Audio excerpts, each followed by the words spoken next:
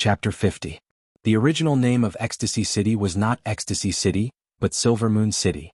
Thousands of years ago, a peerless woman called the Moon Queen walked into the city. The city became the Yu family's city, and the city became Silver Moon City. The reason it was nicknamed Ecstasy City was because of a joke made by a house lord. After successfully challenging the previous manor head in the Manor Head Challenge competition, the expert who had been cultivating in seclusion for several decades received invitations from the 5 great clans, inviting him to stay in their respective great clans for a few days. As for the mansion master, he did not refuse the invitations from the great clans.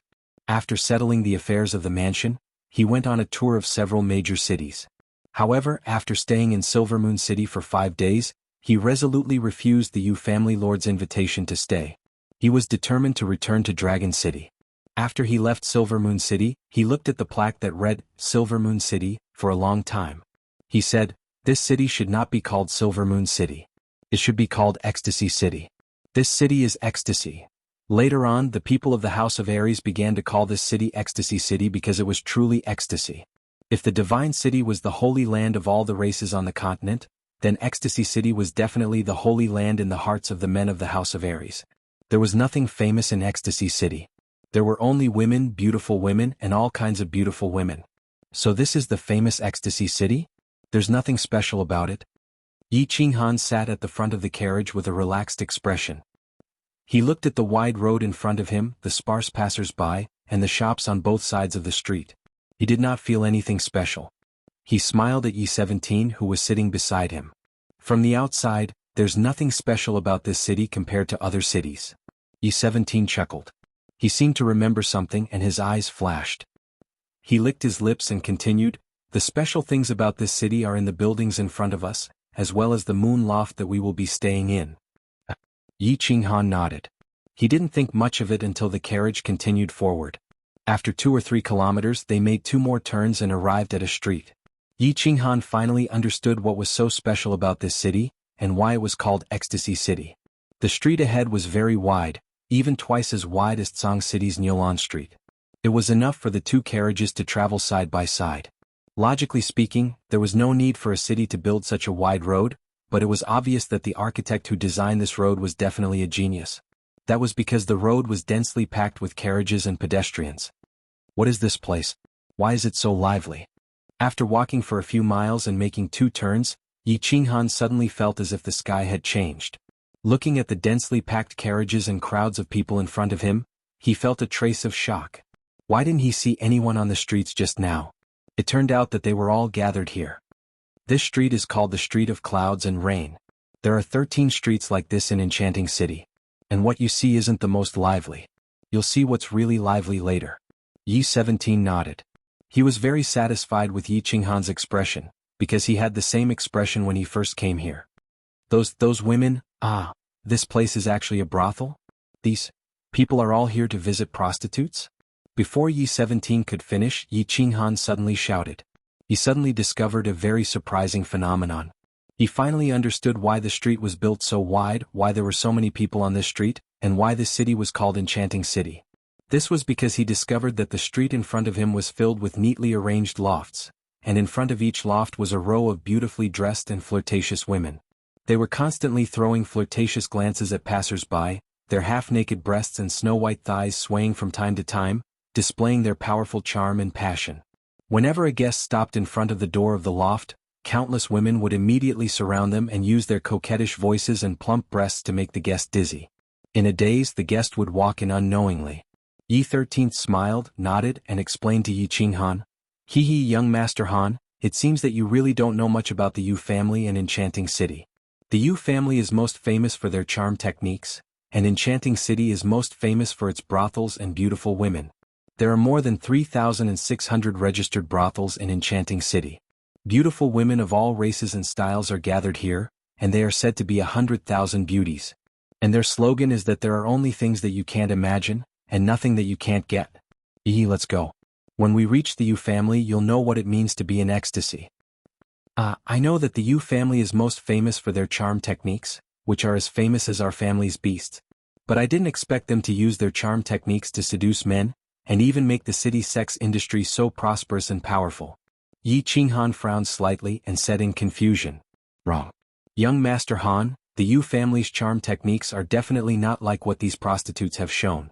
There is only one brothel in Enchanting City that belongs to the Yu family, and that is the Yu family's Yu family that we are going to now. Furthermore, the Yu family's charm techniques are definitely not on the same level as the low-level charms displayed by these prostitutes. You'll know when we reach the Yu family's Yu family. Yi 13th's face showed a hint of nostalgia, and he said with certainty very seriously. Is that so? Yi Qinghan smiled with great interest. He was looking forward to the Yi family's charm techniques, which were as famous as the Yu family's beasts. 10 horse carriages moved forward majestically. On the horse carriage, Yi Qinghan was once again shocked by the brothels and the densely packed crowd on the street. This street was more than 10 miles long, and the entire street was filled with brothels and more brothels. Other than prostitutes, there were only customers. It was still dusk and the sky had not really darkened yet. The nightlife had not started, and yet there was such a luxurious lineup. Furthermore, there were 12 such streets in the Ecstasy City. However, when the group of carriages turned a corner in front of them, they arrived at a plaza. Only then did Yi Qinghan understand what was called shock and what was called a lineup. The plaza was very big. It was as big as 2 football fields in Yi Qinghan's previous life. There was a row of lofts in front of the plaza, but they were surrounded by a pink palace wall. There were 3 large doors in the middle and 2 large words Yu families were written on top of the doors. The super large plaza, the long pink palace wall, and the 3 large doors that were twice the size of the Yi family's main door did not shock Yi Qinghan at all. What shocked him was the countless luxurious horse carriages in the plaza, as well as the countless horse carriages that were rushing over from all directions. I'm afraid there are thousands of them. Yi Qinghan's mouth was wide open. He pointed at the neatly arranged luxurious horse carriages, and his heart was truly shocked. There will be more in the future.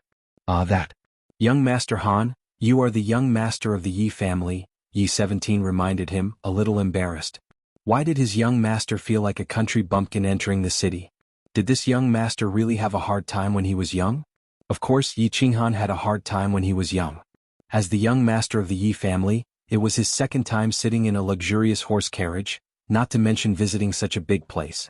Although his identity was different now and he had changed from a chicken to a phoenix, he still thought of himself as the 7th son of the Yi family, and not the 7th young master of the Yi family. However, he had grown up in the Yi clan after all. Moreover, he had lived 2 lives and had experienced so many changes. After a short period of time, he regained his composure and nodded silently, indicating that he understood and understood. The carriage slowly came to a stop in front of the brightly lit moon tower. What made Yi Qinghan curious was that there weren't rows of half-naked beauties standing in front of the moon tower's entrance. Instead, there were rows of middle-aged men in gray robes, their backs hunched and their smiles sincere. Seeing the 10 luxurious carriages parked neatly in front of the moon pavilion, the gray-clothed men's smiles became even more sincere. And when they saw the flamboyant knight on the flag fluttering in the wind, their sincere smiles clearly became a bit more respectful. 3 people quickly walked out from the group of gray-clothed people and stood in front of the carriage. They smiled as they looked at the members of the Yi family getting off the carriage. Finally, their gazes stopped on Yi Qinghan, who was surrounded by Yi Shisan and Yi 17. They cupped their fists together and bowed. The gray-clothed man in the middle smiled and said, Yueping greets young Master Yi and sirs. Please come inside. Our steward has been waiting for young Master Yi for a long time. Yi Qinghan nodded, smiled slightly and walked inside. Yi Shisan, Yi 17 and Yueping followed closely behind him. As for the Reaper squad behind him, Yi Qinghan wasn't worried because he knew that since Yu Qiu knew that he was the young master of the Yi family and also knew why they were here, he would definitely make good arrangements for the 200 people. After entering the moon tower, Yi Qinghan didn't directly enter the hall under Yu Ping's lead. Instead, they turned into a luxurious passageway on the side. The passageway wasn't big, but it was very luxurious, even extravagant. From the 2 guards standing at the entrance, it was obvious that not everyone could enter this passageway. The passageway wasn't long. After exiting the passageway, the 4 of them came to a quiet pavilion. The pavilion had 2 floors, and the decoration wasn't as luxurious as the passageway. Instead, the 3 ancient words "Square Pavilion" in front of the door faintly revealed a trace of an ancient atmosphere. There were people in front of the pavilion and they were all women. 4 women exuded a seductive aura. Moon Tower Manager, Yunyang greets young Master Yi and the 2 lords. The mature woman standing slightly in front of them spoke. Her voice was very pleasant and enchanting. She was very good-looking, like a ripe peach red, and gave people the urge to take a bite out of her. Her figure was almost comparable to that of the beautiful lady boss of the barbarian city, but the charm on her face was a bit better than that of Dark Moon. It seemed that this woman was born with charm. She didn't need to do much. She just greeted them lightly and smiled slightly, and the space became charming. The Yu family's charm technique is really powerful. This mature woman definitely didn't use any charm technique, but she actually made my mind faintly waver. If she used charm technique, I would be dizzy for a few seconds. I wonder who will faint first if my body fusion combat technique and the Yu family's charm technique go up against each other? Yi Qinghan was slightly stunned. He thought a few words in his heart, and then he smiled slightly and said politely, "Lord Manager is too polite. My apologies for disturbing you. Yunyang, I haven't seen you for a year, but you are still so charming." Yi Shisan only nodded lightly, while Yi 17 beamed with joy and tried to curry favor with her. Lord 17 is still so bad. Yunyang rolled her eyes and her sweet smile dazzled the eyes of the others. "Young Master Yi, please come inside. The other 3 families have already arrived and we are just waiting for you."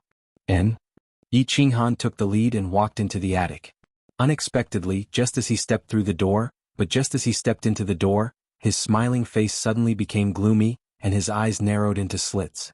Endless killing intent burst out from those slits, causing Yi Shisan, Yi 17, and Yunyang to feel a chill, as if a cold winter wind had blown past them. Yi Shisan and Yi 17 tensed up, and instantly prepared for battle. Their sword-like gazes followed Yi Qinghan's gaze, and what they saw was an incomparably handsome face and a pair of eyes, one big and one small, exuding a demonic aura. Chapter 51. Shui Wuhan looked at the skinny young man at the door in surprise. He had mixed feelings. A few months ago, he had met this young man for the first time on Yolan Street in Song City. This young man was like an enraged lion. He jumped up high and waved his hand at him. However, the young man casually slapped his hand away. In the Yi family's courtyard, he asked Old Shi to investigate this young man. He found out that his name was Yi Qinghan. He was Yi Dao's son. He was a useless cultivator. He was the poor young master of the Yi family. He didn't care about him. He thought that the young man had Yi Dao's temper, but he didn't have Yi Dao's strength. He was just a useless person. He knew that in the Fire Dragon continent, in the House of Ares, and in the 5 noble families, those who didn't have strength were useless. Even though he was the direct descendant of the Yi family, they could only ensure that he didn't have to worry about food and clothing. He didn't have any power or influence. As a direct descendant of the 5 noble families, he knew that similar things happened in every family. Of course, his family was no exception. Therefore, after knowing that Yi Qingyu was a resolute person, he didn't think much. He ordered Shui Yi and the others to capture or kill Yi Qinghan. He knew that as long as he did it discreetly, even if the Yi family knew that he did it, they wouldn't make things difficult for him. Because he knew that the Yi family wouldn't make things difficult for him because of a useless person. Then news came from the Man City. Shui Yi and the others were killed by Yi Qinghan. He started to pay more attention to this useless young master of the Yi family. He took the risk to kidnap Yi Qingyu. However, he didn't expect that Yi Qinghuang wouldn't succeed. He even crippled himself. He didn't know what had happened to the Yi family that day. He only knew that Yi Rong had been killed, Yi Jian had been imprisoned, and Yi Qinghuang had been crippled. As for the youth that he once thought was trash, he seemed to be valued by the Yi family. He had never thought about hiding what he had done in the Yi family castle from the Yi family. He had never thought that the elders of the Yi family would attack him, the young master of the Shui family. He also knew that the Shui family would give the Yi family a satisfactory price to resolve the hatred the Yi family had towards him. However, when he looked at the thin and weak young man in front of him and the endless killing intent in his squinted eyes, he understood that even if the Yi family did not do anything to him and no longer hated him, this young man would never let him go. It wasn't that he hadn't thought about meeting this youth again. He had also thought about what he should say and what he should do when he met this youth again. But he didn't expect that the two of them would meet again so quickly and so suddenly. He hadn't expected the killing intent in the youth's eyes to be so obvious and so arrogant. So much so that he couldn't say a single word of what he had prepared and wanted to say. "Young Master Han, this is the Moon Pavilion." Yi Shisan didn't understand what had happened, nor did he know what had happened to the Yi family not long ago. He only knew that this young master had been quiet, shy, and even a little uncouth for more than a month. Why was he acting so sharp and arrogant at this moment? But he also knew that the target that caused his young master to display such shocking killing intent was Shui Wuhan, the young master of the Shui family. And this was the Moon Pavilion of the Yu family, so he spoke in a low voice to remind his young master who was about to go berserk. I know this is the Moon Pavilion, so I didn't make a move, Yi Qinghan said in a low voice. His voice was cold and not loud, but he didn't deliberately suppress it. In the quiet 8-direction pavilion, his words were like a clap of thunder, exploding a group of people. There weren't many people in the pavilion, only about 7 or 8. But those who could enter this 4-direction pavilion and sit inside to drink tea were not ordinary people. This 4-direction pavilion didn't receive guests from anywhere, only distinguished guests. And there weren't many people in the House of Aries who could be called distinguished guests by the Yu family, one of the 5 big families. Of course, Shui Wuhan could be considered a distinguished guest. He was the young master of the Shui family, a young elite ranked 10th on the earth roll. Of course he was a big figure. And this unfamiliar, immature youth in front of them released his killing intent the moment he entered, ruining the elegant atmosphere in the room. Of course the people sitting inside weren't very happy. And now this youth was boasting shamelessly that he wanted to make a move on Shui Wuhan? This kid was a little too pretentious, and the people in the room were a little dissatisfied. A young man on the far left stood up, ready to help young Master Shui gain some face. The young man wasn't old and his face was a little pale. He was quite handsome and his curly hair was casually draped behind his head, giving him a very demonic air. He looked carefully at Yi Qinghan, and after confirming that he didn't know him, he said unconcernedly, Yu Ji, which family is this kid from? Why are you so impudent? Young Master Long Shuelu, this is the young master of the Yi family. Young Master Yi, can you give me some face and come in to take a seat quietly? Yunyang smiled sweetly and explained. Then, she turned to look at Yi Qinghan with an expression of hope. I'm giving face to your family, that's why I didn't make a move. Yi Qinghan said indifferently. He didn't care about the people in the room at all and walked straight in. He walked to the front of Shui Wuhan, squinted his eyes and actually smiled. Shui Wuhan, young Master Shui. You're very good. Shui Yi asked me to pass a message to you. He said that you can go and meet up with them when you have time. What? Shui Wuhan didn't move, but his face became a little gloomy. Next to him, Old Shur and Old Mo stood up with a flop and fully activated their battle chi. They stared fiercely at Yi Qinghan, their eyes full of anger and a trace of surprise. Others didn't know, but the two of them and Shui Wuhan were very clear about the meaning of Yi Qinghan's words. Shui Yi and the others were already dead, killed by Yi Qinghan. And Yi Qinghan said that he wanted to meet up with Shui Yi, which was a naked threat and a declaration of war. Yi Shisan and Yi 17 stood nervously behind Yi Qinghan. They didn't know why Yi Qinghan said those words. The two guards of Shui Wuhan immediately looked like they were about to attack. They only knew that if the two old men in front of them wanted to attack, they could only attack at all costs. Shui Wuhan didn't say anything. Old Shur and Old Mo didn't say anything. But the curly-haired young man, young Master Long Shuelu, who was standing beside them, smiled with a hint of anger at the corner of his mouth. It seemed that when Yi Qinghan walked over expressionlessly and didn't even look at him, he felt a little despised. Or perhaps Yi Qinghan's arrogant attitude made him feel very uncomfortable. He twisted his neck and said, Young Master of the Yi family? Isn't the young master of the Yi family Yi Qingquang? Since when can a kid who hasn't even grown his hair represent the Yi family in the elite prefectural tournament? Is there no one left in the Yi family? This sentence was very hurtful and harsh to the ears.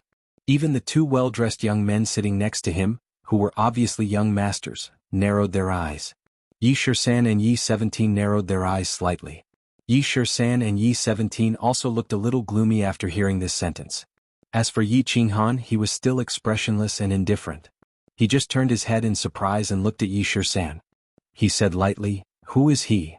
Young Master Long Shuelu, the nephew of Chief Long. Yi Shisan's lips trembled as he said in a low voice. Yi Qinghan nodded and twisted his neck.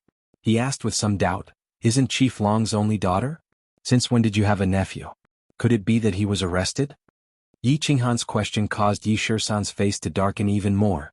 It also caused the expressions of the two young masters beside him to brighten. Of course, it also caused Long Shuelio's pale face to darken. Yi Qinghan didn't wait for Long Shuelu to speak. He turned his head and looked at him with a puzzled expression. Well, even if you are a relative of Chief Long, I don't think you are a relative of Shui Wuhan, right? The matter between me and Shui Wuhan. What right do you have to stand up for him? Or, I can think of it this way. Are you standing up for the Shui family on behalf of Chief Long? Are you standing up for the Yi family on behalf of Chief Long? Wow! Yi Qinghan's sharp words shocked everyone present. His words were too sharp. He had actually elevated a small dispute to the level of the chief in the 5 great families. Who would dare to say such things? Who would dare to answer? How could Long Xuelu dare to represent Chief Long? How could he represent Chief Long and make an enemy of the Yi family? Therefore his mouth was wide open but he couldn't say anything. However, his handsome face seemed to be slightly distorted. The 2 young masters sitting next to him also had very distinctive looks. One was a typical muscular man who exuded a fierce and barbaric aura and carried a long sword on his back. On the other hand, the other young master was the exact opposite. He was even more handsome than Long Xuelu. One could even say that he was quite beautiful. If it wasn't for his Adam's apple, people would definitely think that he was a beauty. At this moment, the expressions on their faces were even more distinctive than their looks. However, no matter who it was, if they wanted to laugh but tried hard not to, their expressions would be very special. Yunyang's expression was also very special. She was thinking, why is it that each member of the Yi family is more and more arrogant than the other? Her beautiful phoenix eyes winked at the maid behind her, revealing a special meaning. The maid nodded and quietly left the loft. Of course, young Master Long doesn't represent the chief now. However, I would like to know something. You are just a young master who has fallen from grace. Since when can you represent the Yi family? At this crucial moment, Shui Wuhan finally spoke. Previously, when he was facing Yi Qinghan, he felt that he was in the wrong. Therefore he remained silent. However, at this moment, Yi Qinghan's insolent and even direct hostile attitude had successfully aroused his arrogance. In the face of such a situation, if he didn't speak, others would definitely look down on him. You tortoise, you finally dare to speak? Also, since I can stand here today, I can represent the Yi family. Although I don't really care about this identity, Yi Qinghan looked at Shui Wuhan with interest. He raised his eyebrows and said provocatively. Shui Wuhan's pupils shrank. His expression changed a few times. Finally he said, Yi Qinghan, sometimes, it's better to be friendly. I've always been friendly, but I don't think it's necessary to be friendly to people like you. Moreover, I'm not friendly? What's wrong with you? Yi Qinghan sneered and said arrogantly. Seeing that Yi Qinghan was looking for trouble, the atmosphere suddenly became tense. Everyone was silent. The place was quiet, but everyone could smell the gunpowder in the air. Chapter 52. You. Hearing Yi Qinghan's provocative words, Shui Wuhan almost went berserk. He clenched his fists so hard that cracking sounds could be heard. Finally, he remembered what his father had told him before he left. He suppressed his anger and snorted, I don't want to talk to a lunatic like you. His father, the leader of the Shui clan, Shui Piaru, had warned him before he left. This time he came to Ecstasy City not only to meet up with the elites of the 4 clans, but also to resolve the conflict between him and the Yi family when he planned to kidnap Yi Qingyu and kill Yi Qinghan. After all, the Shui clan was in the wrong, so this time, the Shui clan sent a supreme elder to negotiate with the supreme elder of the Yi family. More importantly, the representative of the Yi family was said to be Yi Qingyu. Yi Qingyu's violent temper was well known in the House of Aries. Therefore, Shui Piaru warned Shui Wuhan not to do anything out of line if he met the disciples of the Yi family in the Yu clan. Otherwise, Yi Qingyu would lose his temper again. Therefore, when faced with Yi Qinghan's arrogant attitude, Shui Wuhan could only snort coldly. He did not dare to say or do anything. It was obvious that Shui Wuhan knew that Yi Qinghan was not someone to be trifled with. However, the people present did not know that, especially Long Xuelu, who had just been slapped in the face by Yi Qinghan. He was a little curious about Shui Wuhan's behavior today. However, after a while, he thought that perhaps Shui Wuhan did not want to ruin his gentle temperament. He did not want to quarrel with this kid or teach him a lesson. Just now, both of them had been slapped in the face by this young man. Since Shui Wuhan was embarrassed, then he felt that he should stand up and regain his face. Therefore, he stood to the side and said in a somewhat sinister tone, I also think it's better to be kind. Usually, people who are not kind will basically be taught a lesson. They will all be slapped to the ground. The moment Long Xuelyu's words left his mouth, the other 2 young masters sitting beside him smiled at each other, shook their heads and remained silent. Idiot. Yunyang cursed inwardly. It was obvious that Yi Qinghan wanted to flip out, but Shui Wuhan didn't want to face this young man. Yi Qinghan couldn't find an opportunity to flip out. At this time the idiot Long Xuelu actually came to the door. He didn't understand why Master Long, a hero of his generation, would have such a nephew. Moreover, this nephew of his didn't understand how much wealth he had. He often used his uncle's name to show off. She shook her head helplessly, not daring to get involved. After all, as a middle-level member of the Yu family, she didn't dare to interfere in matters between young masters, nor did she want to. A few months ago, a lot of people could slap me to the ground and I was slapped a few times. And now, I think a lot of people want to slap me to the ground, but there are a lot of people who are slapped to the ground by me. If you want to have a taste of being patted, you can try. Although his words were a little awkward and sounded like a tongue twister, the arrogance and contempt in his words could be heard even by a deaf person. It seems that I have to teach you a lesson on behalf of your elders and let you know that the sky outside Song City is even vaster than the sky outside. Long Shuelu sneered and cracked his knuckles. It seemed that he was about to take action. The sky is indeed very vast, but I don't think the area above your head is very vast. Yi Qinghan shook his head, but he suddenly thought of something. He turned his head to look at the two young masters who looked very special and said, what is that? I guess you two are the young masters of the Feng clan and the Hua clan. I have a question to ask you two young masters. Since young Master Long wants to teach me a lesson, why don't you come here? I have no choice but to accept the lesson. It's just that he failed to teach me a lesson and got slapped. You won't be so ungentlemanly as to find the adults of your clan to continue teaching me a lesson, right? The two young masters were obviously stunned by Yi Qinghan's words. They smiled bitterly in their hearts. They didn't provoke anyone, but this young master was obviously trying to drag them down with him. However, since he had been asked, it would be embarrassing not to answer. Thus, the muscular man flexed the muscles on his chest and chuckled. He said, well, under normal circumstances when I fight with young people, I won't find my clan even if I win or lose. That's very embarrassing. I've never found my clan because I've never lost. The beautiful young master's words were very simple and his voice was also very feminine. However, the confidence and disdain in his tone were very obvious. You don't have to provoke me. I don't have the habit of doing that. Talk is not real. Go out, it's not good to break things. Long Shuelu snorted and walked out with a black face, expressing his extreme displeasure. It didn't feel good to be looked down upon and looked down upon, let alone by a 15 or 16-year-old youth. Yi Qingyo was in a very good mood at the moment, even though his face was even darker than Long Shuelyo's. At the moment, he was sitting in the three-way tower, not far from the four-way tower, and was slamming the table with force. He didn't know that Yi Qinghan was about to slap someone. He only knew that if he didn't slam the table, no one would know that he was about to flip out. As expected, when he slammed the table, the few people in the room all reacted. Sitting opposite him was an old man dressed in snow-white clothes and with a white beard that looked like a living immortal. The old man's face darkened first, and his fair and clean face was even darker than Yi Qinghan's. There were also two old men sitting on the left. However, their eyes were originally closed as if they were asleep. At this moment they also opened their eyes. The two of them sighed at the same time and shook their heads. On the right was a beautiful middle-aged woman who still retained her charm. Although the crow's feet at the corner of her eyes showed that age was unforgiving and that she was a butcher's knife. However, the ripples in his eyes and his well-maintained figure still gave people a familiar feeling. At this moment, seeing that Yi Qingyo had slammed the table loudly but did not break, she knew that Yi Qingyo was about to explode. He smiled helplessly and stood up to mediate. Brother Nyo, don't be angry. You're already so old, why can't you change your temper? You're here to solve the problem, aren't you?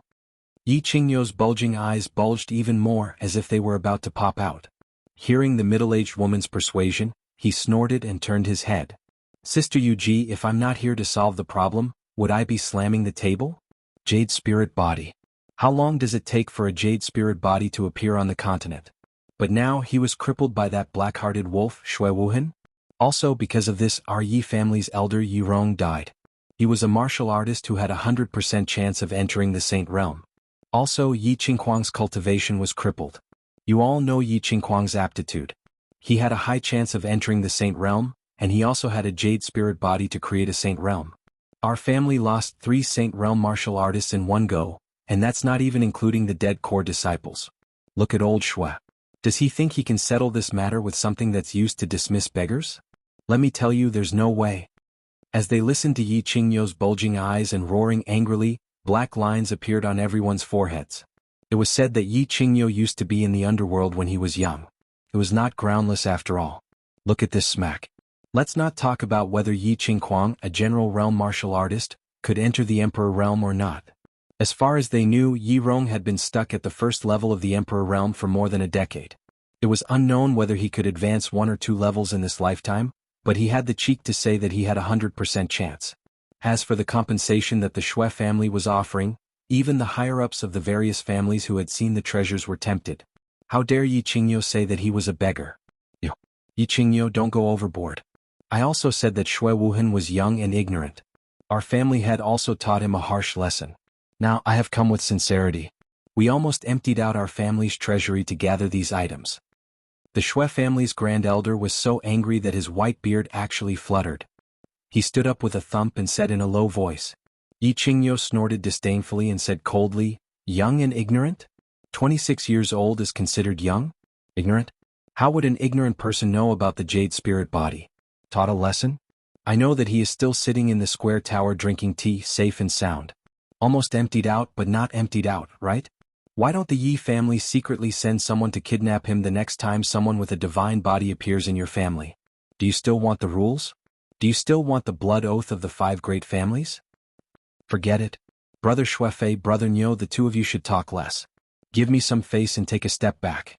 The middle-aged beautiful woman, Yu Ji, smiled slightly, and the wrinkles at the corner of her eyes slightly curled up, but she looked a little charming. As the host, she had no choice but to persuade them. She did not want the 2 of them to tear down her building. Alright, Yu Ji, I will give you some face. The Shui family will give you another 5,000 and 6,000 bottles of snow panacea, 3 divine level secret skills, and 1 condition from the Yi family. Then we will let this matter go. Yi Qingyo nodded, indicating that he would accept Yu Ji's mediation. When Shuifei heard this, he jumped up in anger. His originally dark face turned even darker. His lips trembled slightly as he said, 5,000 bottles and 3 divine level secret skills? Why don't you just rob them? If you don't have them, I can at most give you another 500 bottles of snow panacea. Anything more than that is nothing. When Yi Qingyo heard this, he could not take it anymore. He waved his hand and slapped the table again. This time he clearly did not control his strength, and the table was instantly shattered.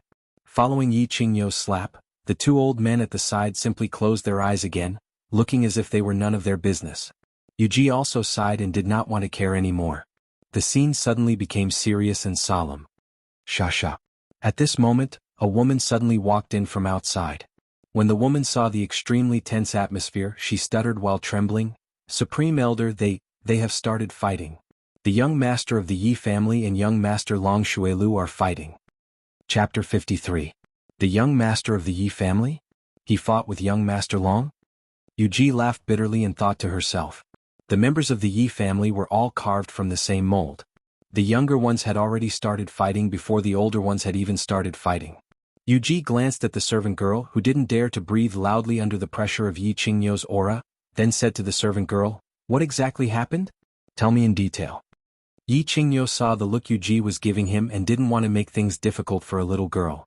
He withdrew his aura and said, "Tell me in detail. The members of the Yi family are not people who look for trouble." When the servant girl saw that Yi Qingyo had relaxed, she hurriedly explained, "It's like this. The young master of the Yi family had just arrived, and when he saw young master Shui Wuhan, it was as if he had seen an enemy. Then young master Shui Wuhan stopped talking, and young master Long Shuilu wanted to teach the young master of the Yi family a lesson, so the 2 of them prepared to fight outside the square restaurant. Look, the members of the Yi family are reasonable. That jade spirit body is the younger sister of that brat Yi Qinghan. When I came, I told him that the family would take responsibility for his sister's matter, and told him not to touch Shui Wuhan, but look, he didn't. That idiot Long Shuilu was looking for trouble, so he couldn't do anything. I think that if we can't come to an agreement, let him handle it himself." Everyone was speechless again. Did Yi Qingyo really think that his Yi Qinghan was the same Yi Dao from back then? What kind of strength did Shui Wuhan have? Ranked 10th on the earth roll? Could any Tom, Dick, or Harry touch him? Besides, even though Long Shuilu was a bit of a spoiled brat, he had painstakingly cultivated his strength to the 2nd tier of the general realm. It was hard to say who would be the one to be hit. He wasn't worried that Long Shuilu would be hit. Even if he was hit, Chief Long wouldn't care. He was just worried that if Yi Qinghan was hit, Yi Qingyo would take the opportunity to flip out and make her square restaurant a mess. Let's go out and take a look.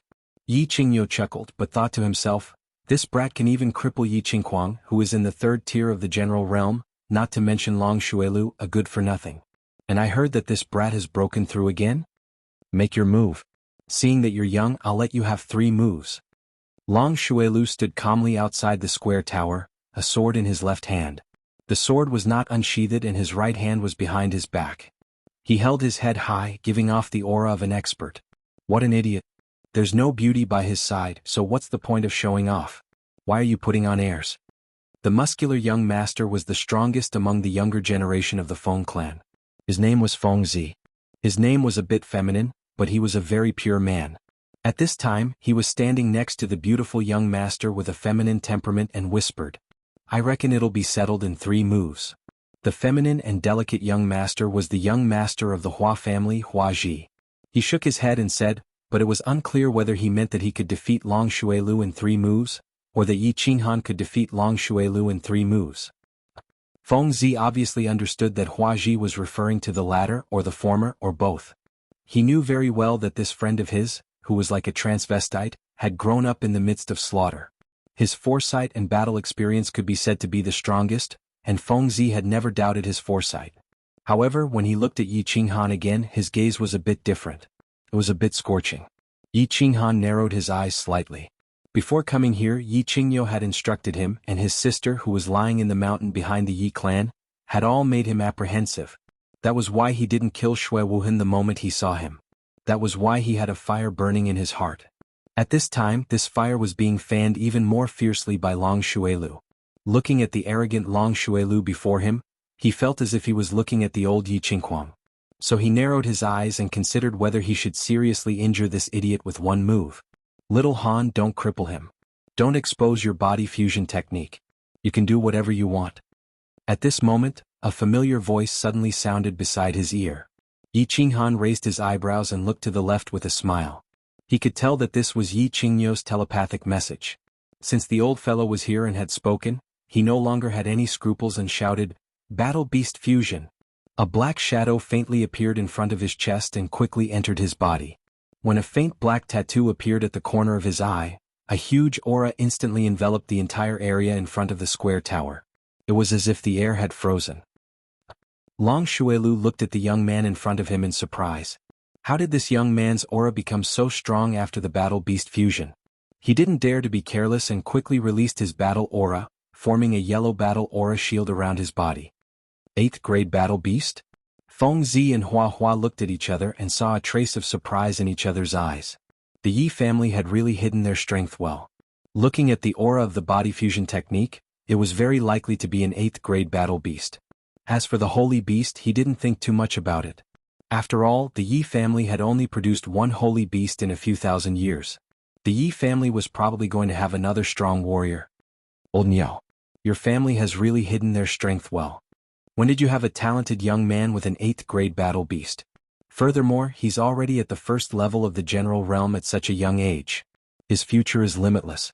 At the entrance of the square tower not far away, one of the 2 elders from the Feng and Hua families who had been silent all this time finally spoke up. His eyes were filled with surprise and envy. An 8th grade Battle Beast and this young man's great talent could be foreseen that the Yi family would have another terrifying expert in the future. Yi Qingyo laughed foolishly, but in his heart he thought to himself, we're the ones who hid it. It's this brat who has been hiding it well recently and very well at that. It's only been a month and he's actually broken through to the general realm. It seems like the clan leader was right. This brat really has a lot of secrets. Shui Fei, on the other hand, stood silently at the side. His face darkened even more as he thought about how to settle the matter today. Looking at the posture of the old and the young, they would probably bleed a lot. However, Yi Qinghan didn't know that 4 old fellows were secretly watching him from afar. He only knew that this young master long in front of him had to be ruthlessly slapped to the ground in order to completely extinguish the fire in his heart. Therefore he made his move. Feeling the surging power in his body that he had never felt before, he was full of confidence as he swung his fist and smashed it directly at Long Xuelio's battle aura shield that was emitting a faint yellow light. He didn't use any fancy moves, nor did he use his battle aura to transform into various weapons like the other General Realm warriors. Because he had just entered the General Realm, he didn't know how to do it. He simply circulated all the battle aura in his body, turned into a horned rhinoceros and smashed it down savagely. With Yi Qinghan's wind-like speed and the surging aura condensed from the vast battle aura on his left fist, the temperature in the air suddenly became scorching hot. When the golden fist smashed onto the yellow battle aura shield, it caused a violent explosion that almost set the air on fire. Bang! As was expected, the yellow battle chi cover was broken in a split second. Like a cannonball, Long Xuelu was ferociously sent flying backward and hit the solid wall behind him. After bouncing back and rolling on the ground for a few times, he directly passed out. On the surface, Yi Qinghan was only a level 1 General Realm warrior. However, because of his incomparably special Dantian, the battle aura in his body was almost more than that of a level 2 General Realm warrior. After merging with his battle beast, his strength had reached the terrifying martial realm. The battle aura shield of Long Xuelu, a level 2 General Realm warrior, instantly shattered upon contact with Yi Qinghan's fist. If it weren't for Yi Qinghan seeing this and withdrawing most of his battle aura, Long Xuelu would probably have been smashed into a pile of minced meat. Ugh! Ah! Ah! After the 3 exclamations, the entire place fell into dead silence. Feng Zi, who was as strong as a mountain, opened his mouth wide. His expression was a little exaggerated, but the battle intent instantly ignited in his eyes was exceptionally fiery. The beautiful transvestite lowered his head timidly. Under his long eyelashes, a pair of blinking eyes concealed his shock and bewilderment. Shui Wuhan's face was still very gloomy, but his black and gray eyes were full of shock and bewilderment. He didn't seem to understand how the little guy he could casually slap away a few months ago could grow to such an extent. Yunyang, on the other hand, slightly frowned. She looked at the young master of the Yi family who was silently standing in front of her and the bald guard who was walking towards Long Xuelu. She was a little worried. Long Xuelu didn't bring many guards with him. He was a bald, middle-aged man with a slightly dark complexion who had been silent the whole time. The bald, middle-aged man hadn't said a word since Yi Qinghan came in. He didn't even make a sound when Yi Qinghan almost killed Long Xuelu, nor did he stop him. Only now that Long Xuelu had fainted on the ground, he walked out and silently picked up Long Xuelu. Then he turned to look at Yi Qinghan and said, "Thank you, young Master Yi, for showing mercy. Long Fifth will take his leave first." Yunyang let out a sigh of relief. She knew that since Long Fifth said this, he definitely wouldn't cause any more trouble. She also knew that this dark, bald man was a level 2 Imperial Realm expert. Once he caused trouble, it would definitely be very troublesome. Therefore, she smiled and arranged for someone to bring Long Fifth away to treat Long Xuelio's injuries. "Damn old Nyo, this kid from your family is so fierce. That power just now was at least the strength of a marshal. Your family has found a treasure. This is another Yi Dao." The great elder of the Feng family nodded and looked at Yi Qinghan enviously. They were all experts and could easily tell that Yi Qinghan had left something up his sleeves. "Old Nyo's family is not bad. My family Xiao Chao is no match for him." Old Man Hua also nodded and said seriously. Yuji was also beaming with joy. She smiled charmingly and said, "Brother Nyo, congratulations." "Not at all, not at all. This kid is still a lot weaker than those 2 freaks, Feng Zihua and Hua Hua." Yi Qinghan shook his head and said very modestly. However, he suddenly thought of something and turned to look at Xue Fei and said, "But I think it shouldn't be difficult to eliminate Xue Wuhan.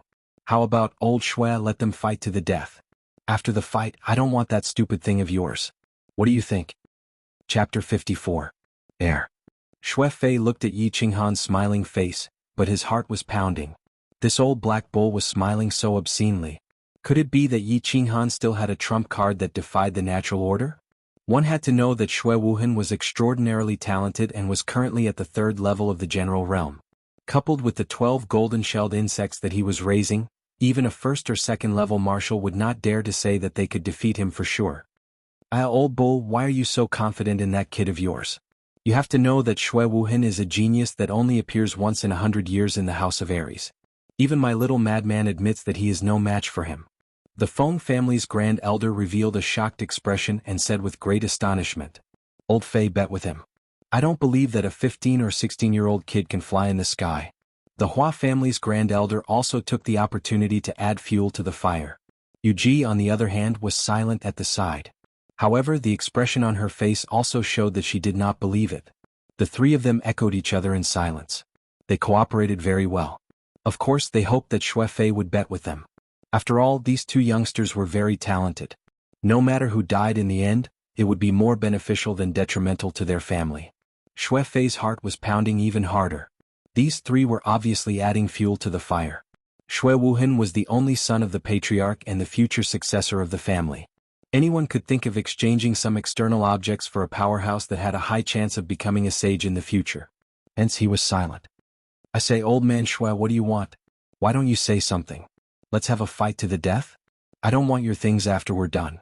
Yi Qinghan was a little impatient. He bulged his bull eyes and looked provocatively at Xue Fei. You. Xue Fei was speechless again. How was this Yi Qinghan a green bull? It was clearly a wild bull. The Green Night Bull's battle beast was of the 8th grade, and its body was at the 2nd level of the Saint Realm. There were not many in the House of Ares who could defeat it after merging. At the very least, Xue Fei knew that if he were to fight this wild bull to the death, he would definitely die if he couldn't escape. Xue Fei, I still think that Xue Wuhan has a higher chance of fighting against the boy from the Yi family. The Hua family's Grand Supreme Elder started to encourage Xue Fei again. Yu Ji flew away from the Grand Supreme Elder of the Hua family. She was a little angry at him for wanting the world to fall into chaos. She sighed and said, All right, brother Nyo, let me say something. Xue family will add 2,000 bottles of the best grade snow panacea and this saint-level secret skill on top of the original offer. How about we let this matter go? The prefecture battle is just around the corner, and our common enemy is the other 2 prefectures. Don't make a fool of yourself. Xue Fei was silent for a while before he gritted his teeth and said, Sigh. This is also Xue Wuhan's fault. Forget it, we'll do as Yu Ji says. Brother Nyo. Yu Ji was a little dissatisfied after seeing Yi Qingyou's silence. After all, the Xue family was bleeding a lot this time. If Yi Qingyou still didn't agree, then he wouldn't be giving her face. I have one more condition. Yi Qingyou was silent for a while before he spoke again. However, before Xue Fei and Yu Ji could answer, he continued, Don't panic, I don't want anything else. I want the right to exchange for the first prize. The right to exchange for the first prize? Everyone pondered. After a moment of silence, the Feng family's Grand Supreme Elder was the first to speak. You want the spirit pill? As long as your family's disciple can get enough points, I don't mind. 10,000 points is not easy to get. I don't have any objections since that boy from your family is so fierce. The Hua family's Grand Supreme Elder also expressed his opinion. I agree. Xue Fei and Yu Ji expressed their opinions at the same time. Even though the spirit pill was very tempting, it could only be exchanged with 10,000 points. They heard that the Demon God Mansion and Barbarian God Mansion had sent out many elites to obtain the spirit pill. They didn't want to sacrifice a large number of their family's elites for a single treasure. The gains would not make up for the losses. Alright, since everyone has agreed, Brother Fei and Brother Nyo, come and sign this agreement. In the future, don't use this matter to destroy the unity of the 5 clans. Yu Ji sighed in relief and led the group into the tripartite pavilion again. After the agreement was signed, the atmosphere in the pavilion clearly relaxed. Yi Qingyou no longer wore a sour expression and began to chat with the Feng family's Grand Supreme Elder. The Xue family's Grand Supreme Elder no longer wore a dark expression and continued to chat with Yu Ji and the Hua family's Grand Supreme Elder. After a while, the atmosphere in the pavilion became harmonious. It was as if they had become old friends who hadn't seen each other for a long time and began to chat about their parents. What is that? Yu Ji. The Feng family's Grand Supreme Elder seemed to remember something. He suddenly turned to Yu Ji and said, Isn't it your family's Summer Flame Festival in 3 days? I heard that your family has a peerless saintess who will appear for the first time? That's right, my family Xiao Chao is here for this peerless beauty of yours. Your family is also very mysterious. Every time the saintess appears, she will only appear during the coming of age ceremony, the Summer Flame Festival. Who knows how many young geniuses fall for her?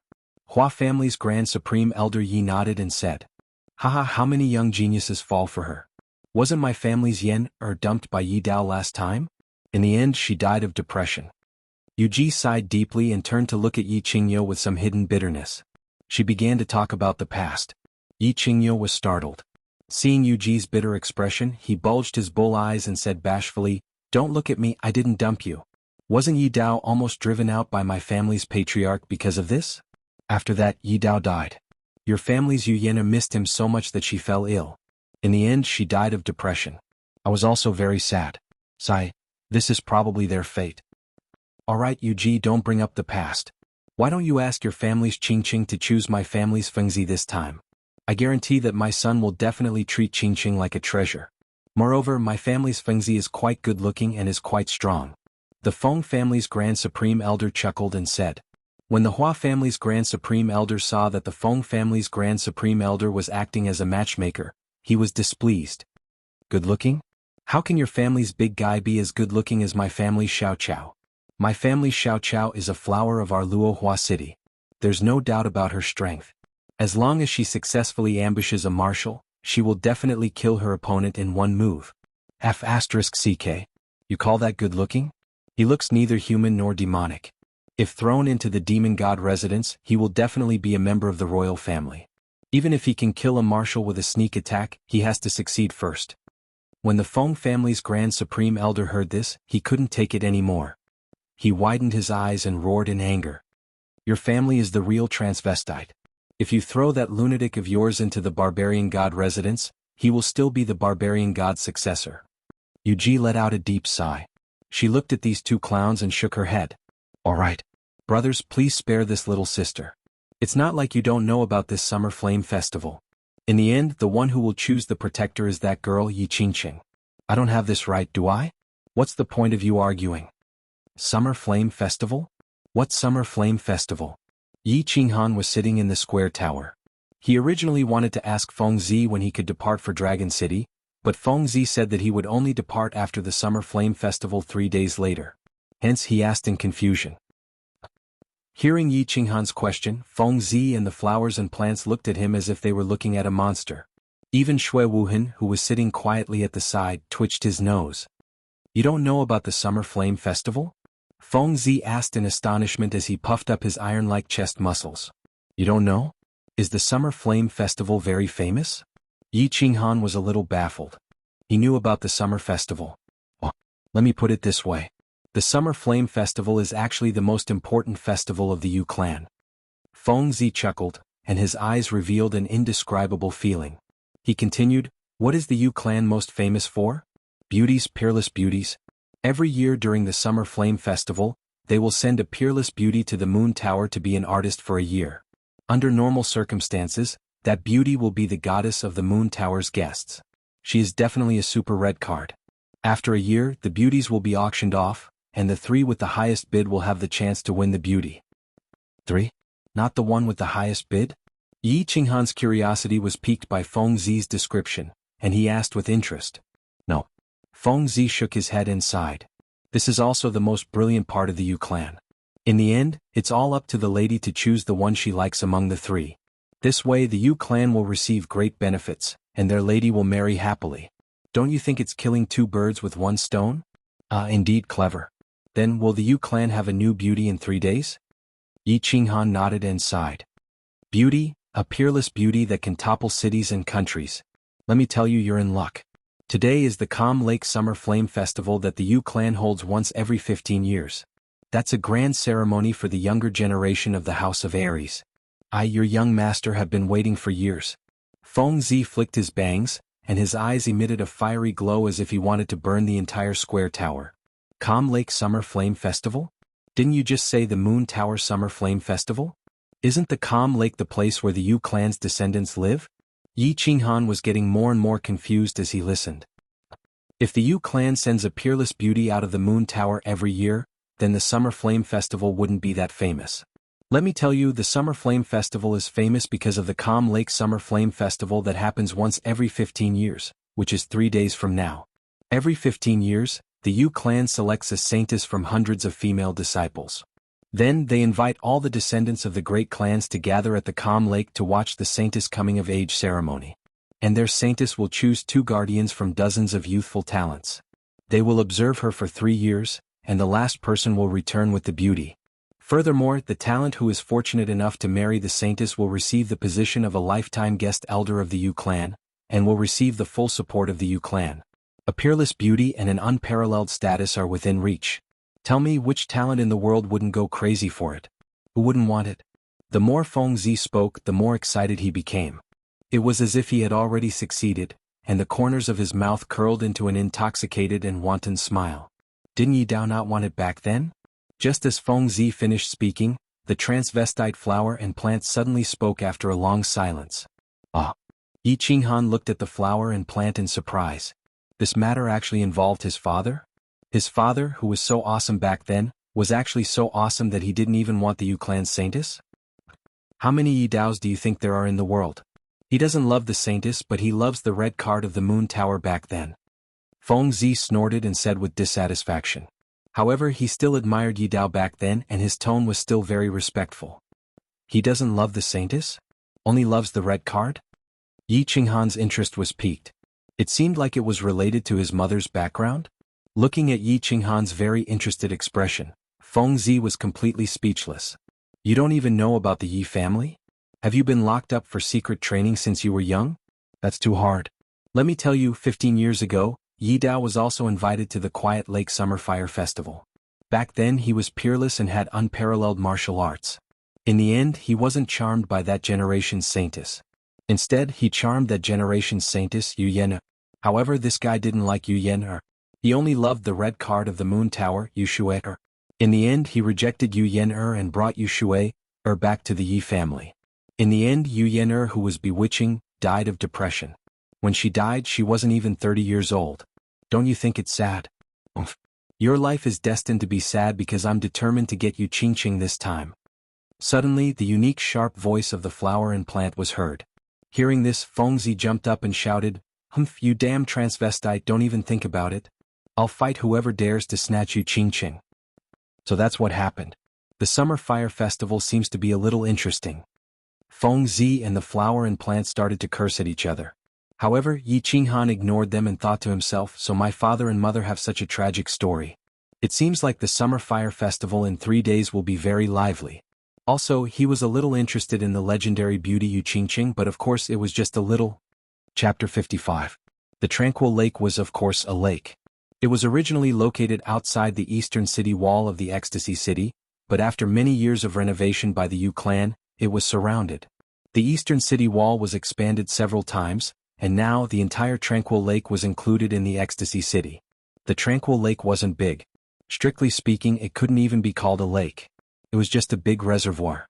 However, since the Yu clan called it a lake, others would naturally call it the Tranquil Lake. The Tranquil Lake wasn't as quiet as a stagnant pool. Not only was it not quiet, but it was also windy all year round, so the lake water never calmed down. There would always be waves, waves and waves. This is the Tranquil Lake? Nothing special? Yi Qinghan and the other young masters followed behind Yunyang and arrived at the side of the Blue Lake. Although this place could be considered as having verdant hills and clear waters, and the scenery was pleasing to the eye, it was still just an ordinary small lake. It was far from the Tranquil Lake's image as a holy land in the eyes of the world's geniuses. They couldn't help but feel somewhat disappointed. Hee, there's nothing special about this lake. What's special is the small island in the middle of the lake. That's where the core disciples of the Yu clan live. There are peerless beauties there. Usually, it's a forbidden and holy land for men unless it's the Summer Fire Festival. We're the first batch of people to enter the Holy Land in 15 years. Don't you think it's special? Feng Zi was still carrying his long sword. He chuckled and whispered into Yi Qinghan's ear. Ah, a forbidden place for men? Yi Qinghan was indeed stunned by this news. Looking at the hazy little island in the distant lake, she nodded her head. She couldn't help but be even more puzzled as she softly asked, "There isn't a single man inside?"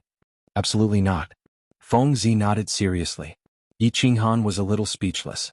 He shut his mouth in embarrassment, but his heart felt like it was being blown by a cold wind. He shuddered. If they were to encounter a group of resentful women pouncing on them like wolves and tigers, would they be able to hold them off? "Young masters, this way please." Just as Yi Qinghan was letting his imagination run wild, a small boat approached from afar. Yunyang smiled and gestured for them to board the boat. "Young Master Han, after you." Feng Zi flexed his chest muscles to show his elegance. You're already in bed?" "Oh no, I mean get on the boat." Yi Qinghan felt a lingering fear in his heart. He quickly waved his hand and said, "Brother Feng Zi, you go first. My body is weak, I can't take it." "Humph, since the two of you are so polite, I will go first." Shui Wuhan waved his folding fan, smiled and got into the boat. The beautiful flowers and plants flicked the edge of their clothes and followed. Seeing this, Feng Zi and Yi Qinghan also followed. The boat wasn't big, but the decorations were very elegant. It was like a small living room. The front and back of the boat were separated by a thin silk curtain, and the scenery outside could be vaguely seen. They went in and took their seats. Yunyang also came in and served them a few cups of tea. Then she bowed and walked out of the boat, standing at the front of the boat. The Yu clan is indeed the Yu clan. Even the person rowing the boat is an exceptional beauty. Feng Zi looked around once she came in and finally, her eyes fixed on the woman on the bed at the back of the boat. Through the blurry curtain, a graceful woman with one hand on the oar at the back of the boat could be seen. Only the side of her body could be seen. The woman was wearing a cyan palace dress, but her face was covered by a white silk scarf. Although the curtain was a bit blurry and her face was covered, just her graceful and curvaceous figure as well as her elegant temperament were enough to make one's heart sway. Feng Zi's words awakened the people on the ship, and they all turned their heads to look at her. Hua Chao and Feng Zi were the most direct. They stared unblinkingly at the masked woman, and they couldn't stop praising her. Shui Wuhan's black and gray eyes were flashing. He waved the fan in his hand, and he looked like he was admiring her. However, a hint of greed flashed in his eyes, and it betrayed his true feelings. Yi Qinghan only took a glance before looking away. It was mainly because Shui Wuhan's pretentious expression made him lose his appetite, and he wasn't in the mood. Moreover, Feng Zi said that there were a bunch of women who had never seen a man living on the island, so he was a little afraid. Squinting at Shui Wuhan, Yi Qinghan silently pinched his fingers.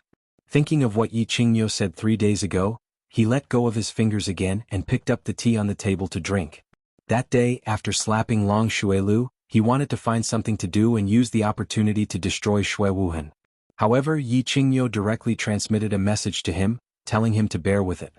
That night, Yi Qingyo came to the place where he was sleeping and had a secret talk with him. He told him that because of Yi Qingyu, the Shui family had lost a lot of treasures, which could be exchanged for a spiritual pill. Yi Qingyo told him darkly that he shouldn't do anything now, and that once he got the Shui family's treasures, he could find an opportunity to kill Shui Wuhan. Of course, he had to do it secretly and he had to do it cleanly without leaving any evidence. Once the Yu family's matter was settled, they would go to the prefecture battle, and it would be a 3-way battle. At that time, there would be plenty of opportunities to kill Shui Wuhan. Therefore Yi Qinghan could only bear with it for now. Fortunately, he had vented a little of the anger he had been holding back that day on Long Shuilu, so he wasn't as angry now. Moreover, he knew that Shui Wuhan was someone he had to kill, and that he had to die, so there was no need to be too calculative with a dead person. Yunyang, why haven't you set sail yet? Everyone admired the graceful figure of the woman rowing the boat, and they couldn't help but be more interested in entering the tranquil lake island, and they couldn't wait any longer. If the woman rowing the boat could be so outstanding, wouldn't all the women inside be sky immortals? Gentlemen, please wait a moment. There is still one more person. Coming. Yunyang answered respectfully. Everyone looked at the front of the boat in surprise. Who else was qualified to sit on the same boat as them? However, when they saw a handsome face and slightly curled hair through the blurry curtain, they all smiled slightly. Gentlemen, you are so early. Shuilu is late, please excuse me. Long Shuilu walked in with a smile and greeted them politely. His face was still radiant, and there was no difference from the first time they met 3 days ago. Hello, brother Shuilu. The people on the boat all smiled naturally, and they seemed to have forgotten what happened a few days ago. They smiled and greeted him. Shui Wuhan folded his folding fan and pointed to the seat beside him. He even personally poured a cup of tea for Long Shuilu. Yi Qinghan didn't say anything and just nodded slightly. He silently drank his tea, but he admired Long Shuilu's shamelessness and prostrated himself in front of him.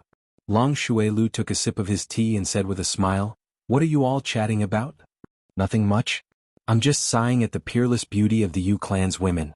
Young Master Long, even the Yu clan's woman rowing the boat is so beautiful. It is hard to imagine how beautiful the women of the tranquil lake island are." Although Feng Zi looked well-developed, his mind wasn't simple. Although he was rumored to have a fiery temper, he seemed to be very tactful today. He didn't offend anyone and he befriended everyone. He was a smooth and slick person. Long Shuilu looked at the back of the boat seriously and revealed an intoxicated expression. He sighed and said, "Such a woman is truly enchanting. Unfortunately, she is masked and I can't see her true appearance. What a pity." Of course. A woman masked also has a kind of hazy beauty. What's the saying? What you can't get is the best. This woman in front of me has the essence of it. What you can't see is more beautiful. Shui Wuhan smiled faintly. He didn't seem to care about the cold eyes that Yi Qinghan was shooting at him. He waved his folding fan elegantly. "Brother Wuhan, you should be a poet. You can recite a good poem." Hua Hua smiled gently and said with a sigh, Feng Zi also nodded and sighed. Brother Wuhan is right. The ancients said that a woman's most beautiful is when she takes off her clothes and when she comes out of the bath. I think we can add that to the list. A woman with a mask is also very beautiful. Absolutely right, absolutely right. All of your words are well thought out and each of your words has a profound meaning. You can all be called scholars. In my opinion, a woman with a mask is either extremely ugly or extremely beautiful. I can foresee that this woman is definitely an extremely beautiful woman. Long Shuelu nodded and moved closer. Yi Qinghan shook his head, but he sighed deeply in his heart. These perverts actually called themselves scholars? It was true that each generation was more unruly than the previous one. What? Young Master Han, do you have any other opinion? Feng Zi asked curiously when she saw Yi Qinghan shaking his head silently. I don't have any opinion. I think we should ask Yunyang to start the boat, or we won't be able to make it for lunch. Yi Qinghan said lightly. He didn't want to express any opinion. Shui Wuhan's flirtatious performance made him want to vomit, and Long Shuelio's shameless participation made the trip to the calm lake that he was originally interested in become boring. He stared blankly through the window at the rippling lake in the distance. He thought of his sister in Songqing, and his mood became gloomy. Darling, let's start the boat. Yunyang had followed Yi Qinghan into the boat. She had been quietly standing to the side, not saying anything, nor showing any expression. When she saw Yi Qinghan speak, she smiled and said to the woman at the back of the boat. The woman behind the boat responded in a low voice. Although her voice was soft, it was very clear and moving, like the chirping of an oriole. Everyone who heard it felt numb and sore. Everyone present was at least at the general realm, so they all heard it clearly. They couldn't help but look at the woman behind the boat with even more interest. They slowly glided through the window, breaking through the water, and gradually moved towards the small island in the middle of the lake. Yunyang looked thoughtfully at the woman behind the boat and suddenly said, Darling, why don't you sing a song for the young masters on the boat to relieve their tiredness? What do you think? Long Shuelu heard her and immediately said with a smile, We couldn't ask for more. I'm all ears. Feng Zi and Hua Hua smiled as well, while Yi Qinghan nodded his head. Thank you, Shui Wuhan said with a smile. The veiled woman behind the boat still didn't say anything or turn around. She silently rowed the boat. After a long time she sighed and sang softly, The shadow of the vermilion building is at noon, the jade tree is low in the shade, the moon is already 3. Greasy powder secretly sells silver carvings, the wrong knife leisurely cuts the mud golden robe, the embroidered bed is afraid of attracting the black dragon's bark, the embroidered word worries teach the blue bird's beak. 100 flavors refine to take pity on the mother, 1,000 flowers bloom half suitable for a man, who can envy the company of a mandarin duck. The parrot is speechless, the waves like to swim bees, the magpies pretend to guess, the magpies murmur. But I love the number of palms, every time I remember the light of the hawksbill hairpin. The years of sorrow in the smoke cave are still there, the night of disappointment on the star bridge is empty, the season in front of the window is shameful, the romantic world smiles bitterly. Only the incense burner steals the wages, secretly hangs down the sandalwood sleeves to learn the ginseng. One must know that it is difficult to calm the heart, but one is willing to part with the clouds. Seeing the scenery fall, the sound of the string still drifting, looking toward the south. The song was a poem, without the accompaniment of drums, music, or lights to add color to the beautiful scenery, it was just a simple singing. The voice of the person singing did not have any special emotions, and there was no dancing to add color, but everyone felt intoxicated, as if they had flown to the heavenly palace and listened to the peerless celestial song sung by a fairy. Good song, good melody, good poem, such a beautiful song can only be found in the heavens, how many times can one hear it in the mortal world? Lady Nan, this song really makes my heart surge, I am afraid that I will not be able to taste meat for 3 months. After a long time, Long Shuelu loudly clapped his hands and stood up, looking at the graceful figure behind the boat with tender affection. He laughed loudly and said, Pa. Shui Wuhan waved his folding fan, stood up and said with a slight smile, It is indeed a good poem, who can envy the company of a mandarin duck? The parrot is speechless, I am ashamed, Lady Nan, and why do you envy others, why do you feel ashamed? You must know, with lady's charm and talent, I am afraid that all the geniuses in the world will be attracted to lady, right? At the very least, the 5 of us will be charmed by you, right? Extremely right, extremely right. You sang it really well. Even though I don't know much about music, I think even a pig would be able to tell that this is a peerless song. Feng Zi laughed heartily and sincerely used a lame joke to flatter the old man. Hua Chao also nodded and very seriously said, "It is indeed a celestial song." Yet Yi Qinghan sat there alone, continuing to remain silent. He half raised his cup of tea and looked at the cup in front of him in a daze, not knowing what he was thinking. Seeing this, Yunyang could not hold back the curiosity in her heart, and turned sideways to ask, "Young Master Han, do you feel that the song is not good?" The four turned around and looked at Yi Qinghan, also a little puzzled. Such a beautiful song, it was also the first time they had heard it, so why did Yi Qinghan appear so silent? Or even somewhat disdainful?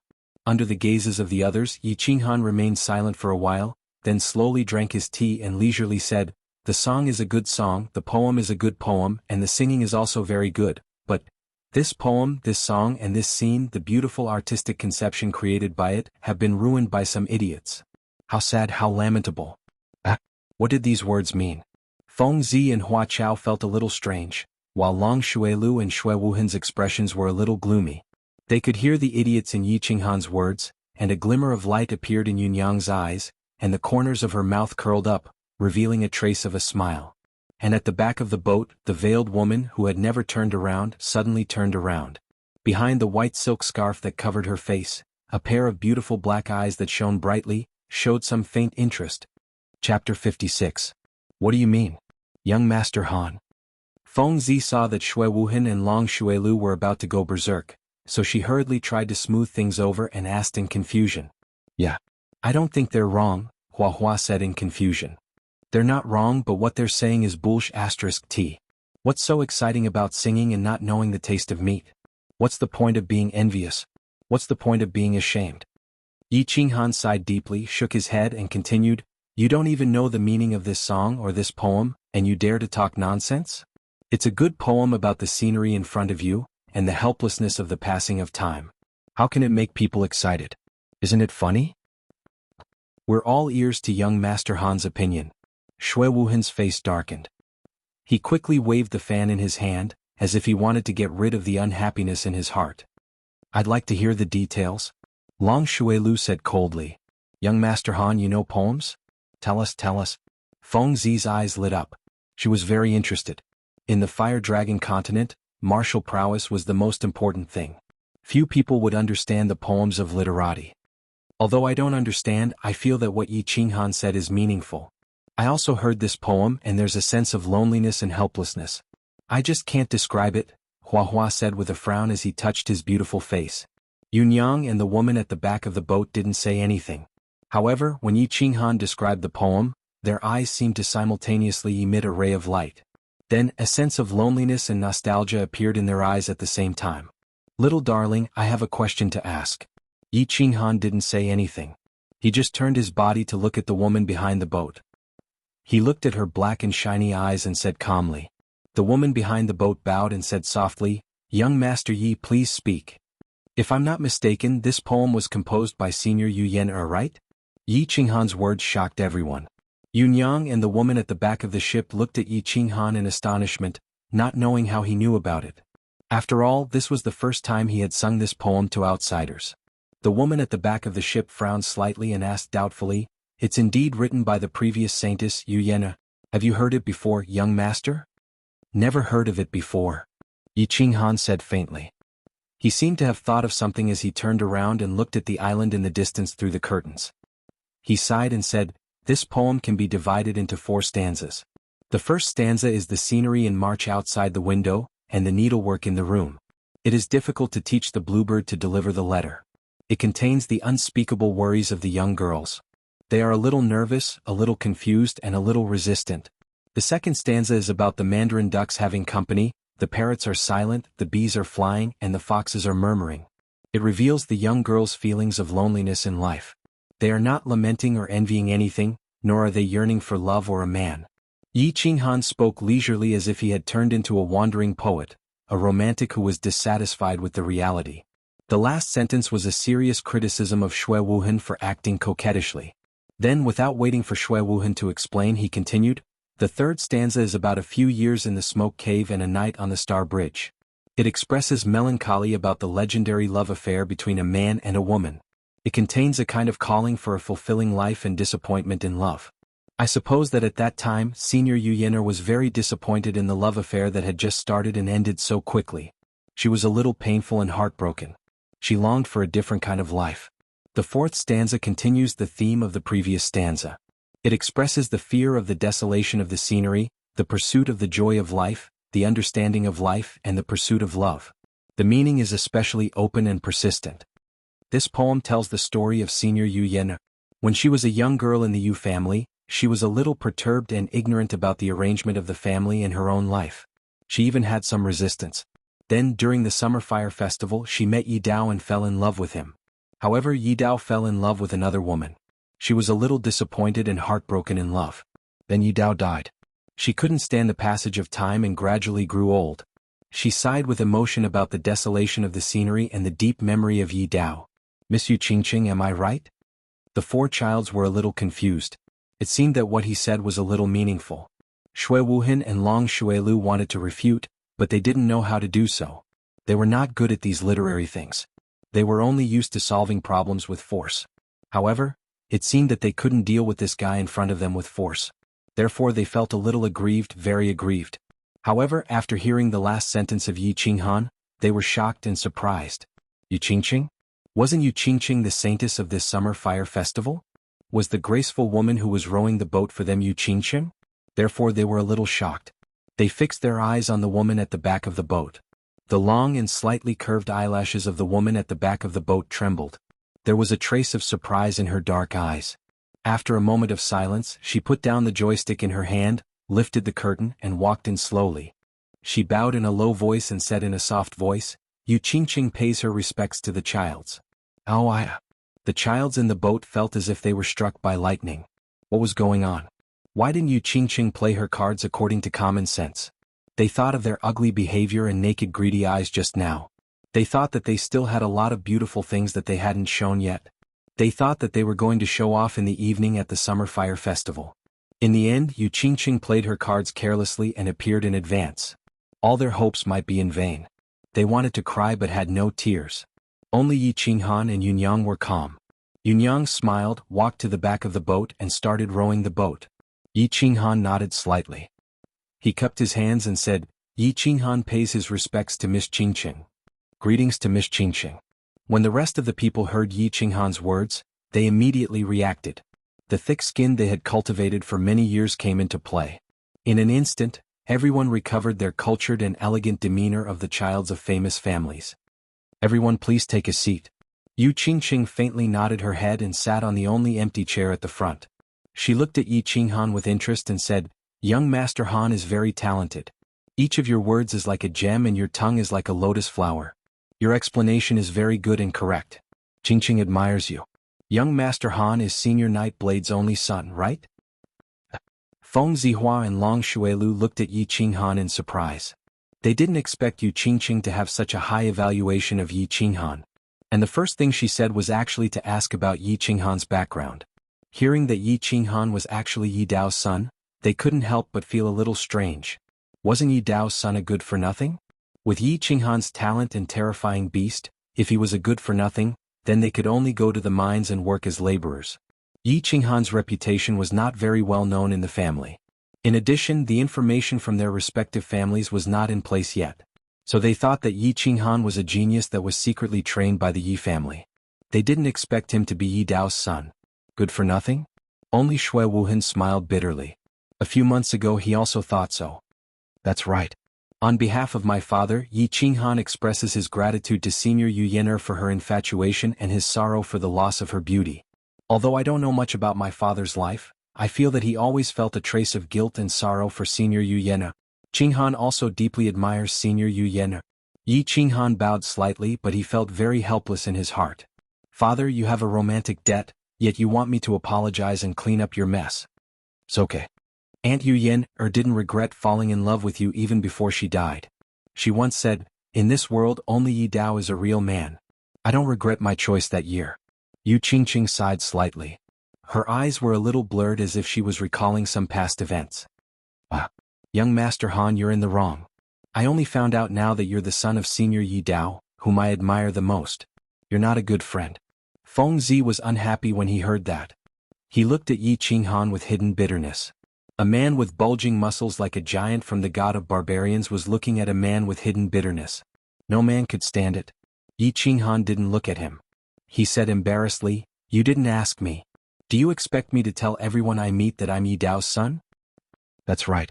"Do you, Fengzi, also tell everyone you meet that I'm a lunatic and that I'm a lunatic?" Flowers and grasses quickly chimed in with a smile on their pretty faces. They looked very pretty. Haha. Everyone laughed heartily and the awkward atmosphere was swept away. It didn't matter if they lost face just now. What was important was to get it back as soon as possible. Therefore, everyone began to present their treasures. They performed the performance and speech that they were going to perform at night in advance, hoping to get back some impression in front of the beautiful woman. However, the performance was about to end before it even started. The small boat had arrived at its destination, Tranquil Lake Island. Looking at the beautiful woman drifting away, looking at the beautiful scenery in front of them, everyone's emotions were complicated for a moment. Chapter 57. As they watched Yu Qingqing's figure gradually disappear on the small path of the island, they reluctantly withdrew their gazes and stood rooted to the ground. When they didn't know that she was Yu Qingqing, they only felt that this woman's figure was really graceful, and her every movement had an otherworldly aura. When Yi Qinghan revealed her identity, she threw down the armrest and walked over leisurely. Everyone saw the pair of black pearl-like eyes above the white silk scarf and smelled the delicate fragrance that was naturally emitted from her body. Only then did everyone realize that Yu Qingqing was actually so enchanting, even a little enchanting. There was no need for words. As long as she sat there quietly and looked at you with her clear black pearl-like eyes, you would feel especially enraptured and overwhelmed. Alright, stop looking. We've already walked so far. Won't we be able to see her true appearance at night? Yi Qinghan said softly with a faint smile. Everyone withdrew their thoughts and their souls that had floated far away and smiled embarrassedly. Young Master Han, not bad. You've taken the initiative. I didn't know that you were so powerful. You're actually skilled in both the pen and the sword. How did you know that she's Yu Qingqing? Fengzi said with a laugh as he returned to his senses and hugged Yi Qinghan. That's right. Young Master Han, Yu Qingqing is a holy maiden. Before the Summer Fire Festival, she definitely can't leave the Tranquil Lake. How could you know her? Could it be that you've snuck in before? Hua Ji also came over curiously. As a descendant of the assassin god, his concealment skills were top-notch. However, he probably didn't have the ability to sneak into the Tranquil Lake Island. Long Shuelu and Xue Wuhan, who were at the side, were too embarrassed to come over. However, they pricked up their ears and listened curiously. It's very simple. You guys just didn't notice. Yi Qinghan wasn't used to Fengzi's enthusiasm.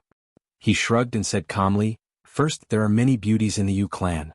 However, if there are beauties of this level among the boatmen, then all the beauties in the world are too common. Secondly, temperament. How could a woman rowing a boat have such an otherworldly temperament? Third, that scarf of hers was the biggest flaw. Young Master Long had said before, a masked woman was either extremely ugly or extremely beautiful. The Yu family naturally wouldn't have an extremely ugly woman, so she would definitely be an extremely beautiful person. Even if a boat servant was extremely beautiful, I don't think there was a need for her to cover her face. That would be akin to burying one's head in the sand. Fourth, that little song. When Yu Qingqing sang that song, her tone was a little sorrowful and a little melancholy. From the poem, I could tell that it was written by Senior Yu Yener. Since she felt sad about Senior Yu Yener's deeds, it was very likely that she felt sad because of what happened to Yu Yener in the past. Therefore, I made a decisive guess and it turned out that I was right. Respect. Young Master Han indeed has a discerning eye, to be able to observe these small details in such detail. Your words have awakened me from my dreams. Fengzi thought about it carefully and nodded. However, he suddenly thought of a problem and shouted, "What's that? Young Master Han, you're still so young.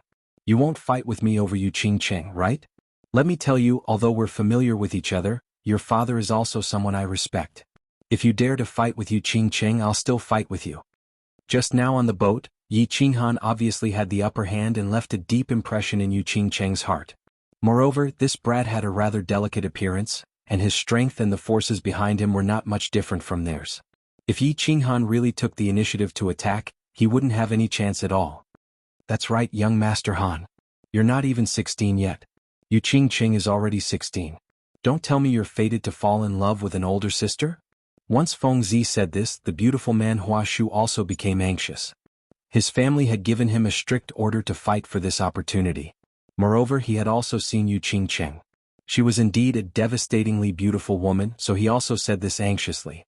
Long Xuelu and Xue Wuhan also tensed up. One had to know that in the entire house of Aries, the 5 most powerful and promising youths were all gathered here, so it could be said that they had the greatest chance. However, if Yi Qinghan took the initiative to fight for it, then their chances were really not high. Long Xuelu had been slapped by Yi Qinghan before, so he already felt a little inferior in front of Yi Qinghan and couldn't raise his head.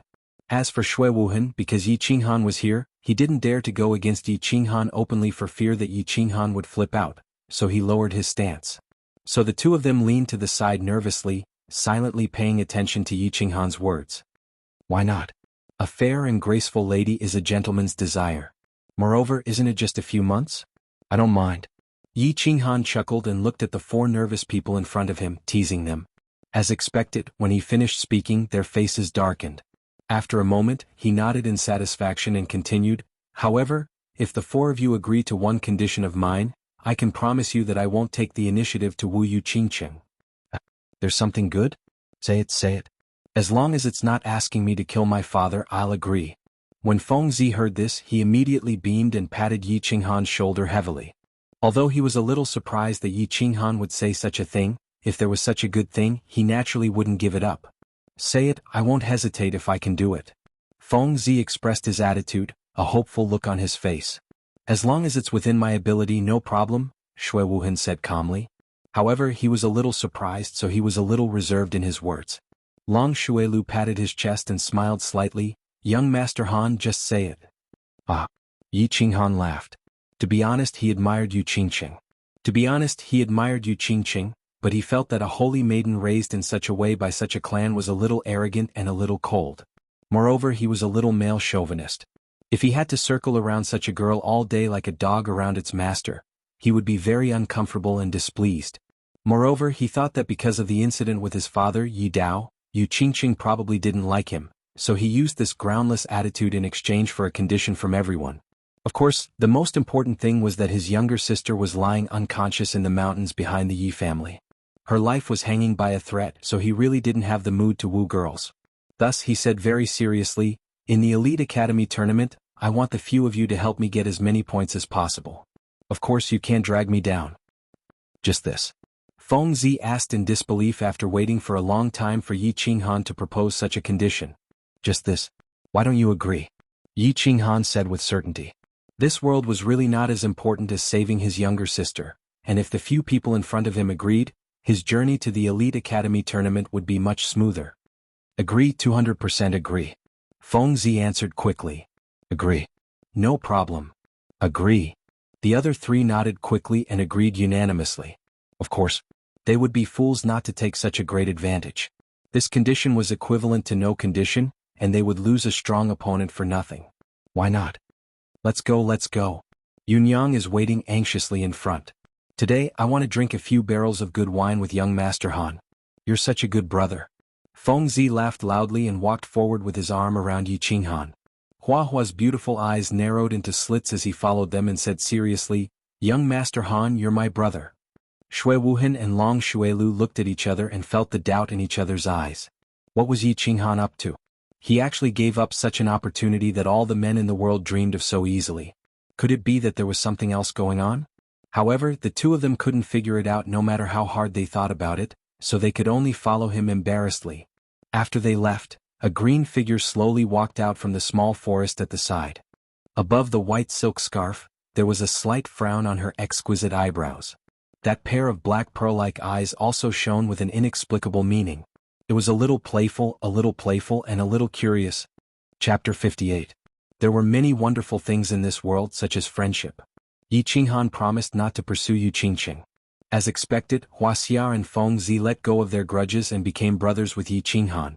Long Xuelu and Xue Wuhan didn't seem to be too intimate, but for the bonfire party tonight, Yi Qinghan wouldn't play tricks and ruin their plan. They could only pretend to be friendly and get cold feet from Yi Qinghan. Tranquil Lake Island wasn't big, but the scenery was beautiful and the air was fragrant. Most importantly, the buildings here were very unique. There weren't many houses on Tranquil Lake Island. They were divided into East Yard, West Yard, and North Yard. There weren't many houses in the east yard. It was mainly used to receive guests, so it was usually empty. The west yard was where the young disciples of the Yu family lived, so there were more houses. The north yard was where the higher-ups of the Yu family lived. Ordinary people couldn't even get close. They could only look at it from afar. It was said that there were only 800 houses on Tranquil Lake Island. Compared to Yi family's castle or other families' residences, which had thousands of houses, it was pitifully small. However, these 800 houses were all made of bamboo, which was unique. On the island in the middle of the lake, there were dense trees and bamboo houses among the trees. It gave them a very special feeling. Some were elegant, some were fresh, and most of them were comfortable. No wonder all the beauties from the Yu family had such a special temperament. On such a small island in such an environment, it would be strange if they weren't special. They were arranged to stay in a small yard in the east yard. The yard was called Emerald Pavilion. There were 6 to 7 houses and a hall. Young masters, please rest here first. I will bring you to the bonfire party tonight. Yunyang said respectfully after she brought Yi Qinghan and the others into the Emerald Pavilion and served them tea, wine, and cakes. Then she smiled mysteriously and clapped her hands. After a while, a few beautiful women in red entered the Emerald Pavilion. The women in red stood in front of the Emerald Pavilion and bowed, successfully attracting everyone's attention. Yunyang smiled and said, "The bonfire party will only begin at night." Yunyang was afraid that young masters would be bored, so she called a few outstanding disciples of the family to accompany you. You can do as you please. Yunyang will take her leave first.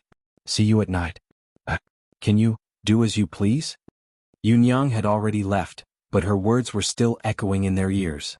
The sentence was very good, very powerful. Of course, the meaning was clear. These women were sent by the Yu clan to entertain the young masters. You can do as you please, use them as you please, play with them as you please. She was a beauty, a top-grade beauty. She was a product of the Yu clan, and she was even used to entertain important guests. Of course, she was a fine product, a peerless beauty. Although these women were just standing there indifferently, their clothes were not particularly open.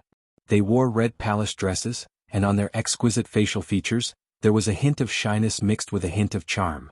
The combination of innocence and charm was so perfect that it could practically make an honest person take off his pants and commit a crime. These were not the outer disciples of the Yu clan in the Moon Tower. They were the inner disciples that the Yu clan had cultivated for many years. The art of charm had been cultivated to the bone. There was no need to deliberately show it. As long as they stood there quietly, the charm emitted from their bones could stimulate the male hormones of any normal man to a limitless rise, and the evil fire in their lower abdomen would be ignited. Long Shuelu was the first to react. His Adam's apple moved by accident. However, as if he had done something wrong, he quickly coughed softly and picked up the tea to cover it up. He was a regular customer of the Moon Tower. Of course, he knew the unlimited charm of the Yu clan's women. He also very much wanted to have fun with the women in front of him. Even under his white robe, the dragon root had already raised its head slightly. However, he could not move and did not dare to move. Not only him, everyone in the room did not dare to move and could not move. They could only suppress it and try not to look at the 5 enchanting women in front of them. What were they here for? They came to the Yu clan, of course, to play with women. They came to taste the Yu clan's enchanting women that all men in the world dreamed of. However, what they wanted to do now was to play with the Yu clan's most beautiful and most honorable saintess. Before they got it, they did not dare to move recklessly and could not move recklessly. The only natural person in the room was Yi Qinghan. He was firm without desire. He was not afraid of anything and did not ask for anything. Therefore he very naturally admired the 5 peerless beauties. He squinted his eyes, had a smile on his face and constantly made clicking sounds.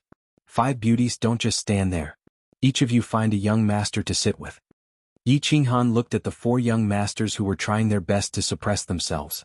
A trace of playfulness flashed in his eyes, and he very naturally instructed.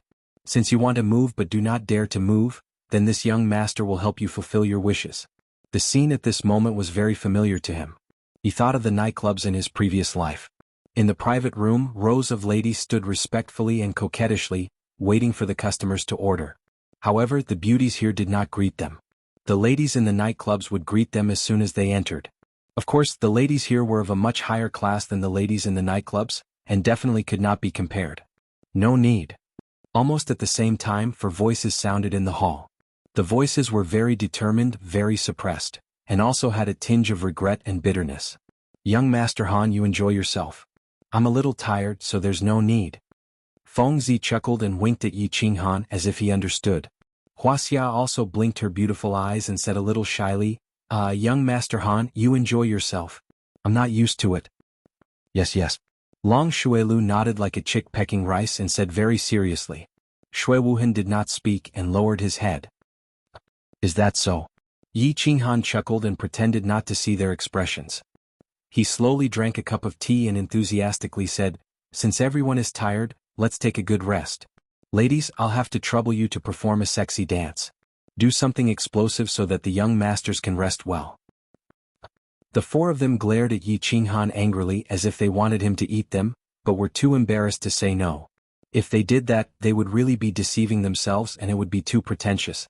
However, seeing that Yi Qinghan had his head down and was fiddling with the tea leaves, completely ignoring their burning gazes, the few of them could only helplessly remain silent. Seeing that the few of them did not object, the few bewitching beauties responded softly, bowed, and retreated. Not long after they came in again. Their clothes were still red but they were a lot less. Only a thin tube top, a very short muslin skirt, and an almost transparent muslin were left on the outside. They nodded faintly and waved the muslin in a leisurely manner in the hall. The dance was beautiful but the people were even more beautiful. Beauties who wore less could dance even more beautifully. The air in the hall heated up under the swaying of the white, tender flesh and the red, sexy little skirt. The sound of swallowing saliva, trembling of the Adam's apple, and coarse breathing mixed with the sound of Yi Qinghan's clicking of the tongue could be heard frequently. The air in the hall was unconsciously mixed with a scorching heat, a surging wave and a ripple. Enough, enough. All right, ladies, thank you for your hard work. You may leave first. Shui Wuhan drank 4 cups of tea in a row, but the more he drank, the hotter his body became. When he was about to drink the 5th cup of tea, he finally suppressed the fire in his heart and said loudly, yes. All right, why do I feel that the more I dance, the more tired I am? Feng Zi drank a cup of tea in one gulp, and felt that it was not enough, so she gulped down another cup and said while panting, yes, yes. Long Shuelu nodded again like a chick pecking rice, and his expression was even more serious than before.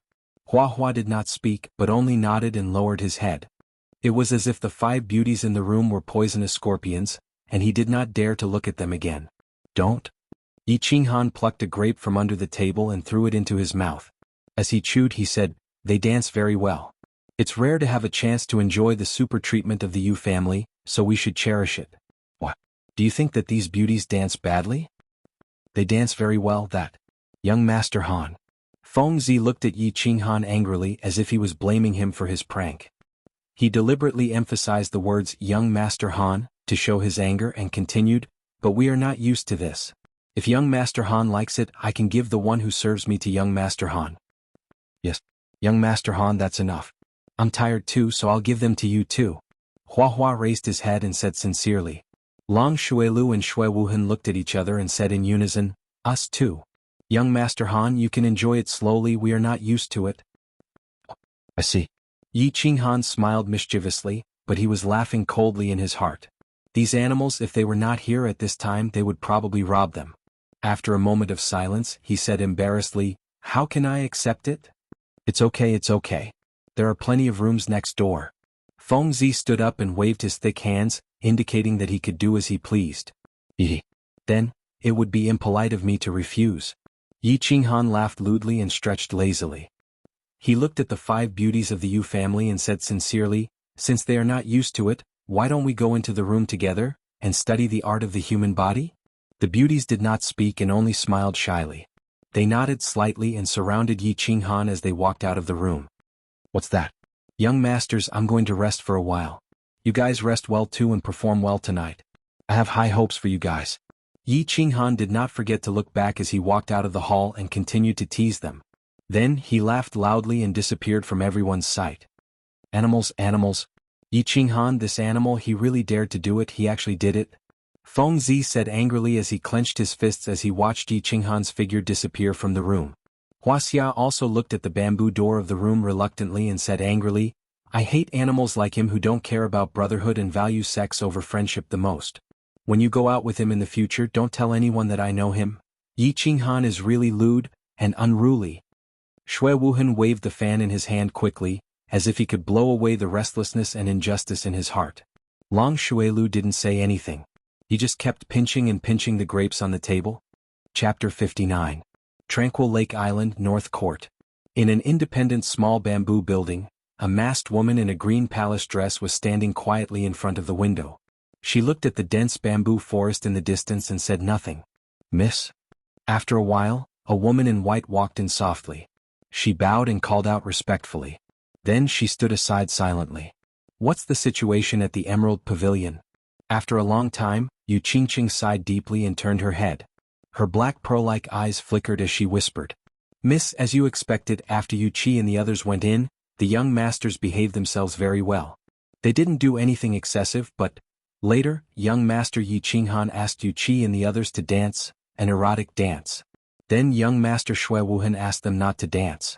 Young master Yi Qinghan then he brought Yu Qi and the others into the room." The woman in red said carefully. This was related to the life of the Mississippi. She didn't dare to say anything that would affect the misjudgment. Yu Qingqing didn't have any expression and still stood there quietly. However, after she heard that Yi Qinghan brought Yu Qi and the others into the room, her black pearl-like eyes flashed a trace of inexplicable meaning. She asked curiously, "What did Yi Qinghan and Yu Qi do after they went in?" "Do what?" The woman in red was a little puzzled by the question. What else could a man and a woman do in a room? So she was a little shy and said shyly, "Of course they did that. The family scout said that they could hear moaning coming from that room." "Yi Dao's son isn't that lustful. Call the scout team and activate the family mechanism. Peep, peep and report back quickly." A trace of shyness and anger appeared on Yu Qingqing's face. She didn't think that the young man on the boat with eyes like lightning, intelligence like the sea, and special temperament would be so unbearable. How could Yi Dao, who even the saintess didn't care about, give birth to such an unbearable son? She also didn't believe that with her charm, she wouldn't have a trace of attraction and love for Yi Qinghan. The Yu clan scout team moved very quickly. In less than a moment, news came back. The woman in red looked at the information in front of her inexplicably. She said in puzzlement, "Miss, there is no such thing happening in the room. Yu Qi is moaning loudly there. Yu Ba is massaging Yi Qinghan, and Yi Qinghan seems to be asleep." Yu Qingqing didn't show the slightest bit of happiness when she heard the answer that she was hoping for. The black pearl's eyes flashed with a trace of anger. She looked outside the window and said angrily, "Yi Dao's son is actually the same as Yi Dao. He doesn't even care about me, the saintess." At noon, the early summer sun was a little warm and made people sleepy. However, it seemed that the sunlight of the tranquil lake did not make people sleepy at all. Instead, it made people more and more energetic. Inside the green pavilion, the four young masters drank a few pots of tea, a few jars of wine and countless plates of fruits and pastries. After sitting there awkwardly for more than 2 hours, the deafening moans in the room outside the hall finally stopped. Creak. A few minutes later, the room door was pushed open and Yi Qinghan walked out feeling refreshed. He reached out to wipe the drool from the corner of his mouth and stretched his body. Then he took small steps and walked into the hall. As soon as he walked into the hall, he smelled a very sour smell. Yi Qinghan didn't care. He ignored the complicated gazes of the others and sat down casually. He picked up a bunch of grapes and ate them. As he ate, he nodded and praised, "The grapes of the Yu clan are indeed different from those of other places. They seem to be sweeter. What are you guys looking at? Eat them." Feng Zi, who had just drunk a mouthful of wine, spat out the wine in her mouth when she heard this. She said somewhat angrily, "Young Master Han, don't attack people like this. If you do this again, I'm going to fall out with you." Everyone's eyes bulged as if they wanted to use their gazes to despise him. They had seen shameless people, but they had never seen such a shameless person. He enjoyed 5 exquisite bewitching beauties by himself, and the moment he came out, he still didn't hide his arrogance at all. They had listened to the erotic songs for more than 2 hours, and there was already a fire in their hearts. But this brat was showing off so openly. "Don't be angry, lunatic. Don't be angry. Didn't I just say that the grapes were delicious? Is there a need to be so angry? Why don't I ask Yunyang to arrange something else for you?" Yi Qinghan waved his hand and said with a smile, "Don't. You ruthless brat. I'm afraid of you, all right?" Feng Zi had a bitter expression on her face.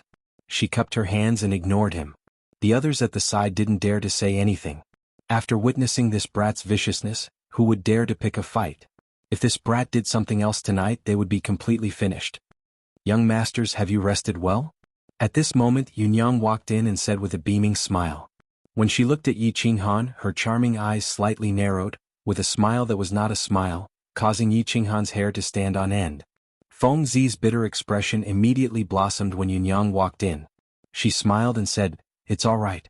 It's mainly because young Master Han rested well." Yes, young Master Han rested the best. Long Shuilu also stood up. There weren't many opportunities to add insult to injury, so of course he wouldn't let it go.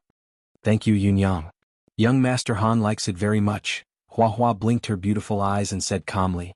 Shui Wuhan also smiled and waved the folding fan in his hand as if he would never get tired. "Thank you, Yunyang. Of course young Master Han likes it. It's all right, it's all right. Yunyang's arrangements are definitely not wrong. Why don't we arrange it again in the afternoon, young masters?" Yi Qinghan stood up slowly and glanced at the young masters. He scratched his head and immediately retorted. "The four of you said that young Master Han rested well, and young Master Han also said that he rested well. Then Yunyang's efforts were not in vain. Why don't we arrange a few more in the afternoon?"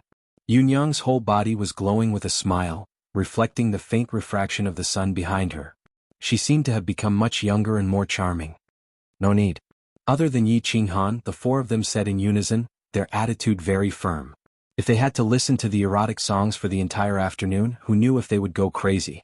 Seeing Yunyang look at him, Yi Qinghan licked his lips and looked at the four of them. However, he saw the silent pleading in their eyes. He said a little embarrassedly, "Since they are so insistent, I can only give them some face. Forget it." Then forget it. How about this? Yunyang will take you to lunch first. After lunch, I will take you to enjoy the beautiful scenery of the tranquil lake." Yunyang smiled and nodded. "That's great." Feng Zi was the first to respond and followed Yunyang out of the Emerald Pavilion. Shui Wuhan and the other two heaved a sigh of relief and followed. Yi Qinghan chuckled, touched his chin and followed them. They had lunch in a private room near the Emerald Pavilion. During the meal they did not have much appetite, so they only ate a little. However, Yi Qinghan ate heartily, as if he had never eaten such delicious food before. He was completely like a country bumpkin. However, he really did not have the opportunity to enjoy such high-class food. When he was young he was very unpopular in his family. It was good enough that he could eat his fill. After that, he went to Man City because he was short of money, so he did not dare to go to a good restaurant. When he came back from Man City and had money, he did not have the time to eat good food. He killed people and set fires. It was very lively, but in the end he did not have a full meal and was thrown to the back of the mountain. In the back of the mountain Yi Tianlong and the two old men had a light meal. In addition, he was worried about his sister, so he did not eat well. Now that they had finally arrived at the Yu family and had the first feast in this world, Yi Qinghan ate with excitement and ferocity. He did not know how to describe it. Even Feng Zi and the others' plan to get him drunk was ruined. They all looked at Yi Qinghan in a daze, wondering why the Yi family was so poor that they did not even have a good meal. Yunyang, who was at the side, also came to a sudden realization. No wonder Yi Qingyo was so ruthless. It turned out that the Yi family was about to run out of food. After eating and drinking, the few of them began to tour the mountains and rivers. Although there were no mountains, there was a lake. The scenery of the calm lake was not bad, but Yunyang did not bring them to the west court or the north court. They only looked at the ordinary scenery. The few of them began to feel bored, so they apologized to Yunyang and went back to rest. Yi Qinghan, on the other hand, had slept for more than 2 hours. He wouldn't be able to fall back asleep even if he went back. He also didn't lack this bit of time to cultivate, so he simply rejected Yunyang's company and quietly walked along the lakeside. "Xiaohei, come out and play." Yi Qinghan felt that there was no one around. It was a good time to walk the dog, so he summoned Xiaohei. Although he had been chatting with Xiaohei in his heart, it had been a while since he had accompanied Xiaohei for a walk. Yi Qinghan kind of wanted to see this silly dog. "Boss, you finally remembered me." As soon as Xiaohei came out, he jumped happily. He was currently in the growth stage and did not need to be fed with magic crystals every day. Every day he would absorb battle chi from Yi Qinghan's warbeast space. When he slept, he would absorb battle chi. His body had long been rusty. Now that he came out, he was like a runaway horse running around everywhere. "Xiaohei, don't run around." You can swim?" Yi Qinghan looked at Xiaohei dotingly. When he saw Xiaohei suddenly jump into the lake, he said worriedly. However, he saw Xiaohei's 4 small melon seeds gliding through the lake. He said in surprise, "You're looking down on me, aren't you? No matter what, I'm at least a holy beast. This little thing can't stump me." I'll go catch some fish to eat. Xiao He sent a message through his soul. A trace of pride flashed through his black eyes, and he dived into the water with a splash. This soul-devouring beast can actually speak so well? Yi Qinghan laughed and thought to himself. This little guy was indeed worthy of being a holy beast. It was full of intelligence. Poopiu. After a while, fish flew straight towards Yi Qinghan as if they could fly. Yi Qinghan looked at the black silhouettes that were as slippery as loaches in the water. He could not help but shake his head and smile. Yi Qinghan, what secret technique is this? It can actually make the fish jump out by themselves? The strange scene here shocked others. A gentle voice sounded from behind him. It was a little surprised and a little puzzled. Yi Qinghan turned his head in astonishment. He saw a graceful woman wearing a green palace dress and a white silk scarf slowly walking over. Her pearl-like eyes looked at Yi Qinghan in amazement. Tonight is Miss Qingqing's big day. How do you have the time to play a coincidental meeting with me? Yi Qinghan chuckled and lowered his head slightly as he spoke. It's not a coincidental meeting. I purposely came to meet you. Yi Qinghan's black pearl-like eyes flashed. There was a trace of a smile and agility. Chapter 60. Oh, you specially came to meet me? Yi Qinghan raised his eyebrows and said in confusion, Miss Qingqing, this seems to be the second time we've met, right? I don't think there's anything special that requires you to specially come for me, right? Yu Qingqing didn't say anything. She just turned her body and looked at the quiet lake quietly. The light eyebrows on her forehead frowned slightly and said with some resentment, Since it's the second time we've met, I wonder what Qingqing did wrong? What made young Master Han hate Qingqing so much? Where did this come from? Yi Qinghan was slightly surprised and didn't understand. At the same time, he sent a telepathic message to Xiao He and asked him to go play at the side. He didn't want his trump card to be seen by Yu Qingcheng. The reason why a trump card was because others didn't know about it. Yu Qingqing rolled her black pearl-like eyes. She was a little blaming and a little annoyed. This rolling of her eyes didn't look ugly at all. Instead, it made her originally pure temperament more mischievous and clever, which made Yi Qinghan excited. Yu Qingcheng was a little hesitant. Actually, with her identity, she shouldn't have come here and said such shameful words. However, Yi Qinghan's words of not taking the initiative to woo her and his unusual behavior in the Emerald Pavilion had successfully aroused the competitive spirit of a little girl in Yu Qingcheng's heart. The Yu clan's holy maiden Li Dai had bewitched all the men in the world. However, the previous generation's holy maiden had fallen under Yi Dao's robe, which made the Yu clan's holy maiden feel an unprecedented humiliation. And now Yi Dao's son was the same. How could she endure this? Therefore, when she heard that Yi Qinghan was taking a walk alone, Yu Qingqing didn't hesitate and hurried over. It was just a conversation. Facing Yi Qinghan's direct question, Yu Qingqing didn't know what to say. Looking at Yi Qinghan's expression, it was hard to tell if he really didn't understand, or if he was pretending not to. Yu Qingqing bit her lips and said angrily, Qingqing heard what young Master Han said when he first came to the island. And young Master Han's unconventional performance in the Emerald Pavilion, Qingqing also heard about it. Isn't that young Master Han hates Qingqing? Sure enough, Yi Qinghan thought to himself, so this little girl came here in a fit of pique. It seems that father dumped their saintess back then, which made them lose a lot of face. Does she want to regain face from me? No way. After figuring out the cause of the matter, Yi Qinghan smiled brightly and innocently. It's this thing. Miss Qingqing, I'm willing to explain. I'd like to hear the details. Yu Qingqing turned her head and a trace of happiness flashed through her eyes. She listened attentively. Miss Qingqing, actually you've misunderstood. Actually, this is a conspiracy. Yi Qinghan chuckled and said with a somewhat complacent smile. His words were like a clap of thunder, which successfully aroused Yu Qingqing's interest. He continued, actually my love for Miss Qingqing is like the bright moon in the sky, like an endless torrential river. To put it simply, I love you so much that you want to die.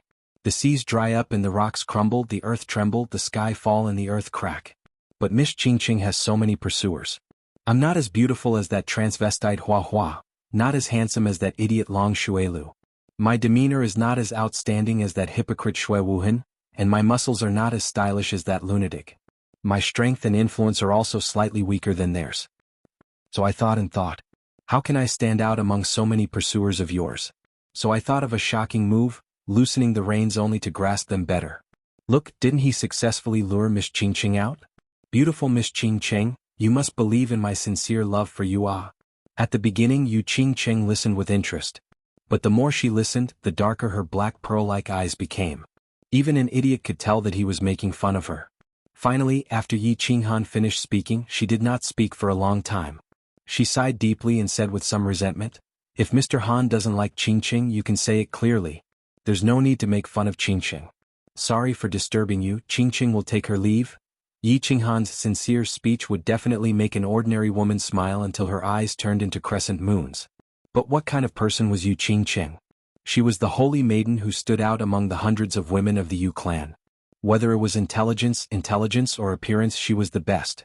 How could she not hear this sincerity in Yi Qinghan's words? Looking at Yu Qingcheng's lonely and desolate figure gradually disappearing in the emerald green bamboo forest, Yi Qinghan touched his chin embarrassedly. He was wondering if he had gone too far? To attack a little girl like this without any enmity between them, it seemed that he felt a little guilty. Night gradually approached. A full moon, like a shining silver plate, was slowly lifted up from the west. The gentle moonlight began to sprinkle down, illuminating the entire Fire Dragon continent and the entire Tranquil Lake Island. The Yu clan was already busy at dusk.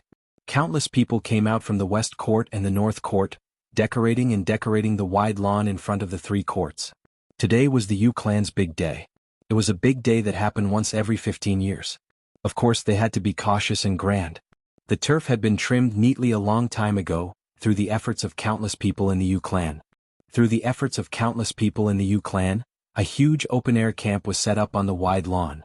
In the center was a row of roaring bonfires, and on both sides of the bonfires were rows of satin spread on the ground.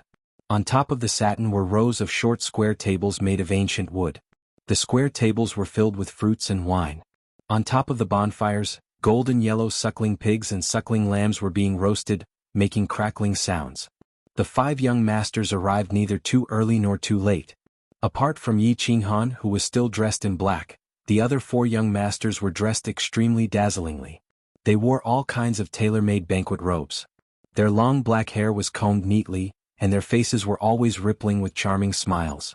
They had been taught since they were young to have a noble temperament in their every movement. It made the 4 of them look like fighting chickens in a flock of chickens. They were like cranes in a flock of chickens, dazzling and eye-catching. It made Yi Qinghan, who was following behind, look like a bodyguard, pale in comparison. A group of young masters were already sitting in the open space. They were the elite children of the famous families in the House of Aries. However, there was still a gap between their families and the 5 major families, so they did not receive the treatment of Yi Qinghan and the others. It was not until the evening that they were received by the Yu clan into the Tranquil Lake Island and directly brought to the bonfire party. There were countless beautiful girls scattered around the open space. These were the Tranquil Lake disciples of the Yu clan. They had been nurtured for many years. They were also the main targets of this group of young masters. Most of these young masters were nominally subordinates of the 5 great clans and the Manor Lord. Thus, when they saw Yi Qinghan and the others walk in, they immediately stood up and rushed forward to greet them. Lu Xiao greets young Master Shui. Young Master Shui looks radiant today. You will definitely be the top courtesan. Brother Z, I'm Chao Pei. Do your best, Brother Z. Take Yu Qingqing back to West Wind City. Young Master Hua, I'm the cousin of your uncle's nephew. It's an honor to meet you. Young Master Long, I've long heard of your name. Today I can finally meet you. I'm extremely excited. The 4 young masters smiled faintly and casually responded to the young masters who came to greet them. They were somewhat proud and somewhat arrogant. They looked askance at Yi Qinghan as if showing off their fame and status. Why should they be proud? Why should they be arrogant? Because the people who came to greet them were all heading towards the 4 of them. No one paid attention to Yi Qinghan, who was following behind them. After arriving at the Yu family, they had always been suppressed by Yi Qinghan. So today they finally had the opportunity to suppress him. So they were very excited, very excited. Normally they would not care about such a scene, but they were very enthusiastic. Yi Qinghan smiled faintly. He ignored them and walked to a square table alone. He poured himself a cup of tea and lowered his head to drink. Excuse me? At this moment, 5 young masters suddenly walked straight to Yi Qinghan and bowed respectfully. They seemed a little excited and a little scared as they asked politely. Huh? Yi Qinghan raised his head in astonishment and looked strangely at the unfamiliar young masters in front of him. He frowned. And the four people who had been chatting with the crowd were also slightly shocked. They looked over with interest and seemed to find it strange that there was someone who knew this country bumpkin. And when the young masters saw that Yi Qinghan was frowning, they bowed even lower, and their tone became more respectful. They said in a slightly trembling voice, "Excuse me, are you the one who crippled Yi Qinghuang, killed Yi Rong and imprisoned Yi Jian, young master Yi Qinghan?" As soon as the words fell, the whole place fell into a dead silence. The four young masters opened their mouths wide, and their bodies trembled slightly. But they recovered their calmness immediately, but their hearts were in turmoil. They had received news from the Yi family some time ago. The Yi family had undergone a great change. Yi Jian was imprisoned, Yi Qinghuang was crippled, and the elder of the Yi family, Yi Rong, was dead. But the reason was unknown in the news. Now that they heard that all these things were done by Yi Qinghan, their first feeling wasn't shock but funny. But at the same time they started to think about the truth of these words carefully. And the young masters at the side were also half doubtful and half shocked. They thought this young man was just a follower or something. They didn't expect him to have such a powerful background and such a fierce story. So their eyes changed at the same time, and they looked at Yi Qinghan respectfully. No matter whether he did it or not, the fact that he could sit here today and represent the Yi family, it itself represented a certain attitude of the Yi family. And the attitude of the Yi family was one that must be respected. Countless beauties of the Yu family standing at the side also looked at Yi Qinghan with slight surprise. Although they already knew that this skinny young man dressed in black, who didn't look particularly outstanding, was the popular young master of the Yi family. And they also heard some rumors indirectly, that this young master actually didn't even care about the saint of the Yu family, Yu Qingqing. But this was the first time they heard that Yi Qinghan had actually done such a big thing. Yi Jian, Yi Rong, and Yi Qinghuang were all famous people in the House of Aries. Of course they had heard about it. But now all of them were actually crippled and destroyed by this ordinary young man? For a moment the ripples in their eyes started to turn, and they all used their charming eyes to look at Yi Qinghan. "You can eat whatever you want but you can't say whatever you want. I am Yi Qinghan. What's the matter?" Yi Qinghan was a little angry. He looked at the five idiots in front of him with some reproach. How could these things be spoken carelessly here? Dongfang Dao, Nangong Chong, Sima Fu, Xiaohogong, Dugujian, greet young master. The five of them didn't say much, but they all knelt down in front of everyone. Their eyes were actually filled with hot tears, and they put on a good show of searching for their master. "What are you all doing? Get up, can you give me an explanation?" Yi Qinghan was a little confused. He frowned and stood up. The four young masters were dumbfounded. This Yi Qinghan actually did something like this. Wasn't he stealing their limelight? However, it seemed like Yi Qinghan wasn't acting, so they continued to watch seriously from the side. On the other hand, the young masters at the side were in an uproar. They all knew these people and they had some dealings with them. They were the top 5 young masters among the young masters of their level. Regardless of whether it was martial strength, talent, or intelligence, they were all top-notch. Now, they actually recognized him as their master in front of everyone. One had to know that this recognition was no joke. This was a master that they would follow for life. Chapter 61. At Yi Qinghan's words, the 5 people quickly stood up. The young master in the middle, who called himself Dongfang Dao, stepped forward and said respectfully, "Young master, have you heard of master's dripping blood guards? We are the descendants of the 5 guards. When master died, our clans were suppressed by Yi Jian. In recent years, the patriarch has gone into seclusion and the young master is still young, so our 5 clans did not dare to act rashly and could only live in seclusion. Now that young master's power has been extinguished, the old patriarch has come out of seclusion again, of course our 5 clans will come out again. After obtaining the consent of the patriarch, we will come to serve young master." The dripping blood guards? Yi Qinghan suddenly understood. His father Yi Dao had used his unparalleled charm and peerless strength to subdue 5 strong men. They were known as the dripping blood guards. But when his father died on the god-slaying mountain, the 5 experts also died, so Yi Qinghan did not know how to react for a while. Now, the 5 people who suddenly appeared were the descendants of the 5 masters. At this time Yi Tianlong must have played a part in the show of searching for his master. It seemed that Yi Tianlong had spared no effort in order to win back his heart. After figuring out the situation, Yi Qinghan nodded, pointed to a row of square tables behind him and said, "Well, you sit behind me, we'll talk in detail later." The 5 people nodded, sat respectfully at the back and remained silent. Yi Qinghan did not care about the gazes of the crowd. He sat down alone and began to drink tea. He was not overly intimate with the 5 people behind him. On the one hand, the identity of these 5 people had yet to be confirmed. On the other hand, even if there was no doubt about their identity, he still had to examine their strength and character. He did not intend to take 5 wastes or 5 villains to participate in the sect battle. After watching the excitement, getting to know each other and flattering each other, everyone lost interest and took their seats. There were 3 rows of square tables in the Yu clan, forming the word door. The seats above the door were obviously for the Yu clan or the older generation. Yi Qinghan and the other 4 sat in the first row on both sides of the door. The rest of the young masters knew that their statuses were different, so they consciously sat behind them. Congratulations, young Master Han, you've gained another 5 strong generals. Feng Zi sat next to Yi Qinghan and raised her wine glass. Hua Chao, Long Xuelu and the rest quickly raised their glasses too. Although Yi Qinghan had promised not to take the initiative to attack, it didn't mean that he couldn't cause trouble, right? Therefore, the 4 of them would try to curry favor with him whenever they had the chance, even though Yi Qinghan didn't really like it. Same to you. Yi Qinghan nodded and raised his glass. As everyone chatted and chatted, the doors of the north court of the Yu clan finally opened under everyone's hopeful gazes. The first to come out was a beautiful middle-aged woman. Her age couldn't be determined and her figure was still graceful. Her skin was rosy like a young girl's, but there were faint crow's feet at the corners of her eyes, which made her look a little old.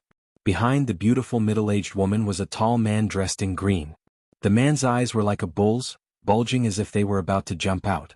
Behind him were 3 old men. They walked to the front with a smile and naturally sat down at the top row of square tables. Greetings, 5 grand elders. Everyone hurriedly stood up. The rules of the Yu clan's summer fire festival were held and judged by the 5 grand elders of the 5 clans. They all knew this, so they weren't surprised. However, Yi Qinghan casually cupped his hands, but his eyes were staring at Yi Qingyo, as if he was blaming and questioning him. What was up with the 5 people behind him? Brat, don't glare at me. They were arranged by your grandfather, and they are indeed the descendants of your father's dripping blood guards. There are no problems with their character and strength, so make good use of them. Yi Qingyo squinted his eyes, smiled and transmitted his voice. Yi Qinghan rolled his eyes but didn't say anything. These people were his father's descendants, so they were truly his people. Since Yi Qingyo said that there were no problems with their character and strength, then there shouldn't be any problems. He would observe them in the future and make good use of them. Young masters, you are the elites of the new generation of the House of Aries. Today I am honored to represent the Yu clan in welcoming you to the Summer Fire Festival. Your presence brings light to the tranquil Lake Island. Now I announce the official start of the Summer Fire Festival. Yuji smiled and stood up. She said a few simple pleasantries, then announced the official start of the Summer Fire Festival. In the beginning, the young masters thought that there would be a very long and complicated speech. Now that they saw that Yuji was so understanding and immediately entered the main topic, they couldn't help but smile very sincerely. Their smiles were very bright and happy. Yuji was also very happy to see everyone laughing so happily. She gently raised her hand. However, after a moment she seemed to have discovered something. Her expression was somewhat solemn, and she didn't lower her hand in midair. She only stared blankly at the northern sky. Yi Qingyo, Xuefei, and the others also stopped whispering and looked at the northern sky with some solemnity. Yi Qinghan and the others were also puzzled. They also looked toward the northern sky, but they didn't discover anything. However, after a moment, a deafening roar suddenly sounded in the northern sky. Then a black dot rapidly grew larger in everyone's eyes. A dragon roar. It's a level 7 demonic beast, the winged dragon. Only then did everyone realize what the Grand Elders were looking at. They were shocked, but they calmed down in the blink of an eye. However, the excitement in their eyes were obvious. In all these years in the House of Aries, there had never been a case of a magical beast running into the 3 prefectures to cause trouble. Therefore, it was obviously impossible for a wild magical beast to come here. Since it wasn't wild, then it was very simple. This 7th level magical beast, the winged dragon, was reared by someone. As a powerful existence, the winged dragon wasn't something that ordinary people or clans could rear. There was only one place on the continent that could rear a winged dragon, and that was the Divine City. This winged dragon was clearly flying toward the tranquil Lake Island. That meant that someone from the Divine City had come. The Divine City? What did the Divine City represent? If the tranquil lake was said to be the holy land in the hearts of the men in the House of Aries, then the Divine City was the holy land in the hearts of the people in the world. 5,000 years ago, The three prefectures often fought because of the differences in races and civilizations. Every time the three prefectures fought, a large number of warriors would die.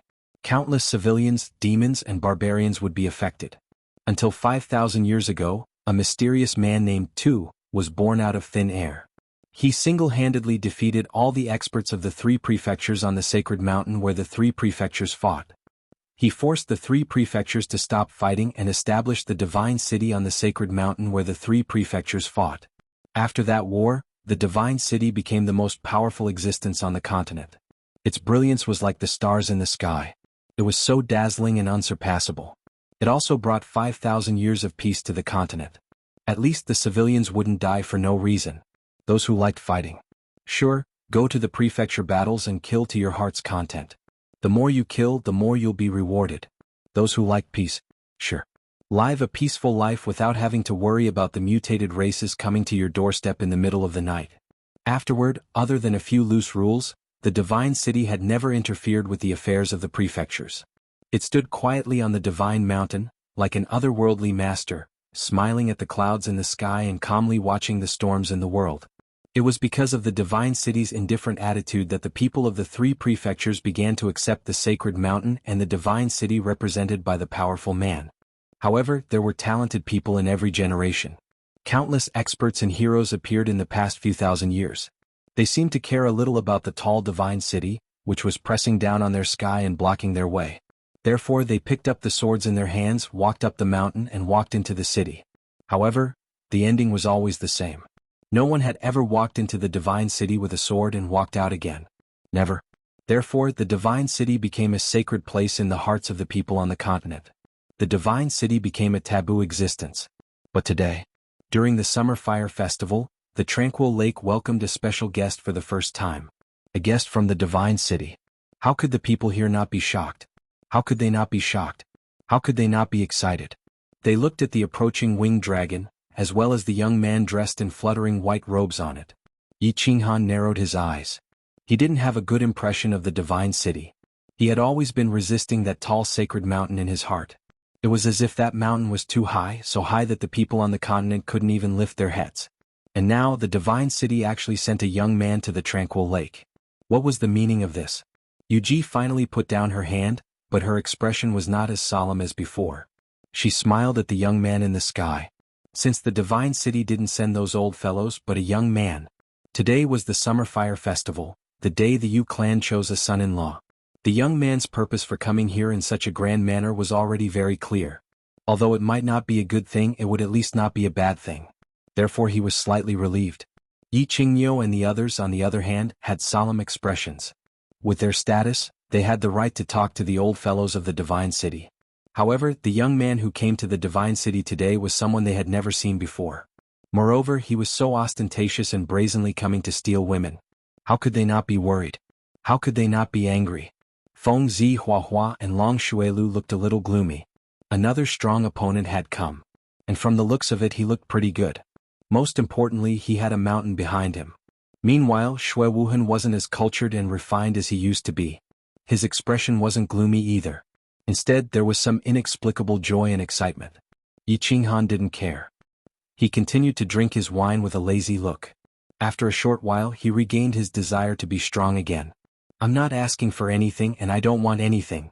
The more you guys fight, the more exciting it will be for me. It'll be a waste if I don't watch a free monkey show. Boom. The winged dragon landed heavily on the ground in front of everyone's eyes. The moment the winged dragon landed, a white figure lightly tapped his feet. His entire body emitted a golden light. Like an ancient god, he glided and floated towards the crowd. Landing steadily on the ground, the golden light instantly retracted. The young man in white smiled and cupped his fists towards the few Grand Supreme Elders at the head of the table. Tu Qianjun greets the seniors. I've long heard of Lady Qingqing's unparalleled beauty. Today I too have specially come to pay my respects. Furthermore, I heard that the young elites of the House of Aries are all here. I too also hope to be friends with the Martial Arts Association. Chapter 62. Tu Qianjun greets seniors. I've long heard of Miss Qingqing's unparalleled beauty. Today I too specially came to pay my respects. Also, I heard that the elites of the younger generation of the Battle Gods Manor are all here. I too also hope to make friends with them. Pay my respects. They're probably here to snatch her? Make friends with Wu? Make friends? They probably want to give her some pointers? The few elders on the seat sneered secretly. When this brat descended, the golden light emitted from his body was the unique aura of the Duke realm, also known as the pseudo-saint realm. Furthermore, his golden aura actually reached a radius of around 1 meter. It seemed that he had the cultivation of the first level of the Duke realm. He actually released his aura and scrupulously in front of them, who were all in the saint realm. Furthermore, he relied on it to glide for such a long distance, making people feel as if he was flying over. Wasn't this clearly showing off his strength? It was also clearly slapping the faces of the young masters present. It was also to build momentum for him to snatch her. It seemed that the chances of those young masters in their clan were slim. However, Yuji beamed with joy. This brat was rather tactful and respectful to these old fellows. Moreover, he had made it clear that he was here to pursue his daughter, not to cause trouble. She also knew that this generation's saintess was more outstanding than the previous generations of saintesses in all aspects. However, she didn't expect that even the divine city, which rarely appeared, would send people to snatch her. What was this? This was glory. This was also strength. Hence she smiled brilliantly. Young master too must be the young master of the dragon-slaying divine guard of the divine city's 4 guards. You're indeed as graceful and elegant as your father. Servants, give him a seat. Elder Yuji, my father asked me to send his regards to you. There's no need to give me a seat. I have an old friend here, so I'll sit with him. Tu Qianjun smiled faintly. He turned his head and swept his gaze across the young masters. Finally, his gaze landed on Xue Wuhan. Young master, please take a seat. Xue Wuhan had been smiling all along. When he saw Tu Qianjun looking over, his smile became even more amiable. He hurriedly stood up and lowered his head slightly, indicating for Tu Qianjun to take his seat. Tu Qianjun nodded indifferently. It seemed as if he didn't care about everyone's gazes. He walked straight to Xue Wuhan's seat and sat down peacefully.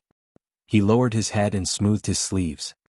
He saw that the people in the vicinity were looking at him cautiously. He raised his head in astonishment and said, "What's wrong? Do as you wish. Don't worry about me, just pretend that I don't exist."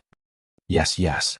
The people around him hurriedly lowered their heads and continued to drink, sip tea, and eat fruits. Their hands and feet were slightly trembling, and they accidentally spilled some of the wine in their hands. Those who were eating the fruits panicked and even ate the vines. Their expressions betrayed their panic and nervousness. Feng Zi and Hua Hua looked at each other. They could see the worry and shock in each other's eyes. This Tu Qianjun was only 27 or 28 years old, yet he already possessed the strength of a duke. This was a little too terrifying. It should be known that the two of them could be considered first-rate geniuses. At the age of 24, they were already at the 3rd level of the general realm. Coupled with their family's secret arts, their combined strength was only at the 1st or 2nd level of the martial realm. It was fine if they couldn't match up to him in terms of power. After all, the divine city's glory was built through generations of battles. If they couldn't match up to him in terms of strength, then it would be a little embarrassing. Long Xuelu was also silently drinking his strong wine at the side. He occasionally glanced at Xue Wuhan, who was whispering beside Tu Qianjun, and a trace of mockery and loneliness flashed across his eyes. It was obvious that he was a little envious that Xue Wuhan had actually made friends with a young master of the divine city. However, he also looked down on Xue Wuhan's flattering behavior. Of course, it was mostly because he couldn't eat the grapes, so he said that the grapes were sour. Tu Qianjun's appearance suppressed the entire crowd. Relying on the tall mountain behind him and his astonishing strength, he descended like a deity, instantly enveloping the entire lake's light on his body. In a battle between two armies, the most important thing was momentum. Without momentum, this battle would only end in defeat. Yi Qinghan didn't show any expression, even though he was a little displeased with Tu Qianjun's attitude, which was even more arrogant than Yi Qinghuang. However, he didn't intend to carry Yu Qingqing to bed today, so he didn't feel like he was facing a love rival. However, he hated Xue Wuhan's flattering attitude even more than Long Xuelu. This brat usually looked like a dog, but deep down he was really a dog. Clap clap. When Yu Ji saw that everyone's mood had somewhat calmed down, she clapped her hands twice, and began to serve the pastries in front of the main course. Along with the clap of her hands, the door of the west courtyard opened, and 12 red-clothed women walked out. It just so happened that this red dress was very similar to the dress that they wore when they entertained Yi Qinghan and the others in the Jadeite Pavilion in the morning. The upper body was a thin tube top, and only the lower half of the white and tender beautiful breasts were covered, revealing a plump snow-white semicircle. The lower body was a gauze skirt, and under the uneven hem was a pair of perfectly straight and slender white legs. On their feet were pairs of long leather boots that covered more than half of their calves.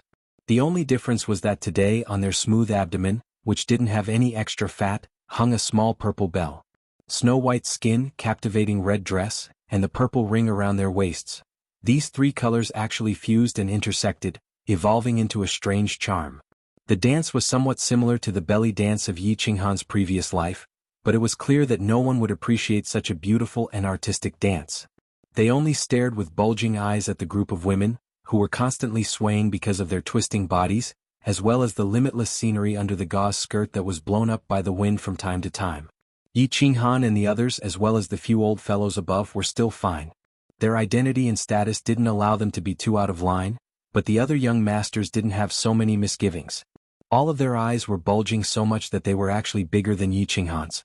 Under the reluctant gazes of the crowd, the 12 women silently retreated, while the young masters were silently thinking of ways to snatch one from the Yu clan.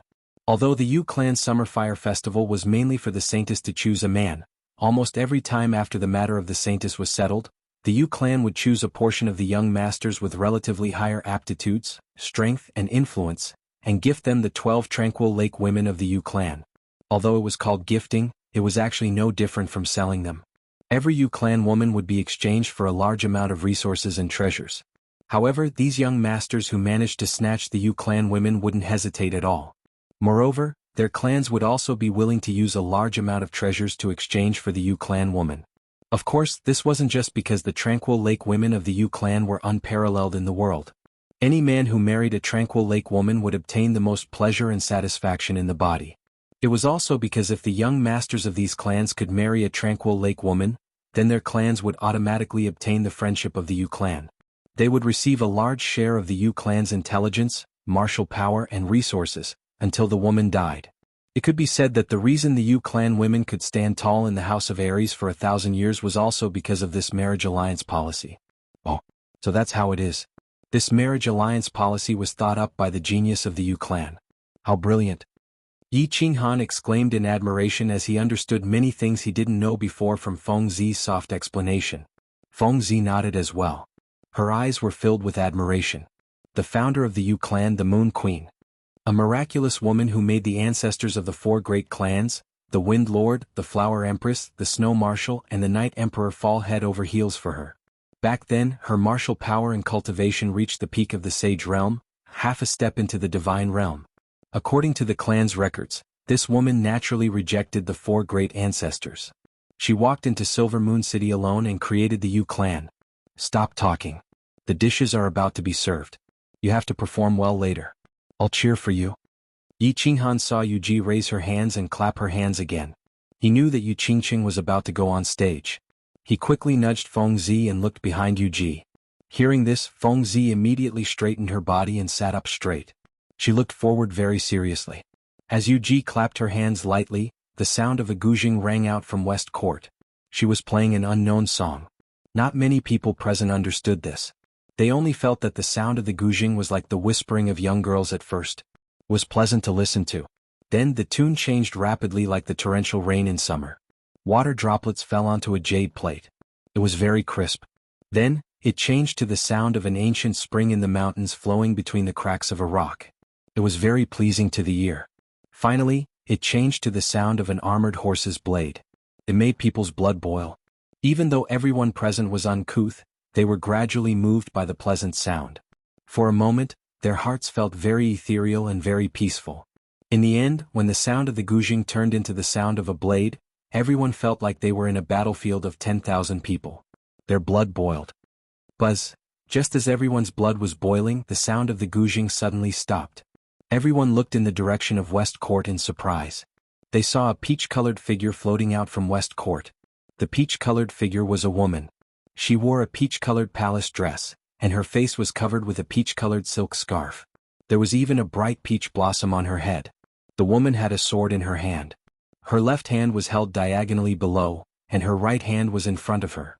She held a small and exquisite guzheng in her hand. She leaped down from the sky. Her palace dress flapped in the wind, making her look like a fairy from beyond the heavens. It was unknown whether it was because of the strong wind or the woman's own will, but when the woman landed on the ground, the peach-colored silk scarf on her face actually fluttered with the wind, revealing a devastatingly beautiful face. Her black pearl-like eyes contained a smile that was both charming and seductive.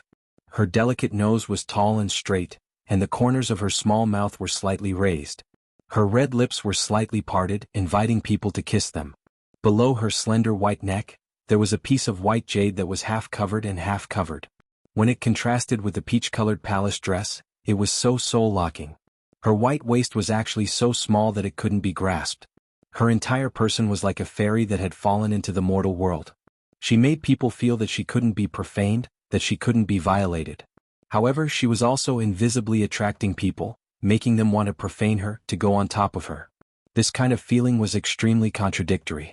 Normally, no one would wear a peach-colored dress that was unique, and no one dared to wear it because peach-colored clothes gave people a very tacky feeling. But today Yu Qingqing dared to wear it and she wore it. Moreover, she even wore an even more tacky peach blossom. It was just that, after today presumably no one present would dare to say that peach-colored clothes were tacky. At least Yu Qingqing was not ordinary. Not only was she not ordinary, but that faint peach-colored color on her graceful figure, coupled with her devastatingly beautiful face, gave people a feeling that she was so attractive, so ecstatic, so fatal. Peach blossoms were poisonous. They could topple cities, could topple countries, and could even poison people to death. Chapter 63. The lady with peach blossoms stood there quietly. Her eyes glowed and the corners of her mouth curled up slightly, revealing a faint smile. Then she placed the zither on the ground. Her 5 slender and elegant fingers danced wildly, emitting a few clanging notes. The long sword in her left hand formed a flower and she actually began to play and dance. She played a hurried and rhythmic marching song. Although there would be occasional breaks as she played and danced, the special reverberation of the zither didn't make people feel that there was a break. Instead, they felt that the rhythm was different and it was very dynamic. The dance was a sword dance and it was very good. Sometimes it was hard, sometimes it was soft. Furthermore, everyone present was an expert and could see that the swordsman wasn't a pretty one. Aside from being pretty, one could see the formless murderous aura that accompanied the sword dance. The sword was a killing weapon, a yang weapon of extreme yang. The woman was a beauty, a woman who was as gentle as water. But today the combination of the beauty and the sword was actually so perfect. Accompanied by the clanging sound of the zither, everyone felt as though they were on a battlefield filled with corpses. A peerless woman who had lost her lover was killing people with a sword. Moreover, the way she killed people was so beautiful and moving. The sword dance ended and the song also ended. However, the young masters were still immersed in that moving scene just now. It was like a dream or an illusion and they were intoxicated. Only when Yu Qingqing bowed slightly and returned to Yu Ji's side to sit down did everyone suddenly come to their senses. They applauded in unison. Lady Qingqing can topple a nation. This trip of Qianjuan's was not in vain. This dance can raise a great white. Tu Qianjuan's eyes sparkled. He picked up a large cup of wine on the table and shook it at Yu Qingqing. He raised his head and laughed as he drank it. His actions and tone were extremely elegant and flawless. Yu Qingqing smiled faintly and nodded without saying anything. Lady Qingqing's sword dance is unparalleled in the world. No one in the world can compare to you in playing and dancing at the same time. This dance should raise a large jar. Feng Zi hurriedly stood up and said, not to be outdone. She raised a large jar of wine and drank it all in one go. She didn't stop at all and drank it all without leaving a drop. Seeing that Feng Zi didn't even gasp for breath after finishing a jar of wine, Hua Hua and Long Xuelu, who were about to raise their cups, were dumbfounded. This lunatic is indeed a lunatic. How can we endure this? We can't possibly offer 2 jars, right? In the end, they didn't raise their cups anymore. Instead, they picked up their teacups and shook it in a toast. They said a few polite words to express their admiration for Yu Qingqing. After that, the young masters took turns to express their praises. They praised Yu Qingqing's performance to the point that there was nothing in the heavens that was unparalleled on the earth. Although their words were different, their purpose was the same.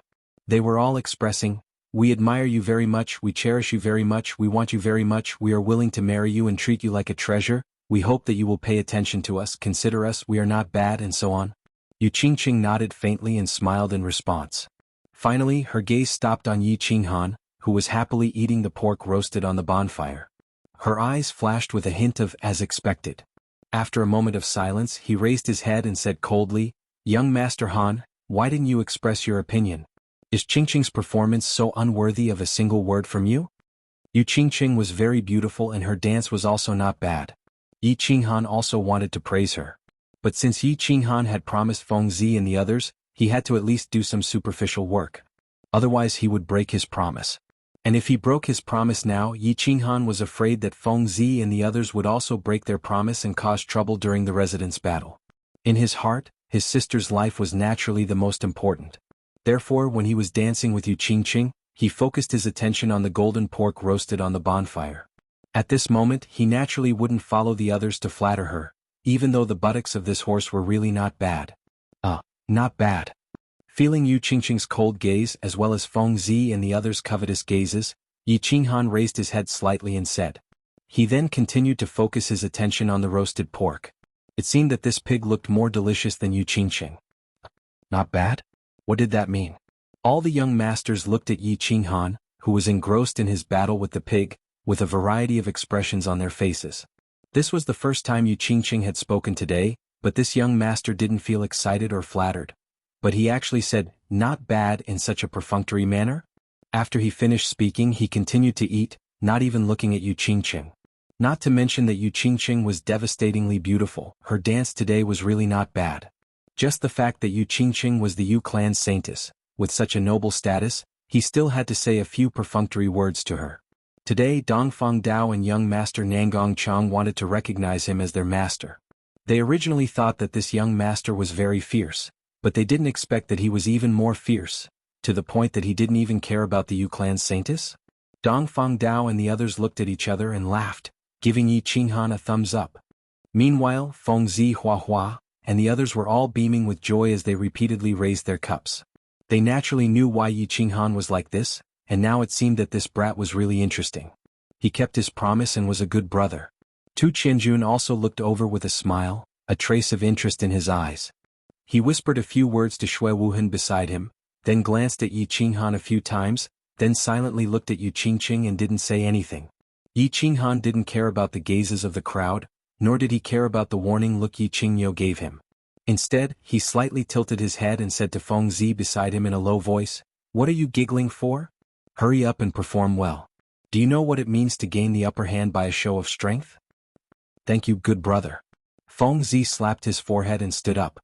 He let out a light cough to attract everyone's attention. He wriggled the two bulging muscles on his chest and said in a carefree voice, "Today is Miss Qingqing's coming-of-age ceremony.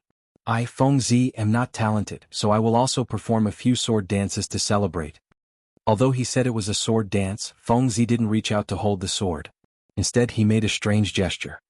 He stretched out his index and middle fingers of his clenched fists and leisurely swung them forward. With a sword hum, the huge sword on his back suddenly unsheathed and turned into a beam of white light that flew straight into the sky. Then his fingers quickly changed.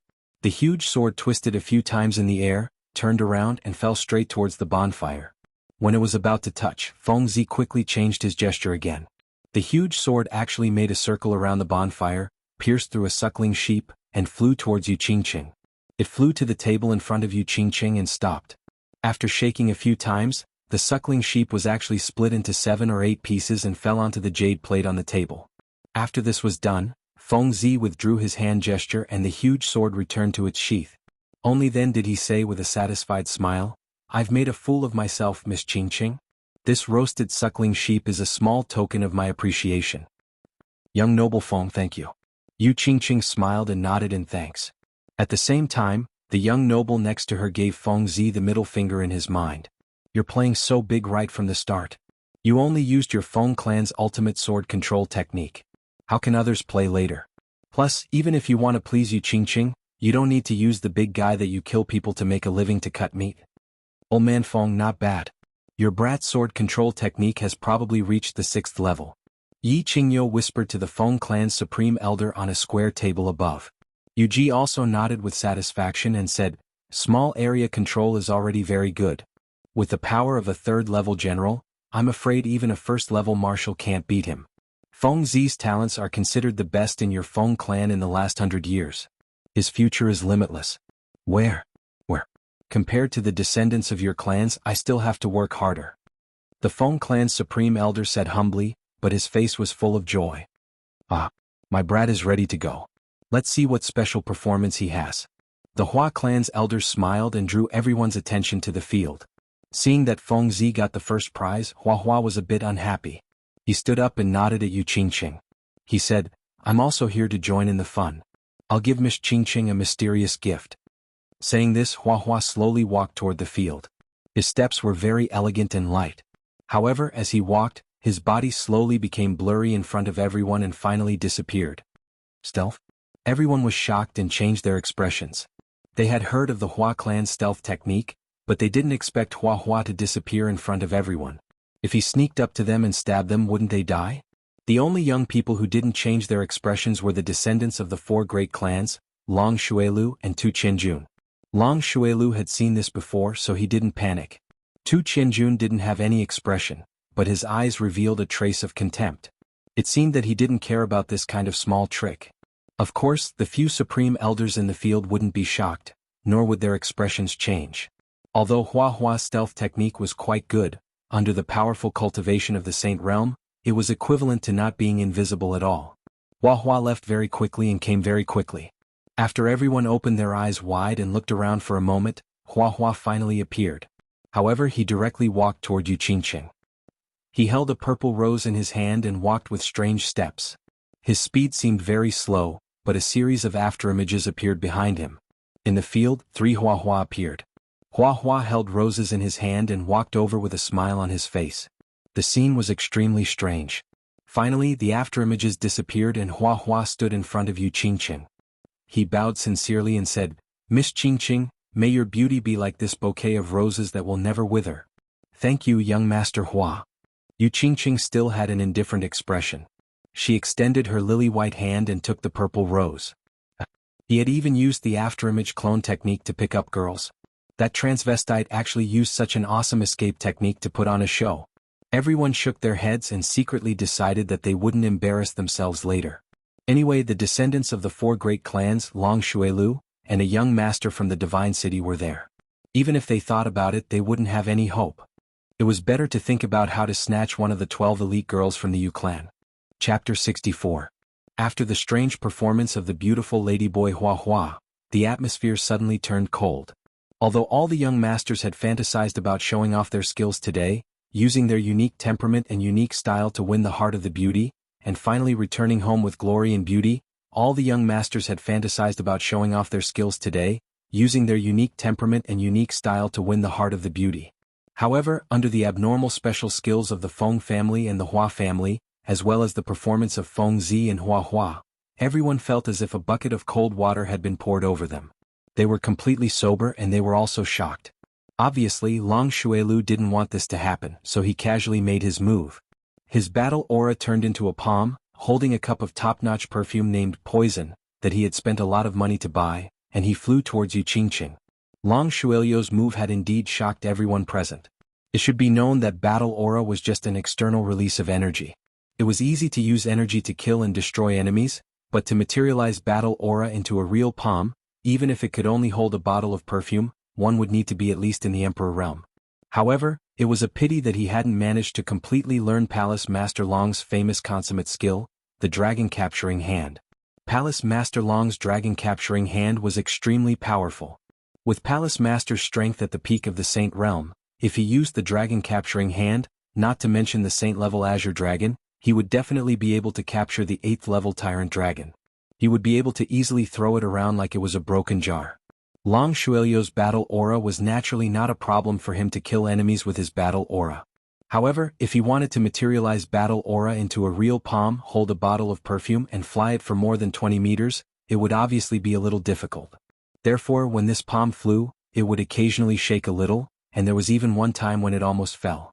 In the end, Long Xuelu was covered in cold sweat and his face was pale. Only then did he deliver the bottle of perfume to Yu Qingqing. Looking at the faint smile in everyone's eyes, Long Xuelu knew that he had really made a fool of himself this time. After that, some young masters seemed to feel that there was still hope, and used their last bit of strength to fight. They all went up one after another, each displaying their own unique skills. For a moment it was very lively and brilliant. On the other hand, there were only 3 people who should have made a move but didn't. One of them was the dazzling young master of the Divine City, Tu Qianjun, who rode on a winged dragon. The other one was Shui Wuhan, who was sitting respectfully beside Tu Qianjun. The last one was Yi Qinghan, who had silently finished off the suckling pig and started to wipe out the fruits on the table. It seemed like Tu Qianjun wanted to make the last move and suppress everyone with his skill. However, Shui Wuhan looked like a slave. He sat respectfully beside Tu Qianjun. It seemed like he didn't want to make the first move. On the other hand, Yi Qinghan didn't seem to be interested at all. It was as if he felt that the beautiful lady on the table was not as delicious as the plates of fruits on the table. The last young master's childish performance didn't garner any enthusiastic applause. The rest of the young masters finally recognized a fact. The ultimate skills that they were so proud of were so lowly and childish in front of the 5 clans and the Divine City's young masters. Therefore, they decisively expressed their silence and gave up. They didn't want to embarrass themselves and make a fool of themselves. Wu Hen, don't you want to go up and play? Tu Qianjun swept a glance at Yi Qinghan. He had been eating fruits with his head lowered. It seemed as if he would never be full. Tu Qianjun raised his eyebrows after he confirmed that no one else was going up. Young master is here. What is Wu Hen going to do? Make a fool of myself? Shui Wuhan shook his head and said. His tone was a little respectful, a little flattering and a little humble. Tu Qianjun let out a long laugh. He proudly stood up and coldly swept his gaze across everyone.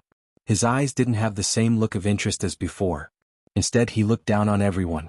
It was as if he was a high and mighty king looking down on a group of ants. He looked down on everyone for a while. Then he coldly said when everyone was a little impatient, "Ha! Indeed, you'll only make a fool of yourself if you go up. Since they've already made a fool of themselves, I'll just casually put on a show to liven things up for Lady Qingqing." Tu Qianjun finished speaking.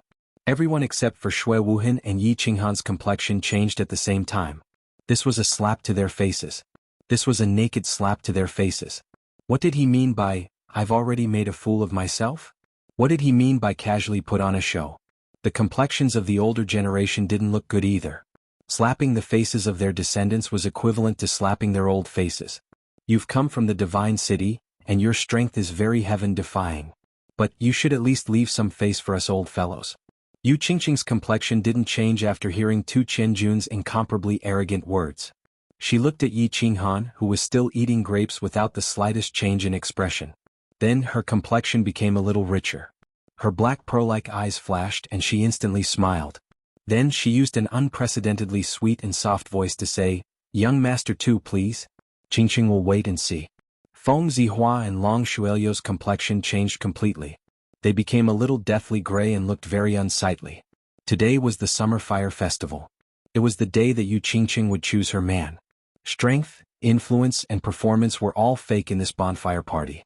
The most important thing was Yu Qingqing's attitude, because the final decision was still in her hands. Originally, when they were performing, Yu Qingqing's attitude was always lukewarm. But now, Tu Qianjuan's performance had not even started, and Yu Qingqing had already expressed her attitude. One could imagine what this meant. Since Miss Qingqing wants to see, I'll also learn from them and perform a few acrobatics for you to watch. Tu Qianjun looked at the blackened faces of Feng Zihua and the others.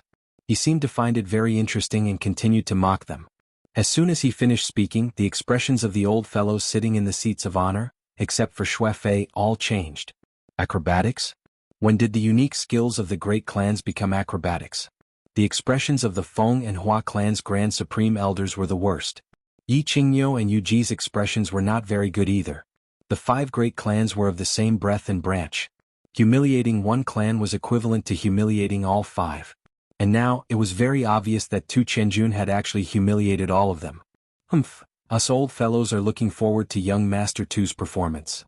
The Feng clan's Grand Supreme Elder spoke. His tone was full of anger. Elder Feng, there's no need to be angry. I don't mean to question your clan's imperial sword technique. I just feel that the disciples of your clan don't seem to be using the imperial sword technique very well. It just so happens that I have also learned 2 moves of the imperial sword technique. Elder, please appraise them. Tu Qianjun smiled faintly. It was as if he did not see Feng Zi's true purple face and his explosive muscles, as if they were really going to explode. He just casually waved his hand and did the same action as Feng Zi just now. Following his hand gesture, the meat cleaver in front of him actually trembled strangely. Then, under the astonished gazes of everyone present, it soared into the sky. Then it elegantly danced in the sky, Finally, it imitated Feng Zi and fell straight down. It pierced through a suckling pig and flew to the sky above Yu Qingqing. Once it was in the sky, the meat cleaver suddenly sped up and turned into an afterimage. It continuously shuttled through the body of the falling suckling pig. Finally, it landed at the same time as the suckling pig and stabbed diagonally into the body of the suckling pig. Huh. All the young masters looked at the suckling pig on the table that was as good as before. They also looked at the meat cleaver that was stabbed into the suckling pig and was constantly shaking. Although they were a little shocked that Tu Qinjun actually knew the Feng clan's unique skill and that he seemed to be dancing very elegantly, they still had some doubts in their hearts. Didn't you say that Feng Zi's imperial sword technique wasn't very good? What did Feng Zi say? He was able to use a huge sword to cut the suckling pig into 7 or 8 pieces. Yet after dancing for so long the suckling pig was still intact? Young Master Tu's imperial sword technique is indeed brilliant. Feng Zi admits defeat. While everyone was still puzzled, Feng Zi stood up and swayed. His face was ashen as he spoke in a deep voice. Pa. As soon as Feng Zi finished speaking, the meat cleaver stopped swaying. The suckling pig was like a blossoming flower. It split open from the middle and was divided into countless evenly sized pieces. Then it was steadily placed on the plate. Young Master's skill is divine. Wu Hen admires you. Shui Wuhen stood up and cupped his hands respectfully as he spoke. The passion in his black and gray eyes was very obvious. Looking at the dozens of evenly sized pieces of suckling pork on the plate, listening to Feng Zi's sincere words, and looking at Shui Wuhen's respectful posture, all the young masters were shocked once again. However, there were too many shocks today. All the young masters felt a little numb. The things that they were proud of and glorious in the past, in front of Feng Zi and Tu Qianjuan's performance, became extremely childish and laughable. As a result, they developed a deep sense of defeat and a faint sense of inferiority. It was to the extent that they didn't even know that Tu Qianjun had suddenly disappeared in front of everyone. They didn't notice, but Yi Qinghan, Hua Mu and Feng Zi were very sensitive and discovered it. They looked at each other and revealed an expression of disbelief and extreme shock. What situation was this? Tu Qianjun actually knew the Hua clan's stealth? What was stealth? It was the Hua clan's unique skill. The Hua clan was the descendants of the Thorn God. Only those who possessed the Thorn God's bloodline could learn the stealth skill. Furthermore, Tu Qianjun had just revealed the Feng clan's unique imperial sword technique. Since when did the unique skill of the 5 big clans become so worthless? Everyone could learn it? Could it be that the people in the divine city were also descendants of the ancient gods? And they had all the bloodlines of the 5 ancient gods? Yi Qinghan's eyes flashed. He couldn't understand it no matter how he thought about it. Finally, he looked at Yi Qingniu, who was at the top of the seats. Feng Zi and Hua Mu also looked at the grand elders of their clans. There's no need to be surprised. The people in the divine city are all descendants of the ancient gods. I'll explain the specifics later. The unique skills of the 5 big clans that they know are all imitations. They might seem good at the beginning, but in the later stages, their power and destructive power will be very different. Yi Qingniu and the few grand elders passed on the information to answer their questions. However, seeing that Tu Qianjun was using their clan's unique skill to sweep across their faces, they felt very uncomfortable and their faces darkened. Young Master Tu disappeared? At this time, the people present finally realized that Tu Qianjun had disappeared. They all looked around, their faces full of confusion and disbelief. Although their abilities were the weakest among them, Tu Qianjun had actually disappeared right under their noses. This was too terrifying. After a while, Tu Qianjun finally solved their doubts. He suddenly appeared on the stage, holding a bunch of red roses that were a few times bigger than Hua Mu's. It was the same stealth and the same afterimage clone technique, but his stealth seemed to be more thorough than Hua Mu's. His afterimage clone technique was actually more than 10 meters long, and the number of clones was more than double that of Hua Mu's. Miss Qingqing, I think that red roses represent love more. Isn't that right? Tu Qianjun stood elegantly in front of Yu Qingqing, holding a big bunch of red roses. His body leaned forward slightly, and his face was full of confidence and a proud smile. Young Master Tu is very considerate. Yu Qingqing reached out and took the red roses. She looked at Yi Qinghan, who had his head lowered and seemed to be thinking about something. She opened her mouth and smiled. Her neat white teeth, tender red lips and intoxicating smile made everyone's heart skip a beat. Tu Qianjun swept his gaze over all the young masters below. He was very satisfied with their shocked and frustrated expressions. He waved his hand in a confident and unrestrained manner and said with a smile, "Hee hee, these are just some small tricks. Since young lady Ching Ching likes them, I'll show you one more trick and give you a small gift. I hope you like them. Small tricks. Faced with Tu Qinjuan's naked humiliation, Feng Zi and Hua Mu remained silent and lowered their heads slightly. Although their elders had already explained it to them, they still couldn't accept that they had lost to an outsider in the consummate skill that they were so proud of. Long Shuilio's expression was a little bad, but he was still slightly better. He even felt a little proud. At least he hadn't been slapped in the face, so he felt like the pot calling the kettle black. However, in the next moment, his face turned completely ashen. He saw a hand, a huge palm. At this moment, a huge palm flew towards the outside of the field. Closely after that, it caught that huge pterosaur and threw it into the open plain. Dragon catcher hand. Tu Qianjun actually knew the dragon catcher hand, and it looked like he was using it very well. Although the winged dragon definitely wouldn't resist its master. However, such a huge winged dragon was actually caught by him from such a long distance. A small palm was holding a bottle of perfume, and it was flying unsteadily at such a close distance. Furthermore, a single person was able to grab a winged dragon so quickly and steadily. Even a blind person could see that the dragon catcher hand was like heaven and earth. They weren't on the same level at all. Evidently, compared to Feng Zi and Hua Mu, Tu Qinjuan's slap in the face seemed to be more severe and thorough. This little worm doesn't have any special use. It can only bring people flying. I'll give it to Miss Ching Ching as well. You can play with it when you're free, Tu Qianjun said indifferently as he retracted his hand and placed it behind his back. Chapter 65. The open space of the Tranquil Lake Island was very lively, noisy, and interesting. The Tranquil Lake Summer Fire Festival that happened once every 15 years had become even more interesting because of the appearance of a young master. Not only was this young master's strength outstanding, he definitely had the strength of the top 3 on the Earth list. Furthermore, he seemed to be omnipotent. He was very familiar with the ultimate skills of the Feng family and the flora and fauna ancient gods. Even the famous ultimate skill of the Divine War Abode's #1 expert, Manor Master Long, seemed to be executed beautifully by him. He was also very generous. He could easily give away a level 7 magical beast, the pterosaur, which was rare even among the 5 families. Most importantly, he came from the Divine City. The Divine City was undeniably the holy land in the eyes of the people of the continent. It had protected the 3 clans of the continent for thousands of years, allowing countless people to live and work in peace and contentment. Countless people didn't need to worry that war would happen to them. The city on the high and mighty Divine Mountain had played the most important role. Today, the young masters from various places in the House of Ares finally had the opportunity to see the elegance of some people from the Divine City. They weren't disappointed. Whether it was in terms of temperament, grace, or strength, he suppressed all the young masters present, and many people were convinced. Didn't you see that the Shui family's young master, who was usually high and mighty, was like a dog in front of him? All the young masters were very excited. They were happy that they could see the peerless elegance of the Divine City's young masters. They were secretly happy that the Divine City's young masters had the ability to suppress the usually high and mighty descendants of the 5 families. They naturally thought that only the Son of God from the Divine City was worthy of the goddess-like fairy up there, and only he could possess her. This was too much. Looking at the big guy in front of her full of ferocity and arrogance, Yu Qingqing knew that she had gone too far. Tu Qinjuan's gift was a bit too much. Yu Qingqing was in a dilemma. A level 7 magical beast, the Divine City's special mount. This was not a small gift. Accepting his gift was equivalent to admitting that she was leaving with Tu Qianjun.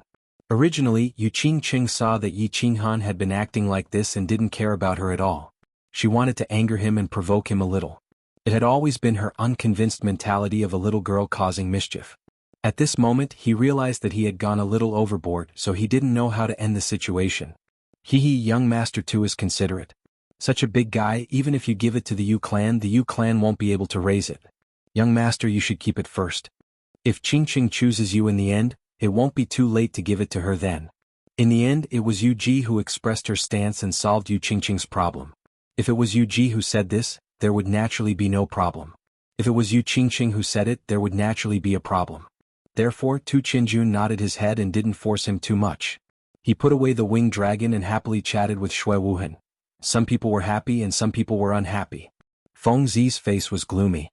Flowers and grass were silent. Long Shuilio's handsome face seemed to be a little twisted. Yi Qinghan was still eating his fruit silently. His meaning was obvious. It's none of my business. I will definitely not get involved in this matter today. Old Nyo, you have to get back your face today. Although the Grand Elder didn't seem to have any change on the surface, he was secretly transmitting his voice to the Grand Elder. His tone was somewhat displeased and dissatisfied. Old Nyo asked your kid to go show off. Didn't you say that your kid is very awesome? Don't you want this girl, Qingqing? The Grand Elder of Flowers and Grass also transmitted his voice over. Yi Qinghan drank his tea silently. His bulging eyes glared at the two of them, and then coldly swept a glance at Yi Qinghan, who seemed to have fallen asleep at the side. Originally he was still anxious about why Yi Qinghan wasn't going up to show off. Now it seemed that this kid was very smart. And now the Feng clan and the Hua clan's elders were transmitting their voices. It was very obvious that they wanted to drag the Yi family down with them. He wasn't an idiot. Of course he wouldn't do such a stupid thing. Young Master Han, you have to get back your face. Feng Zi's face was gloomy for a moment, then he came over and said in a low voice. Flowers and Grass ears twitched, and his beautiful eyes quickly turned a few rounds. He also came over and said, That's right, brother. You have a lot of ideas. Help us get back some face. We, the 5 great clans, are of the same branch. Slapping our faces is also slapping yours. Yi Qinghan spat out a melon seed, grabbed another one and continued to eat. He didn't even look at Feng Zi or Flowers and Grass. Only when the two of them couldn't wait any longer and were about to repeat their request and emphasize their clear intentions did he say indifferently, What does it have to do with me? Isn't Shui Wuhan from the 5 great clans? Ask him to go up. This kind of scum, I'm blind. Feng Zi glanced at Shui Wuhan, who was talking and laughing with Tu Qianjun, and revealed an expression of disgust. In the future, there will only be the 4 great clans in our generation. I won't acknowledge that dog, Flowers and Grass said coldly, as if Shui Wuhan's behavior had completely hurt his feelings. Oh. Yi Qinghan's eyes revealed a smile. He didn't understand why Shui Wuhan would obviously join Tu Qianjuan's side when he saw him. Moreover, he was acting so pretentiously, which made people uncomfortable. As long as Feng Zi and Flowers and Grass didn't die prematurely, they would definitely be leaders. Why was Shui Wuhan like this? And the old man from the Shui clan seemed to be silently agreeing with his behavior? However, he was very satisfied with Feng Zi and Flowers' attitude. Shui Wuhan had sent people to kill him, and he was the real culprit who had left his sister lying in the back of the mountain. He had to kill this person. Now that he saw Feng Zi and Flowers' attitude, he was even happier. Therefore, he laughed happily, then shook his head and said, I promised the 4 of you that I wouldn't do anything today, and I'm a man of my word. Feng Zi and Flowers could hear what he meant, and their eyebrows twitched at the same time. This guy was so strange. Did he really have the confidence to help them regain some face? Therefore, the two of them said very seriously, Young Master Han, of course you're a man of your word. We're begging you this time so we can't take it as you going back on your word. I promised the 4 of you and the 4 of you promised me one thing too. Yi Qinghan spread his hands indicating that he couldn't do anything. He didn't want to be stabbed in the back during the residence battle just to help them regain some face. The 2 of us definitely agree and Long Shuilu will obviously agree too. But that traitor Humph. Feng Zi said gruffly. She was in a difficult position. It seemed that Shui Wuhan wouldn't agree. She was in a difficult position. Yu Qingqing was also in a difficult position. Tu Qianjun had the upper hand but now no one was performing. They seemed to have given up on competing with the young master from the Divine City. Perhaps it was because they were all descendants of the 5 great clans, which made her feel a sense of solidarity against a common enemy. Or perhaps it was because Tu Qianjuan's performance today was too strong and arrogant. Therefore, she didn't have much interest in this high and mighty young master from the Divine City. However, if no one else continued to perform, she really didn't know how to end the situation. Therefore, when she inadvertently glanced at the black figure again and saw him spread his hands helplessly, she felt a little angry in her heart. After a moment of silence, her pair of black pearl-like eyes revealed a hint of agility. She coughed lightly and gathered everyone's attention on her. Then she said faintly, What? Young Master Han seems to feel that young Master Qianjuan's performance just now wasn't very good? Huh. Yu Qingqing's words successfully shifted everyone's attention to Yi Qinghan. Looking at everyone's interested gazes as well as Tu Qianjuan's ice-cold glance, Yi Qinghan meaningfully looked at Yu Qingcheng. It seemed as if he was blaming Yu Qingcheng. It felt as if Tang Seng was looking at the great sage affectionately and saying, Wukong, you're being mischievous again? Young Master Han, of course he doesn't like it.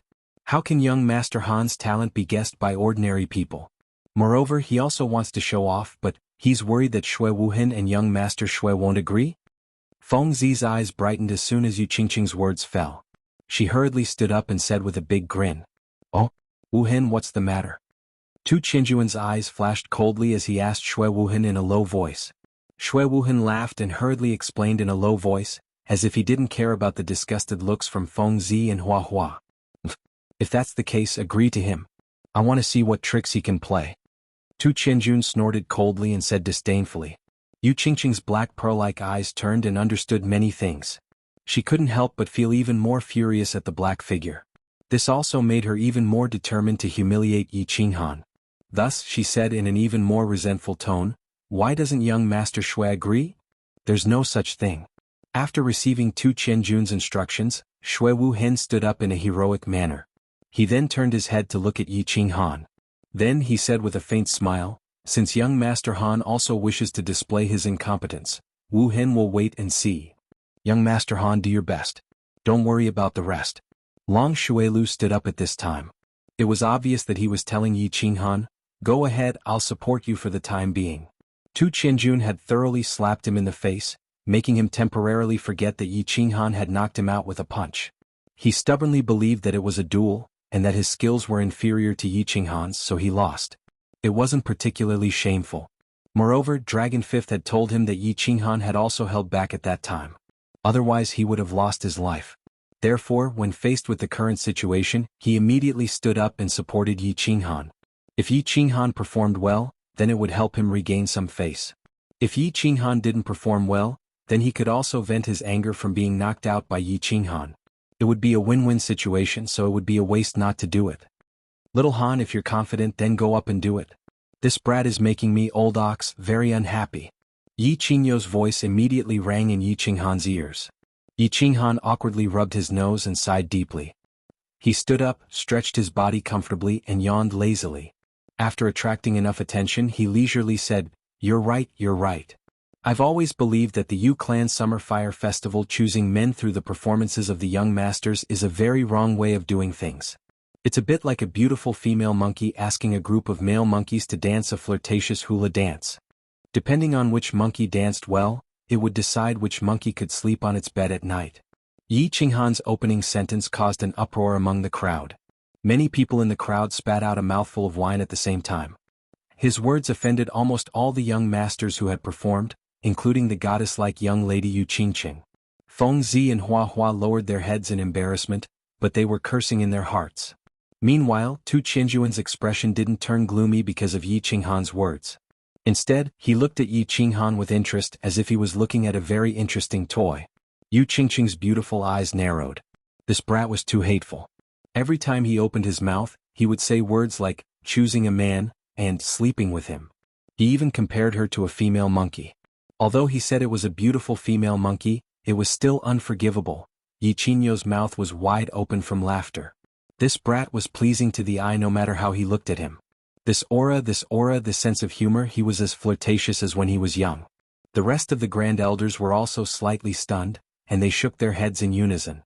Seemed like Yi Dao's son was even more of a hooligan and wanton than Yi Dao in the past. Yu Ji lowered her head and pondered. She seemed to be thinking deeply about the deep meaning behind Yi Qinghan's words. Looking at everyone's unfriendly gazes, looking at Yu Qingqing's angry eyes, looking at Tu Qianjuan's interested expression, and looking at Shui Wuhin's mocking expression, Yi Qinghan laughed mischievously. Without waiting for everyone to fly into a rage, Yi Qinghan leisurely walked out. He rubbed his hands and continued, "Of course, this comparison isn't appropriate. In fact, I think that your performance just now was even uglier than a monkey's dance. Don't deny it first. I think that the way men fight over a woman can actually be divided into two types. The first type is pure martial strength. Everyone fight in the arena, and then fight an elimination match. Isn't that more direct? And I personally think that the things passed down by your clan's ancestors aren't for you to perform, but to kill your enemies on the battlefield, and to save your life in the face of death. The other type is pure artistic performance. Although, I don't think there's such a thing as artistic in this world. However, everyone think about it. The martial strength that you rely on to survive and fight is actually used for performance. The martial strength that you rely on to survive and fight is actually used for performance, and other than showing off your strength and special skills, as well as feeling good about yourself, what else is there in your performance? That's why I feel that your performance is inferior to a monkey's dance. No matter what others are dancing is pure art. It's not like the abstract performance of a monkey's dance that was passed down from your clan's supreme martial strength. I really don't feel comfortable watching it. And I'm a person who likes to be more direct and say whatever is on my mind. Of course, the young masters here are all elites, and their hearts are as broad as the ocean. I think everyone won't mind. I've already talked big today. If I don't perform a bit, I reckon that you won't let me off. So, I'll just perform a dance to liven things up for everyone. Of course, it's a very pure hula dance. Chapter 66. This guy has a sharp tongue and is quite eloquent. But he's only at the first level of the general realm? An 8th grade beast? His strength is nothing much, it's a pity. Tu Qianjun smiled coldly as he shook his head and said to Xue Wuhan, who was standing beside him. Compared to you, he's obviously worthless. It's just that this brat has some tricks up his sleeves. Wu Hen had secretly suffered some losses from him before. Xue Wuhan smiled slightly. His tone and expression were both respectful, without the slightest flaw. He's only a flea that can jump high, it's nothing much. If you can survive this battle, you can go to the Divine City and follow me from now on. Tu Qianjun was very satisfied with Xue Wuhan's attitude. He looked at the fervent look in his eyes and said indifferently, "Thank you, young master." Hearing Tu Qianjun's words, Xue Wuhan's eyes emitted a fervent light. He was extremely excited and was about to kneel down to Tu Qianjun to express his respect and gratitude. Unexpectedly, Tu Qianjun waved his hand casually. He could only stand up embarrassedly and stood behind Tu Qianjun even more respectfully. Looking at Yi Qinghan, who was still speaking with fervor and assurance, Xue Wuhan's lips curled into a mocking smile. His body trembled slightly and his fingers turned white from clenching his fists, expressing the excitement in his heart. He met Tu Qianjun by chance 10 years ago when he was traveling outside. At that time, Tu Qianjun was still a 15 or 16-year-old playful child. He often escaped from the Divine City to play. Coincidentally, he discovered Tu Qianjun's identity, so he started to curry favor with Tu Qianjun secretly. He often brought him out to play, fawned on him everywhere, and satisfied all of his requests. Today he finally received Tu Qianjun's reward. He finally had the chance to enter the tall divine mountain and enter the Divine City. Of course, he was extremely excited. Although he entered as a subordinate or even a servant, he didn't regret it. On the contrary, he was extremely ecstatic. This was because he had accidentally learned a huge secret from Tu Qianjun, a secret that could change his fate. Only by entering the Divine City could he reach the heavens in a single bound, change his fate, and obtain a huge opportunity. The monkey is going to dance. Hearing Tu Qianjun's cold words, Xue Wuhan immediately withdrew his thoughts. He looked at Yi Qinghan, who was standing in the middle of the arena. He was extremely curious in his heart. How would Yi Qinghan perform? Could it be that he would bring out his beast and perform a monkey show? It's starting. The young masters stopped their discussions and turned their attention to Yi Qinghan, who was standing in the middle of the field. They wanted to see how this arrogant young man would react. Yi Qinghan walked to the center of the field lazily. After whetting everyone's appetite, he did not make his move immediately. Instead, he suddenly made a special move. His body shook and he raised his head. His spine suddenly became straight and he put his hands behind his back. His expression was solemn and there was a hint of vicissitudes in his life. His eyes gradually became deep, and his eyebrows inadvertently furrowed slightly. It was as if a young warrior had turned into a middle-aged poet in dire straits. Yi Qinghan's instantaneous change in temperament had indeed shocked everyone. His ability to change his expression was too fast. Furthermore, he was acting as if it was really the case. "Bring the wine." Just as everyone was secretly sneering, Yi Qinghan suddenly shouted. He maintained his original posture, but he stretched out his hand and waved it towards Feng Zi's square table. Feng Zi chuckled and lightly patted a jar of wine on the table with one hand. The wine jar flew steadily towards Yi Qinghan. Not a single drop of wine spilled on the table, nor did it explode. Yi Qinghan did not turn his head. It was as if he had eyes on his back. Before the wine jar touched his hand, he turned his palm into a claw. He easily grabbed the wine jar, leaned back slightly and gulped down mouthfuls of wine. Under the illumination of the moonlight, the colorless wine turned into a lustrous white. At this moment, the lustrous white wine spilled out from the wine jar and flowed down violently like the Milky Way. It flowed into Yi Qinghan's mouth, onto his face, onto his clothes, and onto the lawn. Instantly, the strong fragrance of the wine filled the entire space. "Ah, the good wine. Bring me my sword. When the wine jar was almost finished, Yi Qinghan let out a long laugh. With a wave of his hand, he flung the wine jar towards Feng Zi. Then he pointed at Dugu Jian, who was behind his square table. Dugu Jian smiled. He picked up his sword with his left hand and slapped the hilt with his right hand. His silver longsword shot out like a bolt of lightning, heading straight for Yi Qinghan's face. At this moment, Yi Qinghan seemed to be a little drunk. His body swayed slightly, but he continued to look at the sky with narrowed eyes, as if he did not notice the sharp sword shooting straight at him. His body swayed just enough to let the silver sword slip past his face. Then he reached out with one hand. His movements seemed slow, but he firmly grasped the hilt of the sword.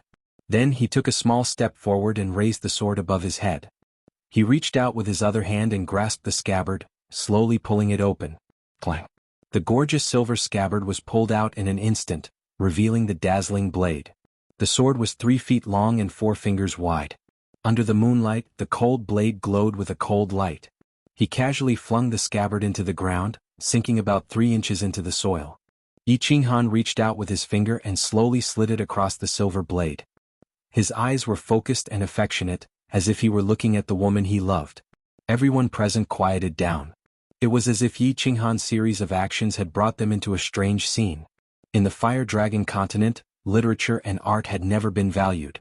Therefore it had never been developed. This was the first time they had seen such a performance. It was novel, exciting and also a dreamy feeling. Yi Qinghan paid no attention to everyone's expressions. He only stared intently at the sword that was raised in mid-air. It was as if the sword was the only thing left in his world. After a while he suddenly moved. He held the sword in his right hand and stabbed it forward. His body quickly followed and he quickly flicked the sword a few times. Then his body suddenly stopped and he suddenly shouted, "Watching the sword by the lantern while drunk." After saying that, his body quickly danced again. He danced like a fast sword. His movements were clean and neat and extremely gorgeous. As he danced, he used a special rhythm to sing, "Watching the sword by the lantern while drunk. Dreaming of returning to the Horn Camp." 800 miles away, the sound of 50 strings flipping over the walls, the soldiers on the battlefield in autumn, the sword danced faster and faster. Then it gradually slowed down. However, it was a blur in everyone's eyes. The seemingly slow sword could only be seen flashes of white light. At this moment there was a sudden change in the scene. The wind started to blow on the tranquil lake island. The whistling summer wind made everyone's robes flutter. However, everyone was immersed in Yi Qinghan's novel and unique sword dance and blood-boiling poem. They didn't notice anything. However, the few old sage realm fellows in the seats of honor seemed to have sensed something. They frowned and looked around. The horse moves as fast as lightning. The bow shakes like a thunderbolt. Accomplishing the king of war's affairs, winning fame in life and death. What a pity. With Yi Qinghan's slow and fast recitation and the flashing sword dance, the wind grew stronger. While no one was paying attention, the concentration of the heaven and earth spiritual chi on the tranquil lake island reached a terrifying level. Perhaps after a while or perhaps after a long time, Yi Qinghan slowly came to a stop. Amidst the crisp sound of the sword, Yi Qinghan held the sword with one hand. He raised his head slightly and closed his eyes as he stood there quietly. Strangely, the sudden gust of wind that blew on the tranquil lake island also disappeared without a trace, as if it had never happened. The entire place was so silent that even the sound of a pin dropping could be heard. Looking at the young man standing alone in the center of the field, that young and inexperienced face filled with vicissitudes of life, and the majestic melody that no one had heard before echoed in their ears, everyone fell into a deep silence. The sudden gust of wind and the inexplicable strange atmosphere in the field made everyone feel as if they had experienced a fantastic and magical journey. It was as if they had arrived at an ancient battlefield.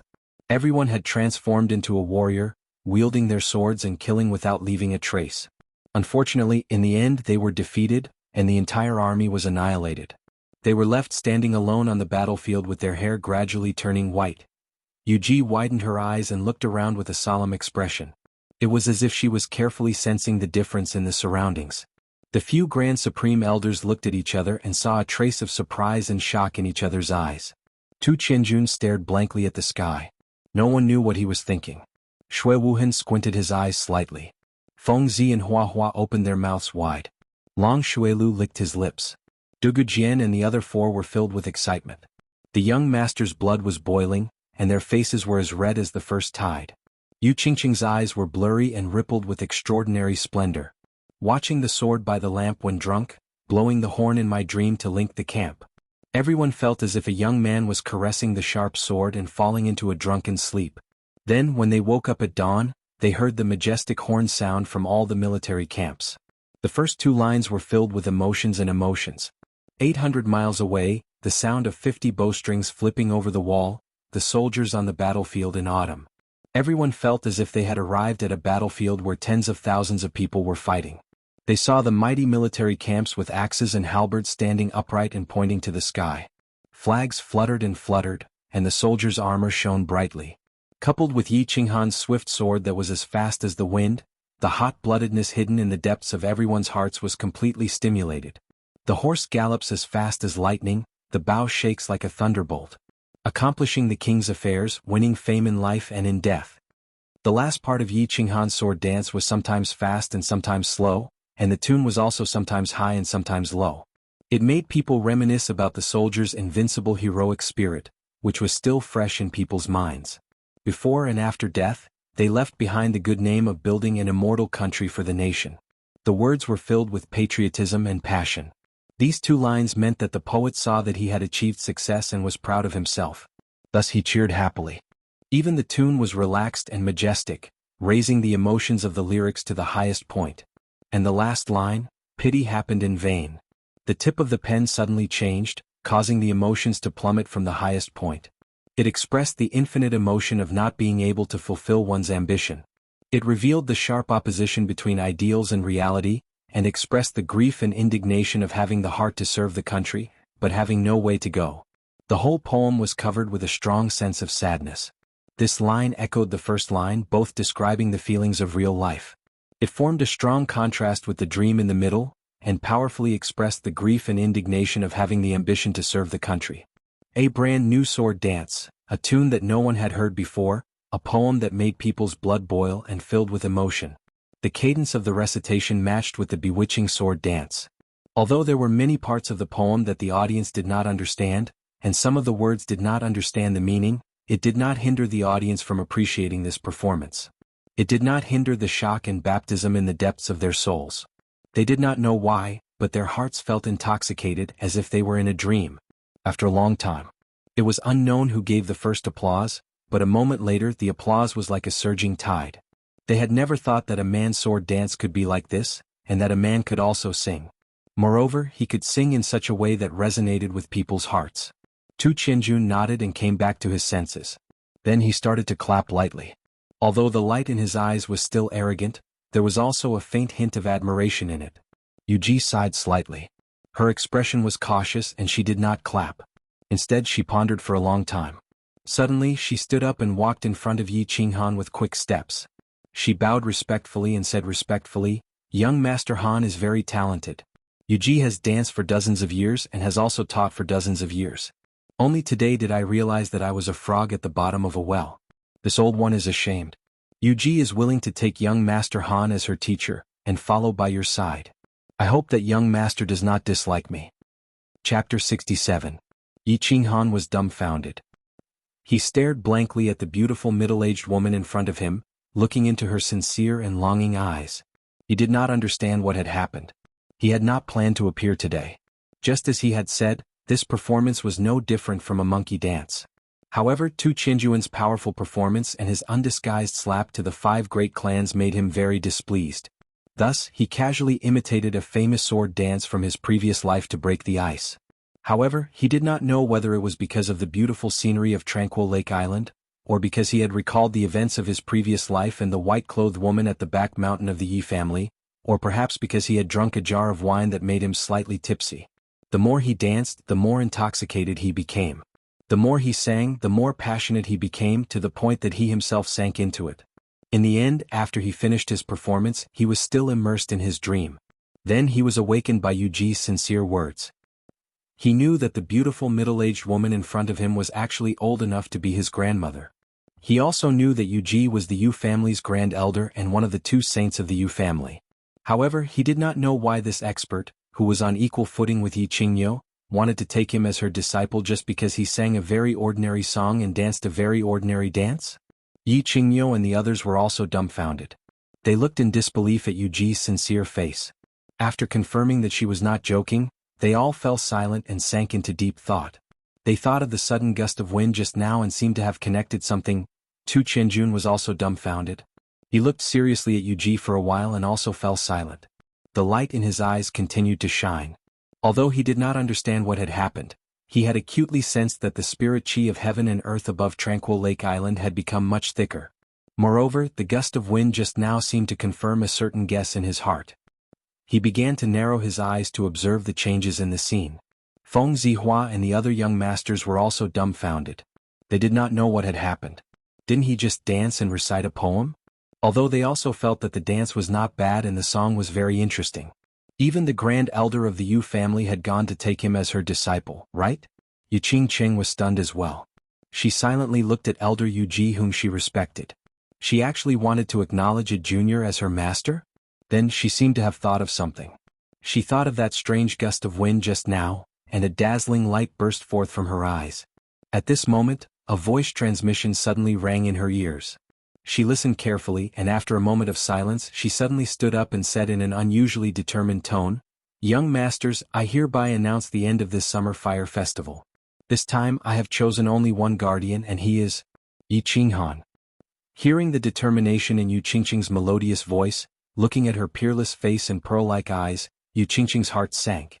Except for a few old fellows, everyone present was once again collectively dumbfounded. The Yu clan's Tranquil Lake Island Summer Fire Festival was held once every 15 years. They were very cautious and serious every time. Furthermore, the saint would always choose 2 guardians for the Summer Fire Festival and observe them for 3 years before deciding who would be the saint. This rule had been passed down for countless years without exception. It was just that the previous generation's Saint Yu Yeno was deeply infatuated with the peerless elegance of the Yi clan's genius, Yi Dao. She actually broke the rule and chose only one person. In the end, Yi Dao didn't become the saint's son-in-law. Instead, he fell in love with Yu Shui, a popular artist in the Yu house. He abandoned the Yu clan's saint and lifelong guest elder position and returned to the Yi clan with Yu Shui. In the end, the saint Yu Yeno lived in seclusion and passed away quietly. Now, it seemed that Yu Qingqing was going to break this rule again. Not only did she end the Summer Fire Festival early, but she also personally announced the result that the man she chose was Yi Qinghan. Why weren't the young masters stunned? How could they not be shocked? Although Yi Qinghan was a disciple of the Yi clan, his strength was not bad. However, among the young masters present, there were obviously a few whose reputation and strength seemed to be higher than his. Most importantly, Tu Qianjun was a young master of the divine city. No matter how one looked at it, Tu Qianjun was more outstanding than Yi Qinghan. Now, there was actually a dark horse. Yu Qingqing chose Yi Qinghan and even removed the position of the other protector. This completely severed everyone's hope. There wasn't even a trace of hope left. This poisonous peach blossom had bewitched everyone and made them infatuated. Now, this peach blossom actually bloomed early and it bloomed because of one person. Was it because that person performed a rather interesting dance? This reason was obviously not sufficient, and it couldn't convince everyone. Therefore, Shui Wuhan obviously expressed his dissatisfaction. He carefully looked at Tu Qianjuan's gloomy face and stood up. He closed the folding fan in his hand and frowned. He cupped his hands and said, "Young Lady Qingqing, isn't this decision a little too rash? I think it's better to be cautious with such a decision." Yu Qingqing, who was wearing a peach blossom and a peach-colored palace dress, knew that there would definitely be people who would oppose and question her decision. However, she didn't expect that the first one to speak was actually Shui Wuhan, who had been low-key for the whole night. Furthermore, his high-profile appearance wasn't for himself, but for Tu Qianjun who was beside him. A trace of disgust flashed through Yu Qingqing's heart. Furthermore, it was displayed on her face without any concealment. She coldly said, "Young Master Shui, are you lecturing me?" Once Yu Qingqing's words left her mouth, Shui Wuhan's complexion changed. Even Shui Fei, who was sitting at the head of the table, looked a little pale. Meanwhile, Yu Ji continued to stand beside Yi Qinghan and pretended not to have heard anything. Shui Wuhan saw that Yu Ji's complexion was the same as before, but Tu Qianjuan's complexion was getting worse. Yu Qingqing's pearl-like eyes were coldly staring at him, waiting for his reply. He could only summon up his courage and awkwardly said, "I don't dare. It's just that I feel that it's better to ask your clan's elders for such an important decision. This decision. I have considered it very carefully. After a moment of silence, Yu Qingqing faintly said, "As for the elders' opinions, I can tell everyone that I have just received a sound transmission. The meaning of this sound transmission is exactly the same as my decision. And the person who sent this sound transmission is our Yu clan's clan leader. I think everyone should be satisfied with this explanation." Yu Qingqing's words were like a bomb that exploded in the field. The Yu clan's clan leader had always been elusive and rarely appeared in front of the common people. However, her peerless beauty and peerless strength, as well as her charming techniques, had been circulating in the House of Aries for a very long time. Today she actually sent a sound transmission to Yu Qingqing. It seemed that this clan leader valued Yi Qinghan very much. Qingqing is right. The clan leader has also sent a sound transmission to me. Moreover, I also support Qingqing's choice. Everyone, I'm sorry. Yu Ji, who had been silent all this time, suddenly opened her mouth. She looked at Tu Qianjun with an apologetic expression. Her words completely severed the last remnant hope in his heart. Since it's like this, Qianjun will take his leave. After Yu Qingqing announced the result, Tu Qianjun remained silent. Now that Yu Ji had spoken, he knew that there was absolutely no hope for him today. He looked coldly at Yi Qinghan, seemingly unable to conceal the jealousy and resentment in his eyes. After he finished speaking, he directly leaped onto the winged dragon. Then he looked deeply at Yu Qingqing, smiled coldly, and commanded the winged dragon to soar through the sky. "Yunyang, please invite all the young masters and elders to the Moon Lodge to have a good rest and entertain them well." After Tu Qianjun soared through the sky and left, Yu Ji once again ordered to arrange for all the young masters to leave the Calm Lake Island. It was the same for every summer fire festival. Once the summer fire festival ended, apart from the man chosen by the Holy Maiden, no one else was allowed to stay on the Calm Lake. Everyone looked at Yi Qinghan, who was standing quietly in the field, with complicated expressions. Some were envious, some were jealous, some were resentful, and most of them were puzzled. However, since their master had already given the order, it wasn't appropriate for them to ask too much. They could only think of a way to snatch one of the 12 Calm Lake girls. "Young Master Han, congratulations. You're very good, brat. Although I'm very jealous and resentful of you, at least the fertile water didn't flow to the divine city. I'm still very happy about this."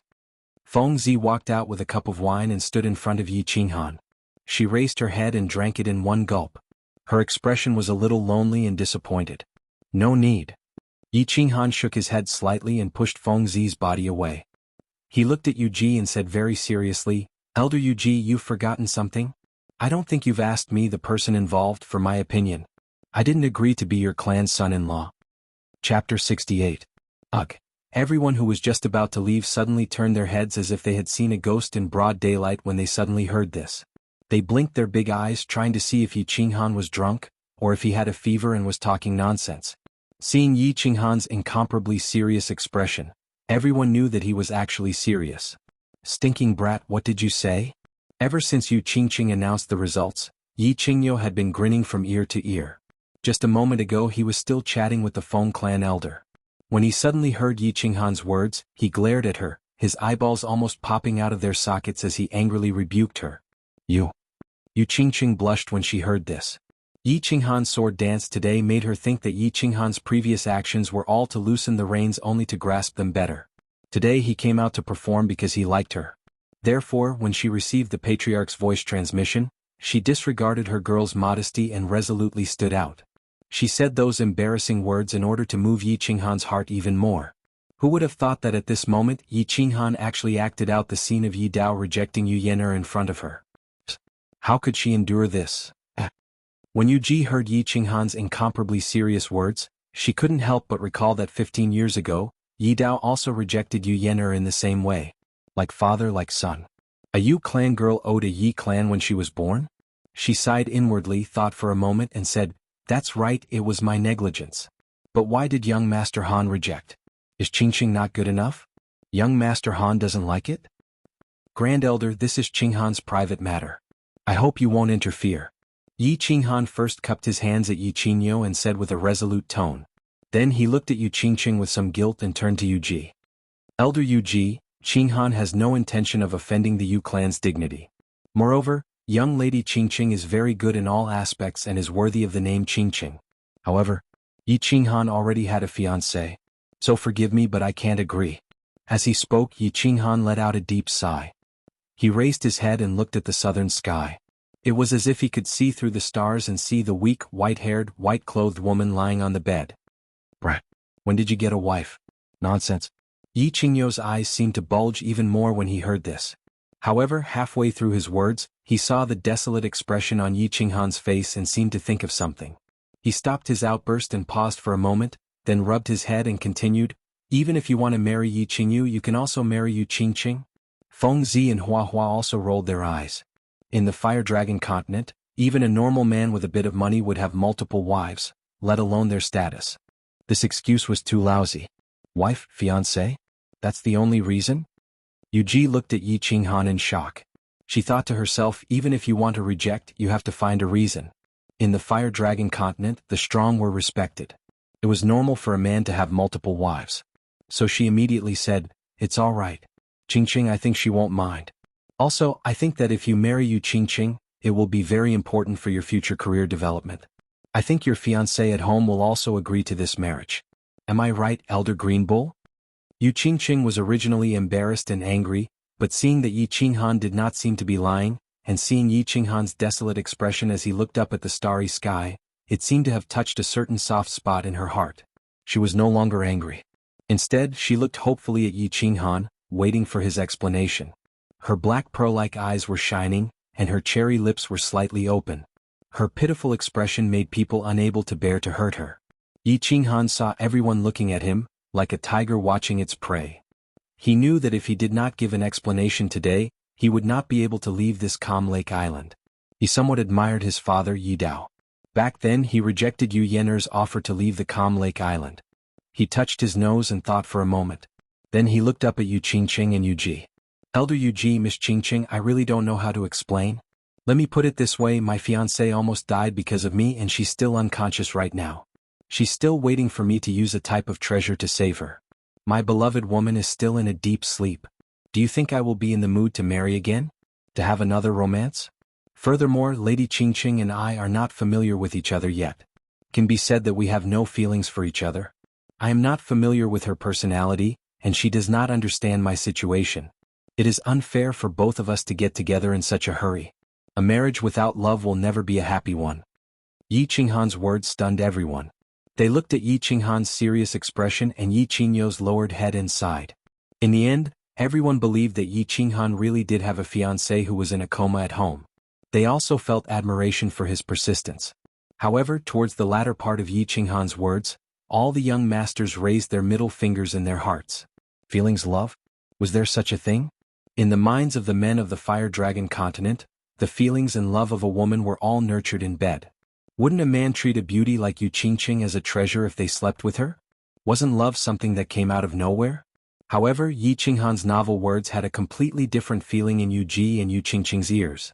Looking at Yi Qinghan's deep eyes and feeling the emotions from this little man's heart, Yu Qingqing's initial admiration for Yi Qinghan completely turned into the ignorant heart of a young girl at this moment. Yu Ji was like a mother-in-law looking at her son-in-law. The more she looked at Yi Qinghan, the more satisfied she was. This man was willing to reject a beauty like Yu Qingqing for the woman he loved. His temperament was rare. As for love and feelings, she had always believed that once a woman of the Yu family married over, the man's heart could only revolve around her. With Yu Qingqing's seduction arts and the skills she had learned to serve men since young, she believed that no man would not fall under her skirt. If that's the case, I don't think this is a problem. What do you think? Yu Ji pondered for a while and came up with a compromise. "If you want to save your fiancé, we won't object. Furthermore, our Yu family will do our best to help you achieve this goal. But, you have to promise me, give Qingqing a chance and also give the Yu family a chance. You two get along well. If your fiancé is cured and you two get along well, then you two get married. How about that?" Feng Zihua and Long Shuelu looked at each other, each of them seeing deep jealousy and envy in the other's eyes. They had encountered similar situations before. Some small families had done the same thing in order to form a marriage alliance with them. Only, when did the Yu family's saintess become so worthless? Giving a woman to Yi Qinghan and still afraid that Yi Qinghan wouldn't want it, they still had to coax Yi Qinghan. Not only did they offer very generous conditions, they even sent their daughter to dress Yi Qinghan for a period of time. They clearly said, "If you like it, then you can keep it. If you're not used to it, it's fine, you can just return it." "Little sister Yu Ji, how can we do this?" Sigh. This little brat, it's all because we didn't teach him well. Old brother feels guilty. Yi Qingyo rubbed his hands and said with some embarrassment, but he couldn't hide the smile in his eyes, causing the two old men from the Feng and Hua families to almost explode. Like this? Yi Qinghan also rubbed his hands, but he was truly embarrassed. He looked at the peach blossom with some shame and said very sincerely, "This is very unfair to young lady Qingqing. What virtue does Yi Qinghan have to make the Yu family treat me like this?" The moment Yi Qinghan said this, the surrounding young masters all booed. This brat was too good at pretending. Did he want everyone in the Yu family to kneel and beg him? They had seen shameless people, but they had never seen someone so shameless. Feng Zihua clenched his fists. If not for the Grand Elder being present, he would have already rushed up to beat him up. Cough, cough. Yi Qingyo coughed rapidly and kept winking at Yi Qinghan. Seeing that Yi Qinghan was unmoved, he was so angry that he stomped his feet. Yu Qingqing looked at Yi Qinghan's sincere eyes and felt a sense of tenderness in her heart. She didn't seem to think that Yi Qinghan was pretending and acting at all. She had been trained to serve men since she was young and how to read their expressions. She didn't feel that Yi Qinghan's words were from the bottom of his heart. Furthermore, her current mood was that if Yi Qinghan's acting skills were so superb, she would rather be deceived. So she bit her lip and said softly with a red face, "I am willing." Yi Qinghan lowered his head helplessly. He couldn't be so heartless to a beauty who was treating him like this. If he still dared to refuse such conditions, he would definitely be beaten into a pig's head by everyone present. After thinking for a moment, he ignored the murderous gazes of the crowd and rubbed his chin. He spoke again in embarrassment, "I am very confused. Although I am very outstanding, it is not enough for the Yu family to treat me like this. Can you tell me the reason?" The young masters once again booed in unison. Shameless, so shameless. However, they were still very curious. Just what did the Yu family see in Yi Qinghan? Forgive me for keeping this a secret for now. You will know in the future. Yu Ji and Yu Qingqing looked at each other and said with a smile. Then she smiled slightly and looked at Yi Qinghan coquettishly. She said in a soft voice, "Have you considered the matter of taking me as your master just now? Of course you are extremely important to the Yu family." Yu Qingqing also smiled and said in her heart. Seeing Yu Ji move to Yi Qinghan's side like a child, she smiled even more happily. The peach blossom on her head seemed to bloom even more brightly with her smile. Chapter 69. The silvery moon hung high in the night sky. Although it was already late at night, the entire Ecstasy City was still bustling with noise. This was a city without night. City center Moon Tower. All the young masters and great elders were politely escorted here by the Yu family to rest. The summer fire festival was over. Other than the Saintess's guardian, no man could stay at the tranquil lake. This was a rule left by the founder of the Yu family, the Moon Queen. The Yu family had followed it for generations, and this time was no exception. The Moon Tower was divided into 3 parts, covering an area of dozens of hectares. It was said that there were 9,900 rooms inside. The front yard was used to entertain guests from all over the world. The middle yard was made up of 9 pavilions of different sizes, used to entertain distinguished guests. The backyard was where the manager of the Moon Tower lived. The Moon Tower was the top entertainment place in the entire House of Aries, or rather, the entire continent. The front yard took up 2/3 of the Moon Tower, with 3 floors and 9,000 rooms. Every day, thousands of guests came from all over the world to spend their semen and crystal coins here. This brought a steady stream of wealth to the Yu family. The Yu family was undoubtedly the wealthiest among the 5 major families. Yi Qinghan sat quietly in one of the pavilions, listening to the manager of the Moon Tower explain the situation of the Moon Tower in detail. He looked calm on the surface, but he was secretly speechless. Tonight he did not stay on Tranquil Lake Island. Instead, he followed the crowd to the Moon Tower. It was not that he was pretentious and did not want to sleep on Yu Qingqing's bed, which all men on the continent wanted to sleep on. In fact, he was just like any other man.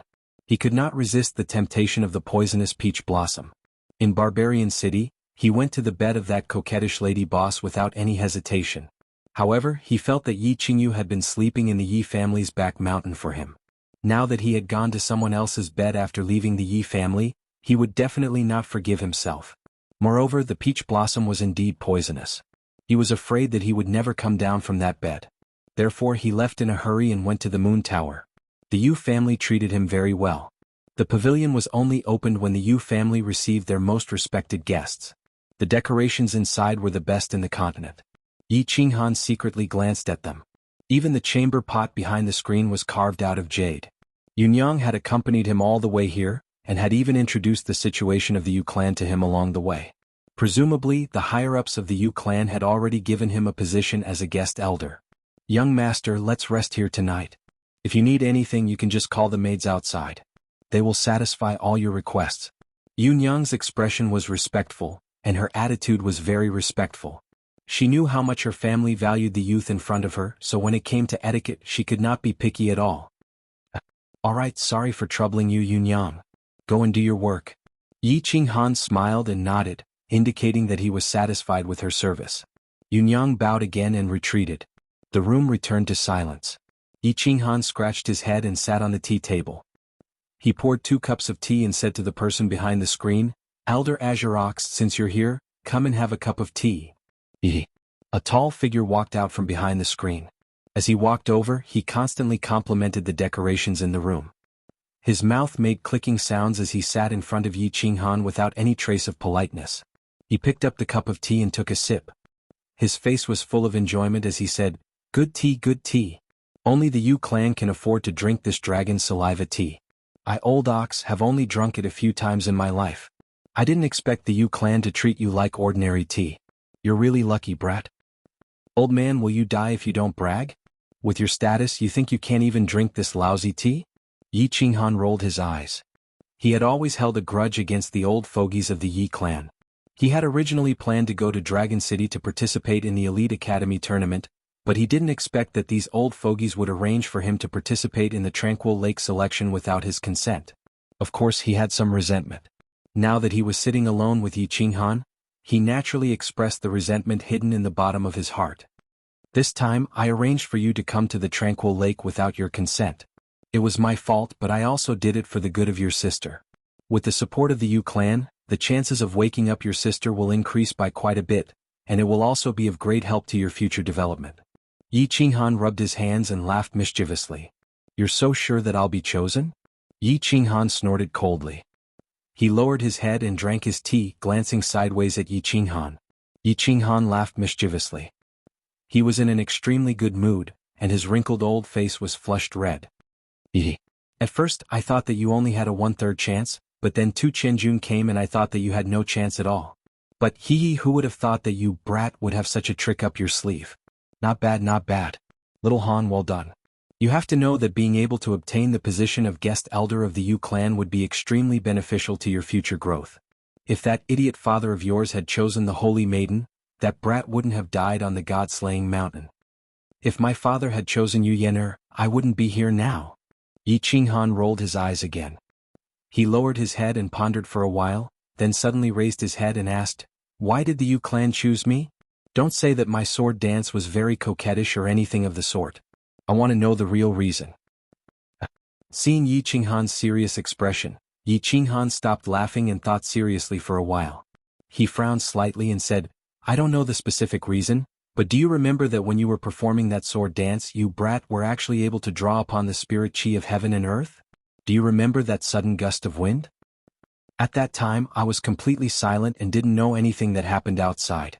I only know that I performed that dance very comfortably. My whole body was very relaxed and my mind was very calm and serene. It seemed that I was in a very good state." Yi Qinghan also frowned and tried hard to recall what happened at that time. Yi Qinghu rubbed his round head and became all smiles again. He said, "That's the feeling. I don't know what kind of dog shit luck you have, brat. Did you know that at that time, you entered the state of soul silence that all martial artists dream of?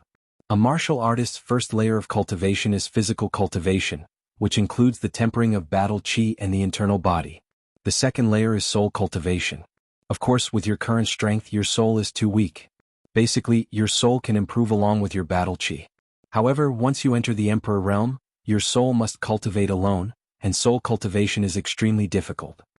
When you performed that sword dance on Tranquil Lake Island, your mind was completely silent and drew upon the spirit chi of heaven and earth. This is an extremely rare state. The martial artists of our level call it the state of soul silence. As long as you can enter this state often, your cultivation will definitely advance by leaps and bounds. Furthermore, the most important thing was his soul. In this state, his soul cultivation would increase at a rate that was 10 times faster. The Yu clan attaches great importance to soul cultivation, and all of their special techniques are based on the soul. Why do you think the Yu clan values you so much? Soul cultivation? The Yu clan's seduction technique? Yi Qinghan was a bit confused and blurted it out subconsciously. *T. The Yu clan's special technique is a spiritual attack, and they are most famous for their illusion attacks. Back in the day, the Moon Queen's illusion could make experts at the peak of the Sage realm directly commit suicide. The Moon Queen was the only martial artist at that time who could enter the state of soul silence. Her soul cultivation could be said to be at the peak. The Yu clan's seduction technique is just something that the younger generation of the Moon Queen created to make money. You have to remember, in the future, you have to try your best to enter the feeling you had when you were dancing on Tranquil Lake Island. That state will be correct. This time, you have only been in there for a short time, so you might not be able to feel the benefits to your cultivation. You will understand in the future.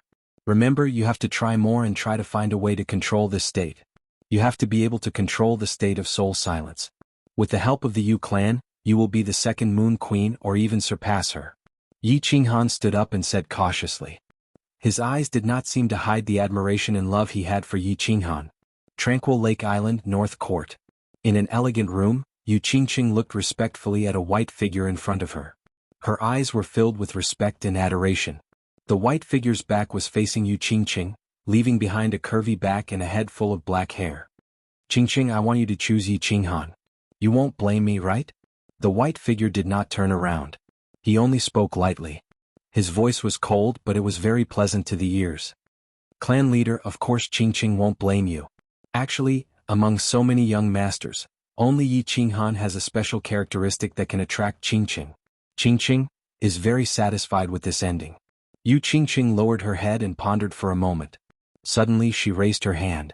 Her black and shiny eyes flashed, and a hint of gentleness appeared at the corner of her mouth as she spoke softly. That's good. I can tell you that in the entire continent's thousands of years, Yi Qinghan is the second person to enter the soul silent state. The Moon Queen said in her last words that she entered this state for the first time in her 30s. And how old is Yi Qinghan now? This child's future is limitless. It is very likely that he will be the first person to walk out of the Fire Dragon continent. Therefore the Yu clan must seize this opportunity. Since you also like him and he doesn't hate you, then tomorrow you should go with him to Dragon City. For the sake of the Yu family and your future, do your best to capture his heart. The white figure's voice was still cold, but her words revealed a bit of emotion and excitement. Yes. Yu Qingqing nodded lightly. Her eyes were filled with joy and longing for the future. Her black pearl-like eyes occasionally flashed with light that was as dazzling as the stars in the sky. Moon Tower, Square Pavilion. Xue Fei sat on the bench with a gloomy face. He looked at Xue Wuhan, who was standing respectfully in front of him. After a long silence, he sighed deeply and said, "Your thoughts are not wrong. It's just that your actions are too radical. This will cause the Xue clan to be ostracized by the 5 great clans. Forget it.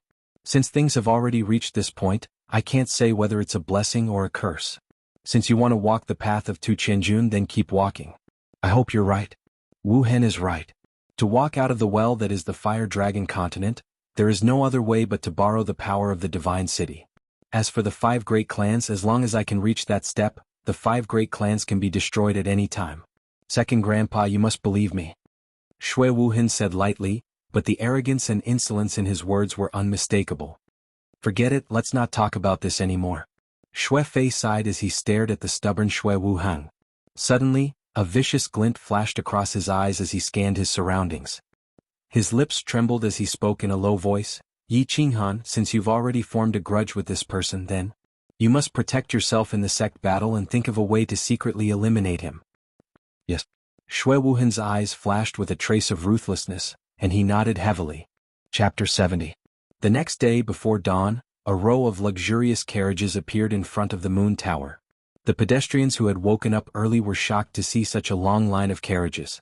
Luxurious carriages were not rare in Ecstasy City, but it was the first time they had seen such a long line of luxurious carriages.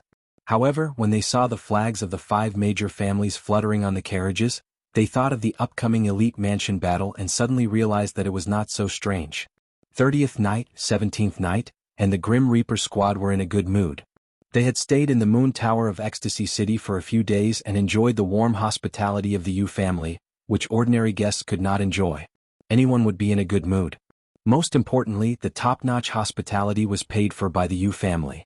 Therefore, when they saw Yi Qinghan's delicate and pretty little face, they all smiled at the same time, a little coquettishly and a little fawning. The carriages were already slowly moving toward the north gate of Ecstasy City. Everyone looked at the tall loft of the moon tower and the huge plaque through the curtain. Their hearts echoed with the promise that Yi Qinghan had made when he boarded the carriage. They could not help but feel excited. As long as you can come back alive, I will let you stay in the moon tower for a month. And whoever contributes the most in the elite mansion battle will be given a month's special package. Now, let's go kill. A month's special package.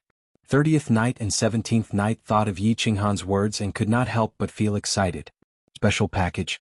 They had only enjoyed the first-class package once this time. The first-class package was enough to make them want to die, and it was enough to make them remember for a lifetime. Now he actually said that he would give them a special package. And for a month, Yi Qinghan's move was too ruthless. If he did this, people would die. Of course, they felt that Yi Qinghan's proposal was very good and very feasible. Looking at the Grim Reaper squad, who kept poking their heads out of the carriages as if they had taken aphrodisiacs, 30th Night sighed helplessly. At the same time, he admired Yi Qinghan, who was sleeping soundly in the carriage. Although they couldn't enter Tranquil Lake Island, they heard about their young master's glorious deeds on the island. Young master was even more ferocious than young master's father.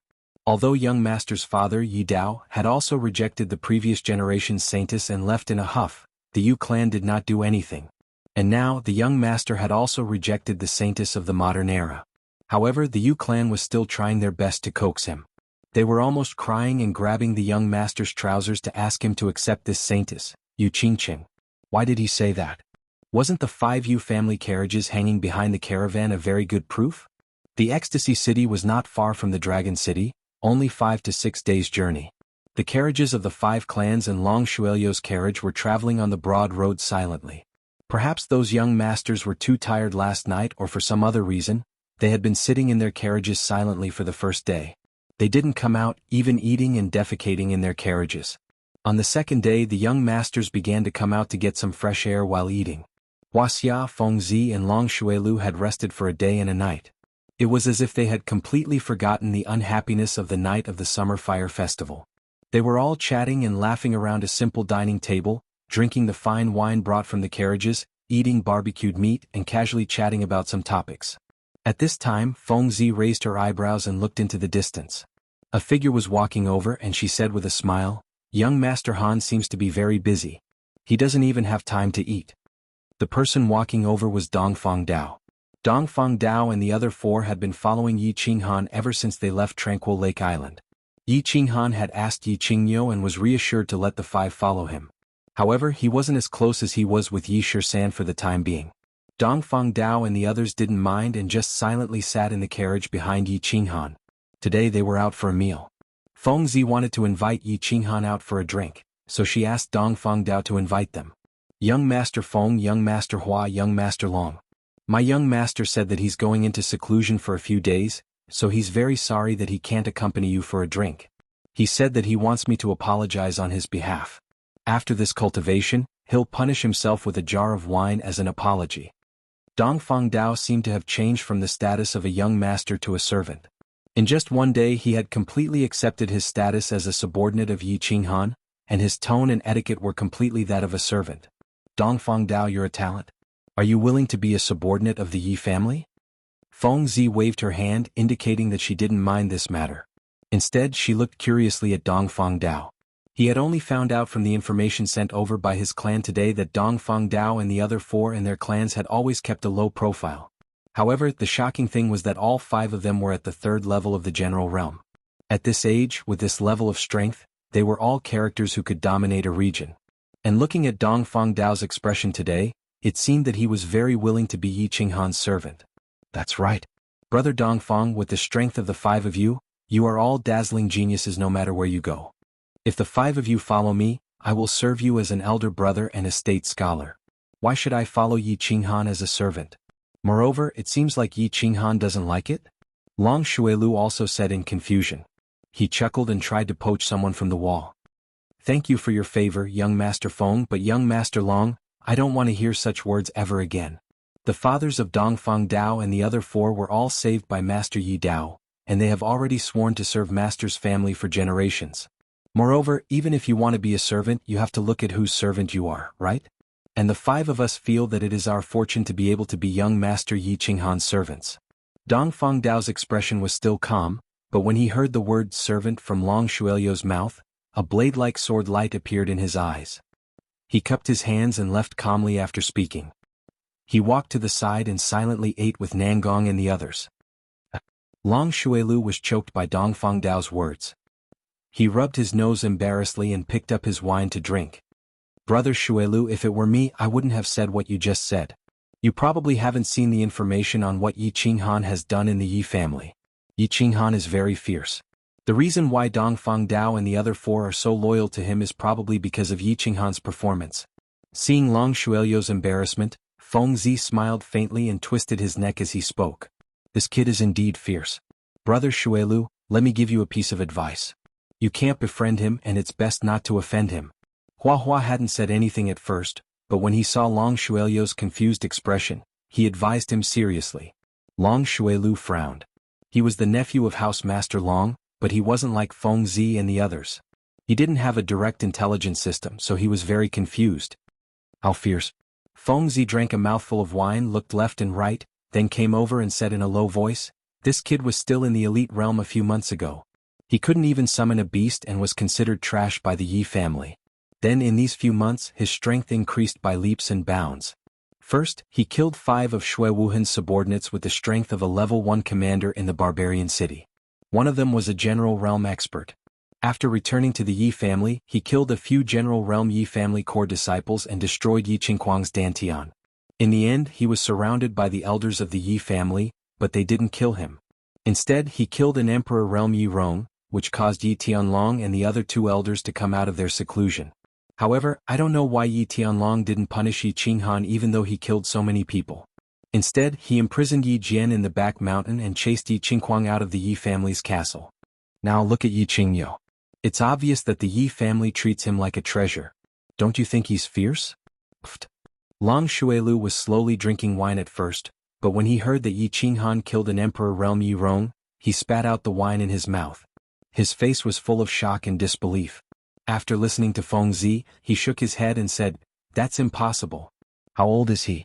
A 15 or 16-year-old killing an emperor realm martial artist. This information is obviously fake. Also, you said that he was just an elite realm trash a few months ago. How could he kill an emperor realm martial artist? Impossible. At this time Huaxia also came over. Although his eyes were full of doubt, his face was serious as he said, the information is true. Our family received similar information. Although we don't know the details, it is true that Yi Qinghan killed Yi Rong. This caused a huge commotion in the Yi family, and your uncle probably received the news. Our family told you not to offend Yi Qinghan. If you offend him, he won't care about anything and just kill you. According to my family's calculations, he can instantly kill any martial artist below the martial realm. He has a high chance of instantly killing a martial realm martial artist. As for the specific reason, I don't know. Clang. Hearing Huaxia's confirmation, Long Shuelio's hand shook. The cup fell to the ground and broke into pieces. His palms were sweaty. He recalled how arrogantly he challenged Yi Qinghan to a duel in the Yu building. In the end, Yi Qinghan knocked him out with one punch. He didn't believe Dragon Fifth when he said that Yi Qinghan held back. Now it seemed like he was back from the Grim Reaper. Also, Yi Qinghan was chosen as a guest elder by the Yu family. It could be said that the 2 families were one. Long Shuelu wanted to find a chance to take revenge, but it seemed like it was impossible now. Thinking about this, his body trembled. He immediately listed Yi Qinghan as one of the people he couldn't offend. Of course, Yi Qinghan wasn't showing off. He was cultivating. Dragon City was getting closer and closer, so he had to seize the time to cultivate. Although he had entered the first stage of the general realm for a few days, he hadn't even learned the symbolic battle aura release of the general realm. Therefore, after resting for a day, he told Yi 13th that he wanted to go into seclusion for a few days so that he could learn the battle aura release before he arrived at Dragon City. Chapter 71. Actually, the principle of releasing battle chi was very simple. Any warrior who could cultivate would know how to do it. Of course, Yi Qinghan knew how to do it. Additionally, Yi Tianlong had given him a pile of secret books before he came here, including the fastest and fiercest way to release battle chi. Battle chi was transformed by absorbing the spiritual chi from the sky and the earth through a special method. Before human beings broke through their meridians, they could only slowly run their battle chi through their cells. Therefore they could run their battle chi to all parts of their bodies through their cells and release battle chi through their cells. However, before human beings broke through their meridians and formed their dantian, they had too little battle chi in their bodies and their running speed was too slow. Therefore, even if they released battle chi, they could only release weak battle chi energy which could not be condensed at all, not to mention injuring people. After a martial artist opened up his meridians and condensed his dantian. Additionally, the 12 meridians and dantian would form a perfect circulation. Therefore, battle chi could constantly run to all parts of the body through the meridians. Therefore, it would be easier to release battle chi. Additionally, the released battle chi could be constantly replenished and condensed into terrifying energy crystals, which could injure the enemy or cause severe damage through energy explosion. In the spacious carriage, Yi Qinghan was sitting on the bed with his legs crossed and eyes closed. The dense sounds of horse hooves and rolling wheels couldn't affect him at all. He was concentrating on his meridians and dantian. He separated a bit of battle chi from his circulating battle chi and slowly moved it towards his 5 fingers on his left hand. The meridians of human body were complex, but the 10 fingers were the closest to the skin and had the most meridians. Additionally, each finger was connected with a small meridian. Therefore, most of the fighters on the continent chose to release their battle chi through their 10 fingers. In other words, they chose to release battle chi through their palms. In this way it was fast and easy to control. Of course, Yi Qinghan chose to release battle chi through his 10 fingers like the predecessors. A small amount of battle chi slowly overflowed from his 5 fingers and gradually condensed in his palm. Yi Qinghan dared not be careless. He constantly released battle chi through his 5 fingers and maintained the consumption of battle chi in the air. Through his palm and fingers, he constantly condensed and integrated the battle chi in his palm. Buzz. The battle chi in Yi Qinghan's palm was constantly compressed and integrated with the weird gesture of his palm and fingers. In a split second, the battle chi in his palm suddenly bounced up like an elastic rubber ball and disappeared in the air under Yi Qinghan's weird gesture. It seems that the most difficult part of releasing battle chi is to control it. Yi Qinghan slightly opened his eyes and looked at his empty palms as he muttered inside. He didn't feel discouraged at all even though he failed in releasing his battle chi for the first time. It didn't require too much technical content. It mainly depended on the proficiency of controlling the battle chi in the palm of one's mind. There was no shortcut to this thing. One could only constantly release battle chi, constantly control it, gradually master it and gradually master it. Again. Yi Qinghan continued to close his eyes and continued to practice the external aspects of battle chi. 2 times, 3 times, 50 times. 1 day, 2 days, 4 days. On the evening of the 5th day, Yi Qinghan finally walked out of the carriage. He stretched his rusty waist and let out a long breath. He turned to look at Feng Zi and the others who were sitting not far away and smiled as he jumped out of the carriage. "Young master, have you finished your cultivation?" Yi 17 had been guarding the carriage.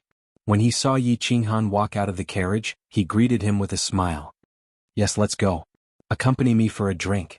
Yi Qinghan finally mastered the external release of battle chi after a few days of boredom.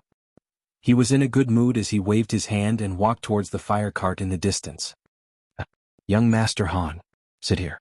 Young Master Han is really diligent in cultivation. Greetings, young master." "Greetings, young master." The people sitting in the distance saw Yi Qinghan walking over. Feng Zi and Hua Hua hurriedly stood up and greeted him. The members of the Reaper squad stood up neatly and shouted in a deep voice. Dongfeng Dao, Nangong Chang, and the others hurriedly dropped the food in their hands and greeted him. "What are you doing?" "I said there's no need to be so polite. Go back and eat and drink. I'm going to have a chat with young Master Feng and the others." Yi Qinghan's eyes widened as he stopped Dongfeng Dao and the others. He waved his hand and signaled for Yi 17 to do as he pleased. He then walked towards Feng Zi and Hua Hua. "Feng Zi, Hua Hua, Long Shuelu, prepare some wine. I'm here to apologize." "Okay. I old Feng like young Master Han's personality. Let's drink until we're drunk." Feng Zi slammed the table and laughed, signaling for the servants to prepare wine. "Lunatic, be gentle. This isn't your marble table. If you break it, you'll have to eat on the floor in 2 days. Hua Hua glared at Feng Zi, then turned around and smiled at Yi Qinghan. "You're right. Yes, young Master Feng, you slammed the table when you saw young Master Han. You should punish yourself with a jug." Although Long Shuelu didn't stand up to greet Yi Qinghan, his tone was slightly ingratiating. "A jug? Who's afraid of who? Do you think I won't flirt with you tonight? Feng Zi's eyes widened and he wanted to slap the table again. However, he remembered Hua Hua's words and slapped his thigh embarrassedly. Hee, you all seem to be in high spirits. I wonder if Qingqing will have the honor of drinking with you all? A crisp voice like that of an oriole sounded from afar. They all looked over and saw a white figure floating over with a faint fragrance. They all had an awkward expression on their faces. What? Young masters don't like me coming? Yu Qingqing was dressed in a white dress with a white scarf covering her face. Her pearl-black eyes twinkled like a fairy that came out of the forest. How could that be? Look at what you're saying. Sister-in-law, we're so happy that you can come. Feng Zi was the first to react.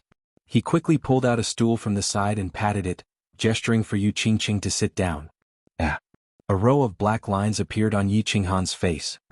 He glared at Feng Zi and rubbed his hands even more awkwardly.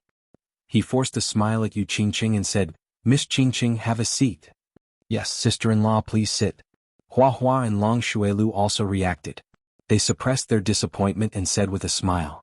Compared to Yi Qinghan's awkwardness, Yu Qingqing was much more natural. She ignored the gazes from the side in the distance and sat down. She smiled and said softly, Hee, I'll just call you Qingqing. Sister-in-law sounds awkward. Hee. Miss Qingqing, you'll have to call me sister-in-law sooner or later. Since you're not used to it, I'll do as you say. Come over for a drink, but there's only wine here. It's not convenient for you to drink with a scarf on, right? Feng Zi seemed to have recovered from the disappointment of her failed marriage proposal. She was talking and laughing calmly. Then why don't we just call young Master Han to drink? Long Xuelu laughed mischievously. His smile was very bright and cheerful. It seemed that he wanted to completely get Yi Qinghan drunk. He had lost in the arena of love and the arena of martial arts, so he wanted to win it back in the arena of wine. It's a little inconvenient. Hua Hua looked at Yi Qinghan with a sinister smile. He wanted him to express his stance. If it's not convenient, then don't drink. I'll pay for his. Come, I'll punish myself by drinking this jar first. Yi Qinghan's lips curled up. He raised the jar of wine in his hand and raised it to the few of them. Then he raised his head and drank. The people of the Fire Dragon continent had been practicing martial arts since they were young, so their bodies were not bad. Everyone knew how to drink, which didn't require much skill. Yi Qinghan found it strange too. He didn't know if it was because the wine in this world didn't contain much alcohol or because his body was really good. He had never drunk wine since he was young, but after drinking in the barbarian city, he realized that if he really drank wine, it would be like drinking water. No matter how much he drank, he didn't feel drunk. Come on, who's afraid of who? Feng Zi glared at him, not showing any signs of weakness. Hua Hua, Long Xuelu, and the others also rubbed their palms together, ready to go all out. They couldn't win against Yi Qinghan in love, but they didn't believe that the three of them couldn't win against him. A battle without gunpowder began. Because Yu Qingqing was at the side, there was no foreplay, and the battle went straight into a hand-to-hand fight. The three of them were obviously on the same side, and they wanted to deal with Yi Qinghan together. Yi Qinghan wasn't afraid to fight. First, he drank 3 jars of wine with Feng Zi, and Feng Zi was drunk until he didn't know what was going on. Then, under Hua Hua's fearful gaze, Yi Qinghan and Hua Hua drank 3 jars of wine, and Long Xuelu fell under the table. At this time, Yu Qingqing had been staring at Yi Qinghan with her bright, black eyes. Finally, she saw Long Xuelu fall to the ground, and Yi Qinghan's face was only a little red, but his eyes were still as clear as before. Then she giggled and said, Your Yi family has a secret drinking technique? No, it's just that I have a good physique. Yi Qinghan rubbed his bulging belly and slowly stood up. He let out a burp and stood up shakily. He was about to walk out of the room. What are you going to do? Do you need me to go with you? Yu Qingqing was slightly stunned and asked with concern. No, I'm going to relieve myself. I drank too much. Yi Qinghan's indistinct voice reverberated along with the sound of her leaving, causing the half of Yu Qingqing's face that was not covered to be boiling hot. She reached out to summon Yi Shisan and told him to take care of Yi Qinghan. Then, like a jumping little rabbit, she hurriedly walked back to her carriage. Chapter 72. Dragon City was located in the center of the House of Ares, and was rumored to have existed since ancient times. According to the legends, in ancient times there weren't 3 major prefectures, and the 3 clans all lived together in a chaotic manner. Although there were occasional disputes, there were no major wars. Then, an ancient great emperor appeared on the continent. He called himself the Dragon, and he led 3 generals from the 3 clans on expeditions to the east and west, finally unifying the continent and establishing the Fire Dragon Empire. Then he established Dragon City, and divided the continent into 3 prefectures, with 3 generals from different clans appointed as prefectures. And now Dragon City was the capital of the Fire Dragon Empire. The legends might not be trustworthy, but the prosperity of Dragon City was unquestionable.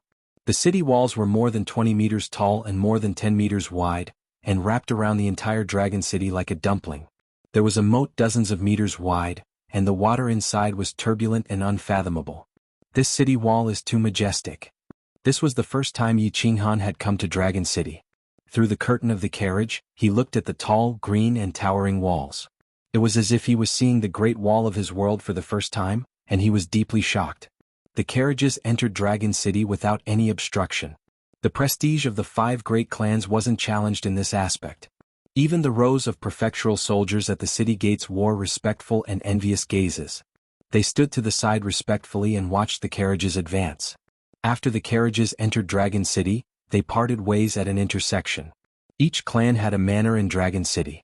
Last night, they had agreed that they would go back and rest for the night, and gather at the city lord's mansion the next morning. The Yi family's manor was in the east of the city. After traveling from the city gates for an hour, the carriages stopped in front of a large bronze gate. There were rows of people standing in front of the gate. They had probably received the news and were waiting here in advance. "Greetings, young Master Han." Yi Qinghan alighted from the carriage and saw a group of people kneeling on one knee in front of the gate, and a middle-aged man standing in the middle with a smile. "I am Yi Ping. Nephew, you must have had a hard journey." The middle-aged man was about 40 years old. He looked scholarly and had a gentle expression, and he had the demeanor of an elder. Yi Qinghan greets Elder Yi Ping. Yi Qinghan had already obtained information about Yi Ping from Yi Shisan. He knew that Yi Ping was from the same generation as his father Yi Dao. He was a collateral descendant of the family and had a good relationship with Yi Dao in his early years. He was now at the 2nd level of the Emperor realm and had been guarding the Dragon City all year round. He was one of the elders who held real power in the family. He wasn't at the same level as the city lord like Knight Rod. He was one of the true higher-ups in the family. Therefore, when he saw that Yi Ping had expressed enough sincerity and personally came to the entrance of the manor to welcome him, he was too embarrassed to be so cold, so he politely bowed. When Yi Ping saw Yi Qinghan bowing respectfully to him, the smile on his face deepened. Didn't the family reports say that this kid didn't have any manners? He even dared to scold the patriarch? "Look, aren't you being very polite to me?" Yi Ping's mood became even better when he thought of this. He held Yi Qinghan's hand affectionately and said, "Come, let's talk inside. I thought you had prepared a banquet to welcome you." "Elder is too polite." Yi Qinghan nodded indifferently and nodded at Yi Shisan, Dongfang Dao and the others behind him. Then they walked into the manor. After eating and drinking to their heart's content, the meal was very enjoyable under Yi Ping's deliberate persuasion. After the meal, Yi Qinghan sat leisurely by the tea table and drank tea. He sat quietly and waited for Yi Ping to speak. He knew that the elders of the Yi family definitely had something to tell him about the residence battle. Since they didn't tell him anything, he would be entering the residence battle zone in 2 days. Only Yi Ping could tell him something. "Tomorrow you will go to the city lord residence to receive your badge.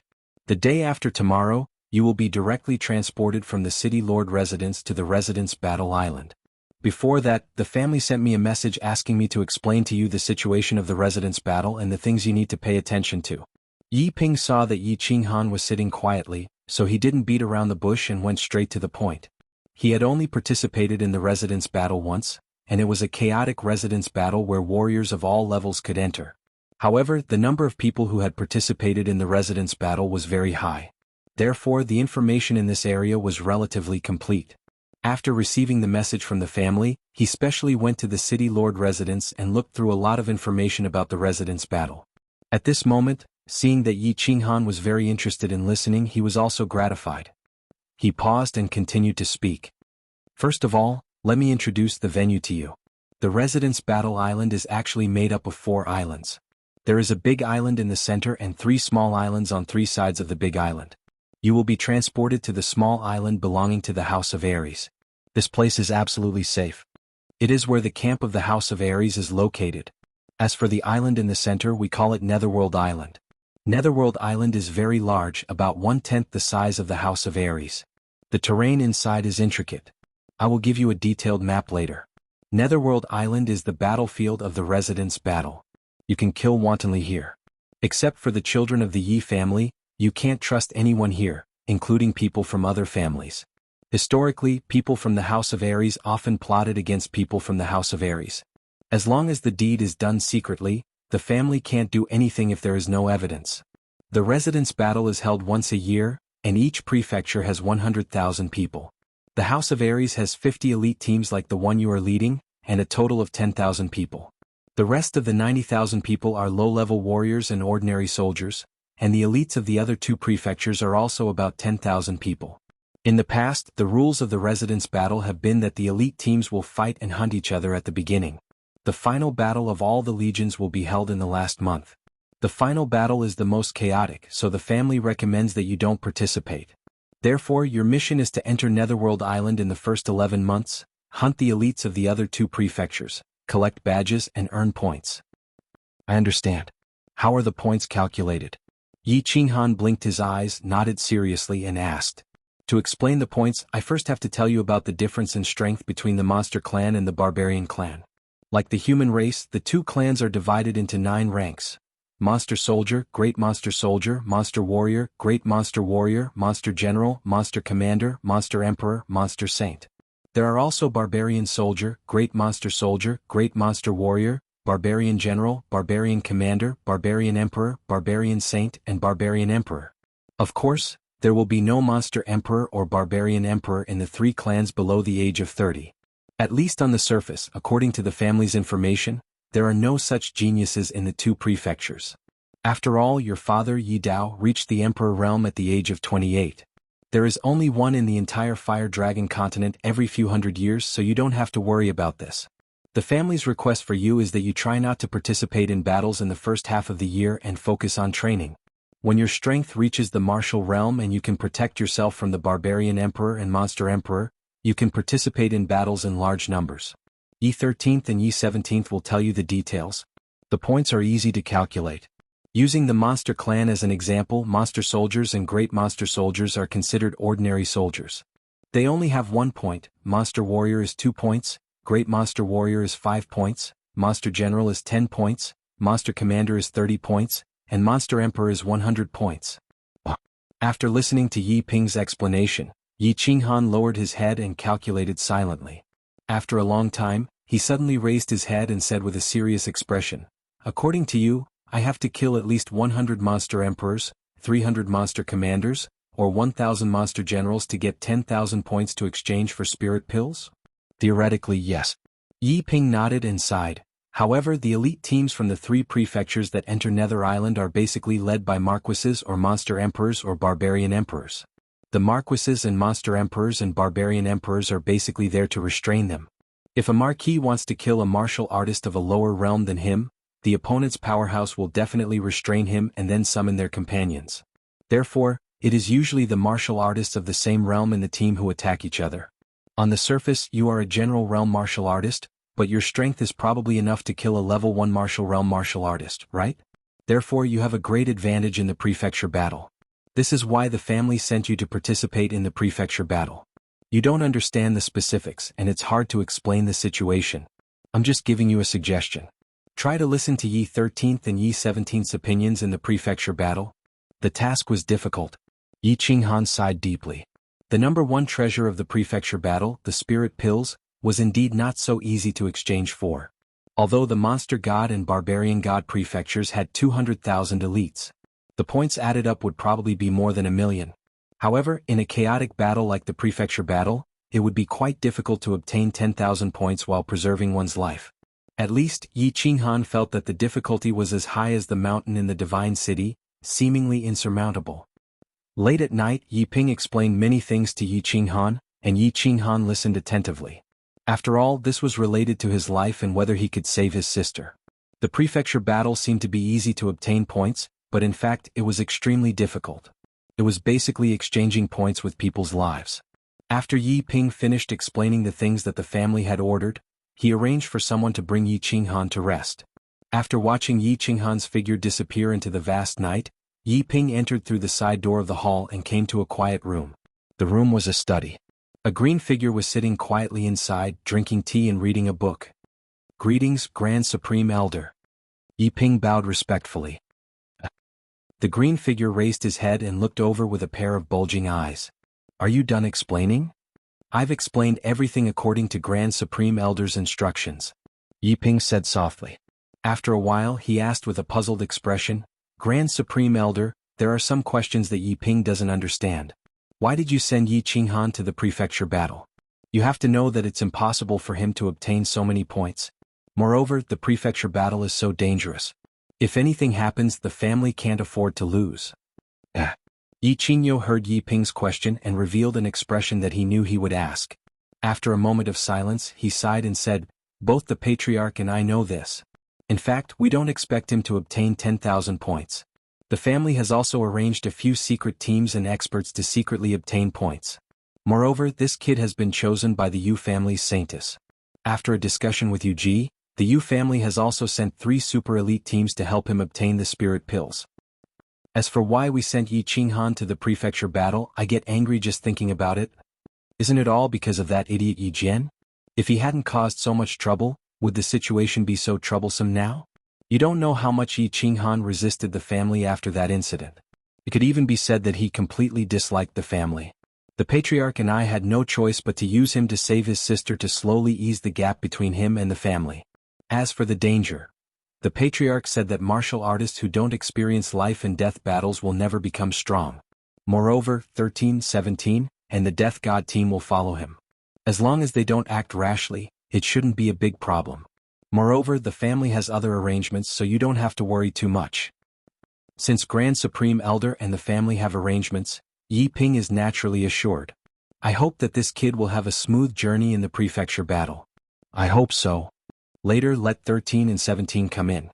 I'll explain to them. 2 deep sighs resounded in the room. It added a bit of melancholy to the summer night. Chapter 73. To the north of the House of Aries' floating snow city was a famous snowy mountain called Qingshan. At the foot of the mountain was a small city called Qingshan City. 50 years ago, an 18-year-old youth walked out of Green Mountain City. This youth possessed unparalleled cultivation. He walked all the way from the north and challenged the famous young experts of the 5 major clans. He won every battle and declined the recruitment offers from the 5 major clans. Finally, he fought his way into the chaotic prefecture battle 30 years ago. He fought his way through countless demon and barbarian emperors and obtained the highest number of points in the prefecture battle 30 years ago. After that, he went into seclusion for 5 years and came out again to challenge the previous generation's prefecture master of Divine Battle Prefecture. After fighting for a day and a night, he won and became the house master of the House of Aries with unquestionable strength. He was the current house master of the House of Aries and the #1 expert of the House of Aries in the continent, Long Bofu. Standing in front of the palace-like castellan's mansion, Yi Qinghan listened to Yi Shirsan's brief introduction of House Master Long. He couldn't help but feel excited. He couldn't help but look forward to meeting the legendary #1 expert of the House of Aries. Today he got up early in the morning. According to the rules of each mansion battle, the elite squads of the major families would come to Dragon City before the battle. They would stand in the square in front of the castellan's mansion to be received by the mansion master and listen to the motivational speech before the battle. Then they would receive their tokens after being tested by the staff of the Divine City. Rows of elite squads were already lined up neatly on the square, and there were people everywhere. As time passed, more and more squads were pouring in from all directions, and there were also countless spectators nearby. The entire front gate of the city lord's mansion had become a scene of tens of thousands of soldiers parading. "Brother Qinghan, you came so early. We went to the Yi family's mansion early in the morning but found nothing." At this moment, a group of people walked over from the left. The 2 people in front were Feng Zi and Hua Hua. Behind them were 2 neat teams. They were the elite teams of their clans. "Well, I woke up a little earlier today. Since I have nothing to do, I came over to take a look." Yi Qinghan was not surprised by the arrival of Feng Zi and the flowers. Although both of them were likely to be the successors of their clan's patriarchs, Yi Ping's introduction of the mansion battle yesterday was enough to prove that Yi Ping was right.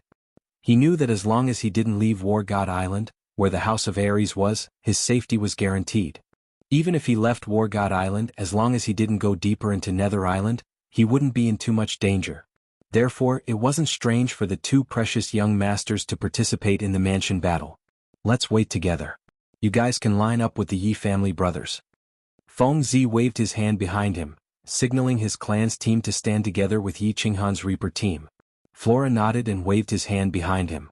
The two squads at the back stood side by side with the Reaper squad in silence. Hua!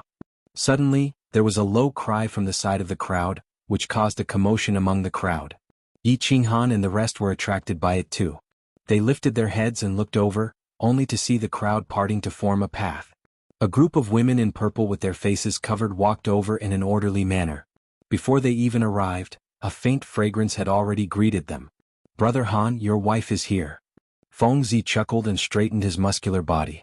He blinked and said to Yi Qinghan. Looking at the woman in the middle of the group, a hint of disappointment flashed across Flora's beautiful phoenix eyes, but he recovered in an instant and teased her. We're brothers, don't tease me like this in the future.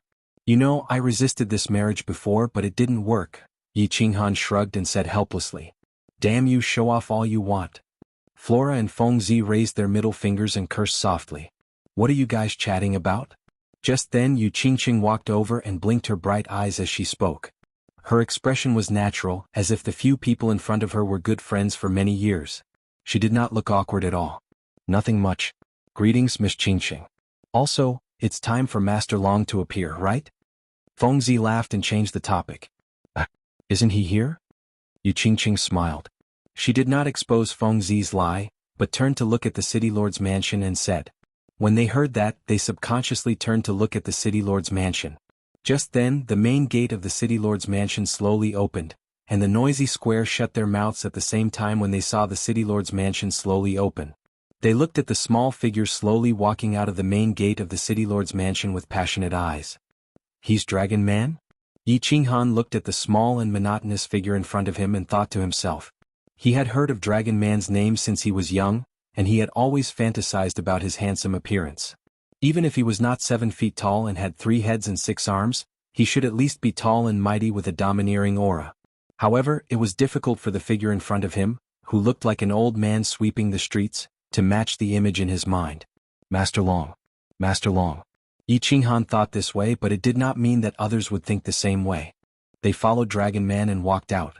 Suddenly, there was an earth-shattering roar from the crowd, and people kept joining in the roar. In an instant, the roar in the square shook the heavens. Countless martial artists who had never seen him before, roared with their heartfelt respect for the strong, waving their arms to welcome the #1 expert of the House of Aries. Master Long kept a smile on his face, like an amiable old man sweeping the streets. He just stood quietly in front of the city lord's mansion. There were no guards or followers behind him. He stood there alone. The crowd slowly felt that his figure was becoming taller and taller, like a tall mountain that they could not look up to. After the crowd roared a few times, he gently raised his hand, and his body slowly rose into the air. It was as if there was a mysterious force under his feet that was constantly lifting him up. The scene was strange and silent for a moment. Emperors and sages could fly in the air. This was something everyone knew. However, the short and skinny Master Long in front of them did not seem to be using any strength in his body. He could actually fly slowly. It should be known that there were countless Duke Realm experts in the training field. They did not feel the slightest aura of battle aura being released, but Dragon Man just rose into the air. Master Long. Master Long. The square became noisy again. Countless people looked up at the high and mighty Dragon Man, who was as gentle as the old man next door. He roared once more. Palace Master Long nodded, raised his hand again and then pressed it down. Only when the entire area had returned to silence did he speak again. His voice wasn't loud, but his steady and slightly magnetic voice rang clearly in everyone's ears. Hello everyone, I am Dragon Man. Tomorrow is the Elite Mansion Battle, which is held once every 60 years. I have nothing to say, I just want to ask you one thing. Are you all ready? We are ready. The sound was like a tidal wave, instantly drowning the entire square. Yi Qinghan secretly clicked his tongue. It seemed that Master Long's prestige and popularity in the House of Aries were extremely high. Very good. The demons in the west and the barbarians in the south have also said that they are ready. Then young lads, polish the weapons in your hands and fight. 30 years ago, I and countless warriors used the weapons in our hands to completely beat the demons and barbarians to the ground. Now it is your turn. The glory and dignity of the House of Aries will be in your hands. In 3 years I will be waiting for your return here. Master Long's voice continued to be calm and friendly, but the domineering and confidence in his tone was exceptionally clear. Fight, fight, fight. Following Dragon Man's words, the emotions in the square were completely ignited. Countless people waved the weapons in their hands and roared. After Dragon Man finished speaking, he once again smiled warmly, waved his hand, turned around, and then turned into a shadow, disappearing from the Castellan's mansion. Then rows of warriors in white robes walked out of the Castellan's mansion. Each of them held a white crystal pillar in their hands and lined up in front of the square. At this time, 3 white-robed warriors appeared out of thin air above the Castellan's mansion. One of the white-robed warriors flew to the front alone and shouted in a deep voice, "Now you will receive badges according to your individual strength. There are 100 crystal pillars in front of you to test your strength. As long as you activate the battle chi in your body and attach it to the crystal pillar, you will be able to test your strength. Then you will receive the badge and activate it with a drop of blood. Now warriors who want to enter the mansion battle line up to receive it." Feng Zi nodded and took the lead to walk towards the white crystal pillar. He stretched out his left hand, and battle chi slowly appeared in his palm. Then he touched the white crystal pillar, and the white crystal pillar suddenly changed color, turning a deep yellow. Third layer General Realm, dark yellow badge, activated with a drop of blood. The white-robed man next to the white crystal pillar said coldly. He took out a dark yellow ring and handed it over. Feng Zi took the ring and put it on. Then he squeezed a drop of blood from his other hand. The ring lit up, and a faint battle character appeared on the dark yellow ring. Chapter 74. The white-robed man nodded and looked at everyone with a puzzled expression. He said, "Depending on your strength, you will be given the color of the badge. After you wear it and activate it with your blood, you won't be able to take it off. If you want to take it off, you either have to chop off your finger or die. If there's nothing else, you can go to the Divine City to remove it or come here to remove it." Next.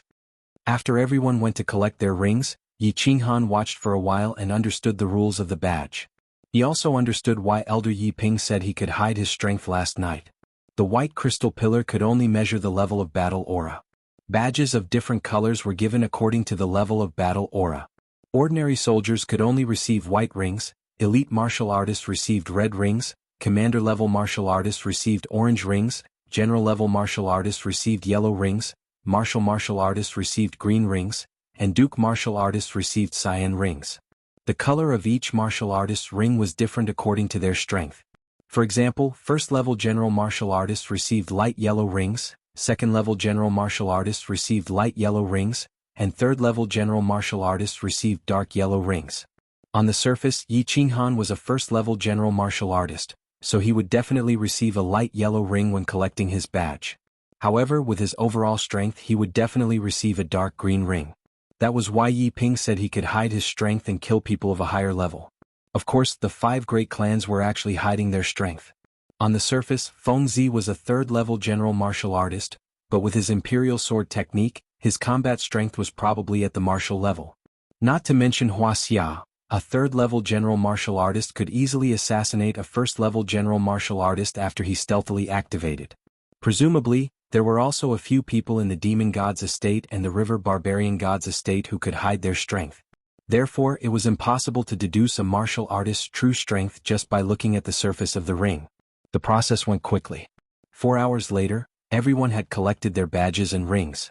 As expected, Yi Qinghan received a light yellow ring. What surprised Yi Qinghan was that Yu Qingqing, who was a third-level general martial artist, received a dark yellow ring. It was just that he did not know what level of martial artist she could kill if she coordinated with the Yu clan spirit technique. When Yi Qinghan was staring at the ring in Yu Qingqing's hand, Yu Qingqing probably sensed it. A trace of craftiness flashed across her eyes. She leaned over and said softly, "Haha, I can kill a normal second-level martial. Of course, I can't deal with someone with a strong soul. Yi Qinghan, don't underestimate women. I'm not a vase. F***ck. Yi Qinghan's heart skipped a beat as he stared at the pair of spirited eyes that were right in front of him. He thought to himself, it seems like I can't underestimate the disciples of the 5 great clans. A woman like this is actually so terrifying. At the same time, he smelled the faint fragrance coming from beside him. His mind was shaken, and an indescribable feeling surged in his heart. Yi family manor in Dragon City. Yi Qinghan gathered Dongfang Dao's group of 5 in a side hall for the first time. He wasn't disgusted by the 5 of them following him. Firstly, the 5 of them had performed well along the way. Secondly, their fathers had perished along with his father, so it was his family that owed them. Now that they were wholeheartedly following him, he couldn't bear to leave them out in the cold. Young master. Outside, the 5 of them called him young master. When there was no one around, they called him young master.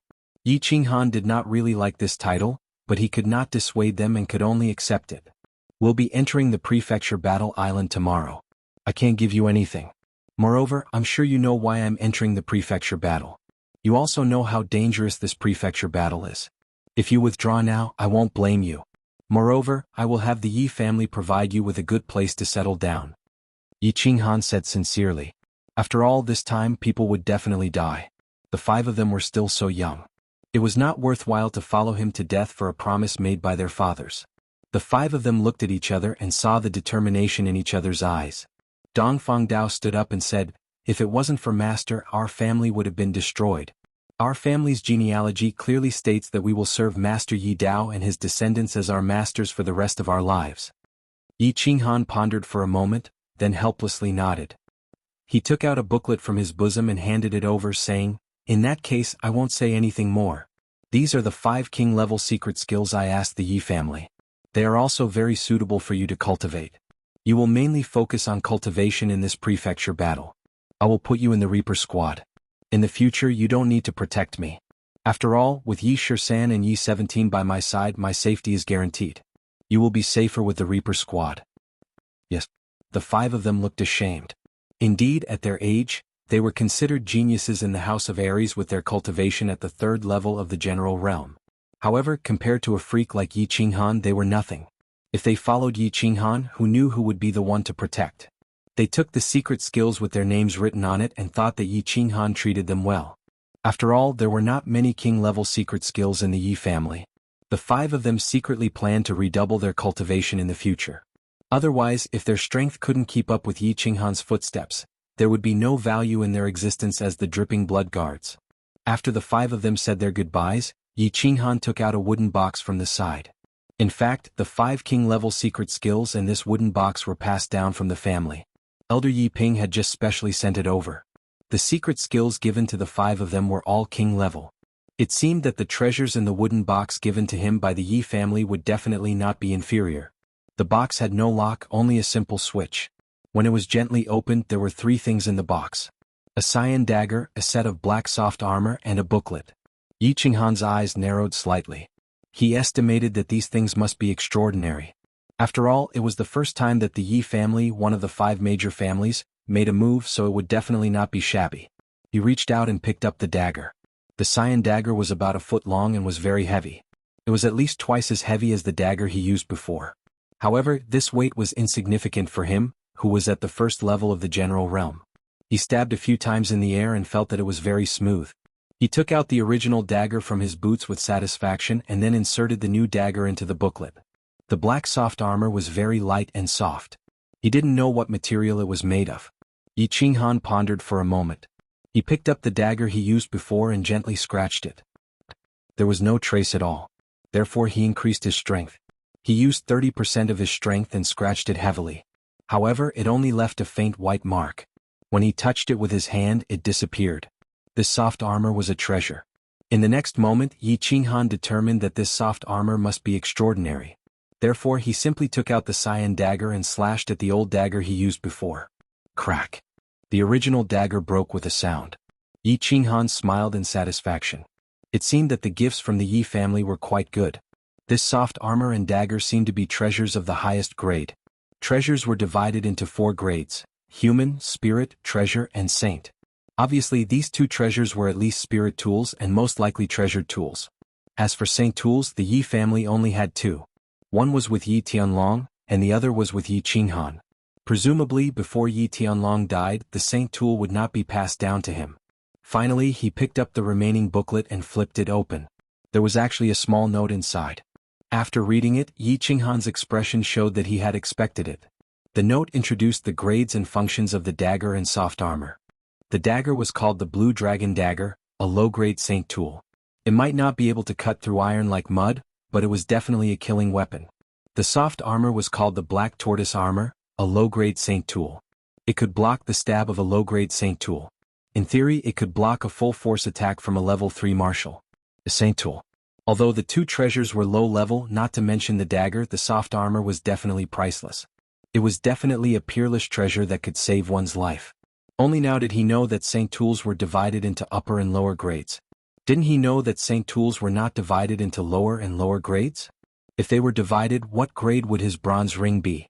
However, when he thought about the bronze ring's automatic healing function, he wouldn't trade it for a few saint tools. He laughed at himself and picked up the booklet. On the booklet there were 3 big words: Shadow Step. When Yi Qinghan saw the small words at the bottom, his expression finally changed. His lips moved and his fingers trembled. After a long time he finally said, "Saint Tier's secret technique, Yi Ruoshui's masterpiece?" After taking a few deep breaths, Yi Qinghan tried his best to calm himself down. It seemed that his grandfather was willing to go all out for him. Saint Tier's secret technique and Saint Tool were the family's treasures. Although the Yi family was wealthy, they only had one Saint Tool and a few Saint Tier's secret techniques. Moreover, this was created by Ancestor Yi Ruoshui. Ancestor Yi Ruoshui was a person who could stand shoulder to shoulder with the founding divine ancestor Knight Emperor in the Yi family's thousands of years of history. How could the secret technique he created be simple? Since the Yi family owed him, it was only natural for him to take it. Yi Qinghan told himself that there was no need to be polite. The temptation of a Saint Tier's secret technique was too great. Of course, Yi Qinghan wouldn't resist this temptation. Only a fool wouldn't want such a treasure. He couldn't wait to open the secret technique and read it. Shadow Step, as the name suggests, is a footwork technique. It's a footwork technique used to avoid the enemy's attack in a small area. There are 3 levels in total. Mastering all 3 levels allows one to go anywhere in the world. The first level requires a general realm cultivation base to master. Go anywhere in the world. Seeing these words, Yi Qinghan felt that the Saint Tier secret technique created by Ancestor Yi Ruoshui didn't let him down. A Saint Tier secret technique was indeed a Saint Tier secret technique. Although it wasn't an offensive secret technique, it was more precious than anything else to Yi Qinghan. He didn't lack attacks. Once he used the body fusion technique, a normal martial would definitely die if he got close. This Saint Tier secret technique that didn't care about defense or cultivation based directly attacked the soul gave him a perverse attack method. What he lacked the most right now was a life-saving technique. After all, the mansion battle wasn't a one-on-one battle. When hundreds of people attacked each other, you could instantly kill anyone, but when you killed your enemy, attacks from the side would land on you. In such a chaotic situation, how important was a life-saving technique? Now, it seemed that Yi Tianlong still placed his safety as the top priority. He even passed on such a precious Saint Tier secret technique to him for free. After quickly browsing through it, Yi Qinghan immediately started cultivating. This was a life-saving technique. The earlier he mastered it, the earlier he would be safe. His strength would also improve a lot sooner. The first level looked simple, but it was actually very complicated. First, he had to release his battle chi from the soles of his feet and use it to speed up his footwork. Then, he had to continuously practice 18 seemingly awkward footwork techniques. Releasing battle chi from the soles of his feet wasn't difficult because he had experience in releasing battle chi. On the other hand, he had to practice the 18 awkward footwork techniques continuously. In the end, he had to master them all and form his body's instinctive reaction. After reading through it, Yi Qinghan pondered in silence for a while. Then he started the boring cultivation of releasing battle chi. The next day, early in the morning, when the first ray of sunlight from the east shone into the room, Yi Qinghan opened his eyes. He hadn't slept the entire night, but with his general realm cultivation, he didn't feel the slightest bit tired. He just felt a little dispirited after a night of cultivation. He forced himself to stay awake, stood up, and stretched his body. Then he washed his face and rinsed his mouth. After a quick breakfast, he walked to the entrance of the manor. Outside, Yi Shisan and the others were already waiting for him. Yi Qinghan smiled and entered the carriage. With a wave of his hand, he signaled for them to set off. The group arrived at the plaza in front of the city lord's mansion. He had long noticed that there were 3 huge teleportation arrays on the right side of the plaza. However, they were guarded by soldiers, so he couldn't get close. Now, if he wanted to teleport to the prefecture's battle island, he had to use the teleportation array. The plaza was already filled with people. Everyone was lining up to enter the teleportation array. Beside the teleportation array, there were more than 10 white-robed people like yesterday. They were constantly activating the teleportation array, sending groups of people over. Young Master Feng and the others are over there. They're probably waiting for you. Yi Shisan's eyes were sharp and he immediately saw Feng Zi Hua Hua and Yu Qingqing standing near the first teleportation array on the left. They were looking left and right. It seemed like they were waiting for them. Yes, let's go. Yi Qinghan got off the carriage and ordered everyone to follow. He asked the coachman of the Yi family to send the carriage to the manor, and his group walked over to Feng Zi. Young Master Han, did you do something bad last night? Why are you so late? Feng Zi glanced at Yu Qingqing when she saw Yi Qinghan coming over and smiled. To hell with being the second master, I've been practicing for the whole night. Why is there no one at this teleportation array? Yi Qinghan scolded jokingly, looking at the teleportation array with interest. Yu Qingqing laughed and explained, this is used by the 5 great clans. After we finish teleporting, we'll naturally let them use it. Then are we leaving now? Or do we have to wait for someone? Yi Qinghan nodded at Yu Qingqing as a form of greeting and said with a smile. Let's go, we're just waiting for you. Shui Wuhan, that traitor, isn't with us now. He left a long time ago. I heard that Long Xuelu and Long Xinan left first. Long Xinan is the daughter of House Master Long, Hua Hua said disdainfully. It seemed that the more she looked at Shui Wuhan, the more she disliked him. Yes, let's go. Yi Qinghan nodded, then made a gesture of invitation to Yu Qingqing. Yu Qingqing didn't stand on ceremony. She nodded at the Pink Legion behind her and led her elite team to the teleportation array. The few white-robed people beside the teleportation formation reminded them. Then they inserted a few white crystals into a few corners of the teleportation formation. The teleportation formation suddenly erupted with a dazzling white light. Then with a flash, Yu Qingqing's group disappeared. This teleportation array is very simple. I wonder what the white crystals in their hands are? And what's the principle behind this teleportation array? Yi Qinghan looked at the teleportation array with interest. He felt that this thing was too magical. Such a simple thing could teleport so many people 1,000 miles away in an instant. This was no different from a godly skill. I'll leave first. See you later. Feng Zi saw that Yi Qinghan had no intention of leaving, so she laughed and teleported with her people. Flowers and grass followed behind and brought people to teleport over. Finally, it was Yi Qinghan's turn. The group walked into the teleportation array. The people in white robes reminded them coldly, don't be nervous, don't panic, and don't resist. Then they activated the teleportation array. There was a flash of white light. Yi Qinghan felt that the light was very dazzling, so he closed his eyes. Then he suddenly felt a huge suction force sucking his body into the air. He also felt that his brain was slightly congested and he was a little dizzy. Moreover, his ears were ringing. It might have been a while or it might have been a long time. The terrifying suction force finally stopped, and his head slowly stopped feeling dizzy. Yi Qinghan opened his eyes slightly. After getting used to the light, he opened his eyes curiously to observe the surrounding scenery. At this moment, an old voice suddenly resounded in his ears, "Welcome to the official battle island. Here you will experience the massacre of blood and fire, and enjoy a year of hot-blooded passion."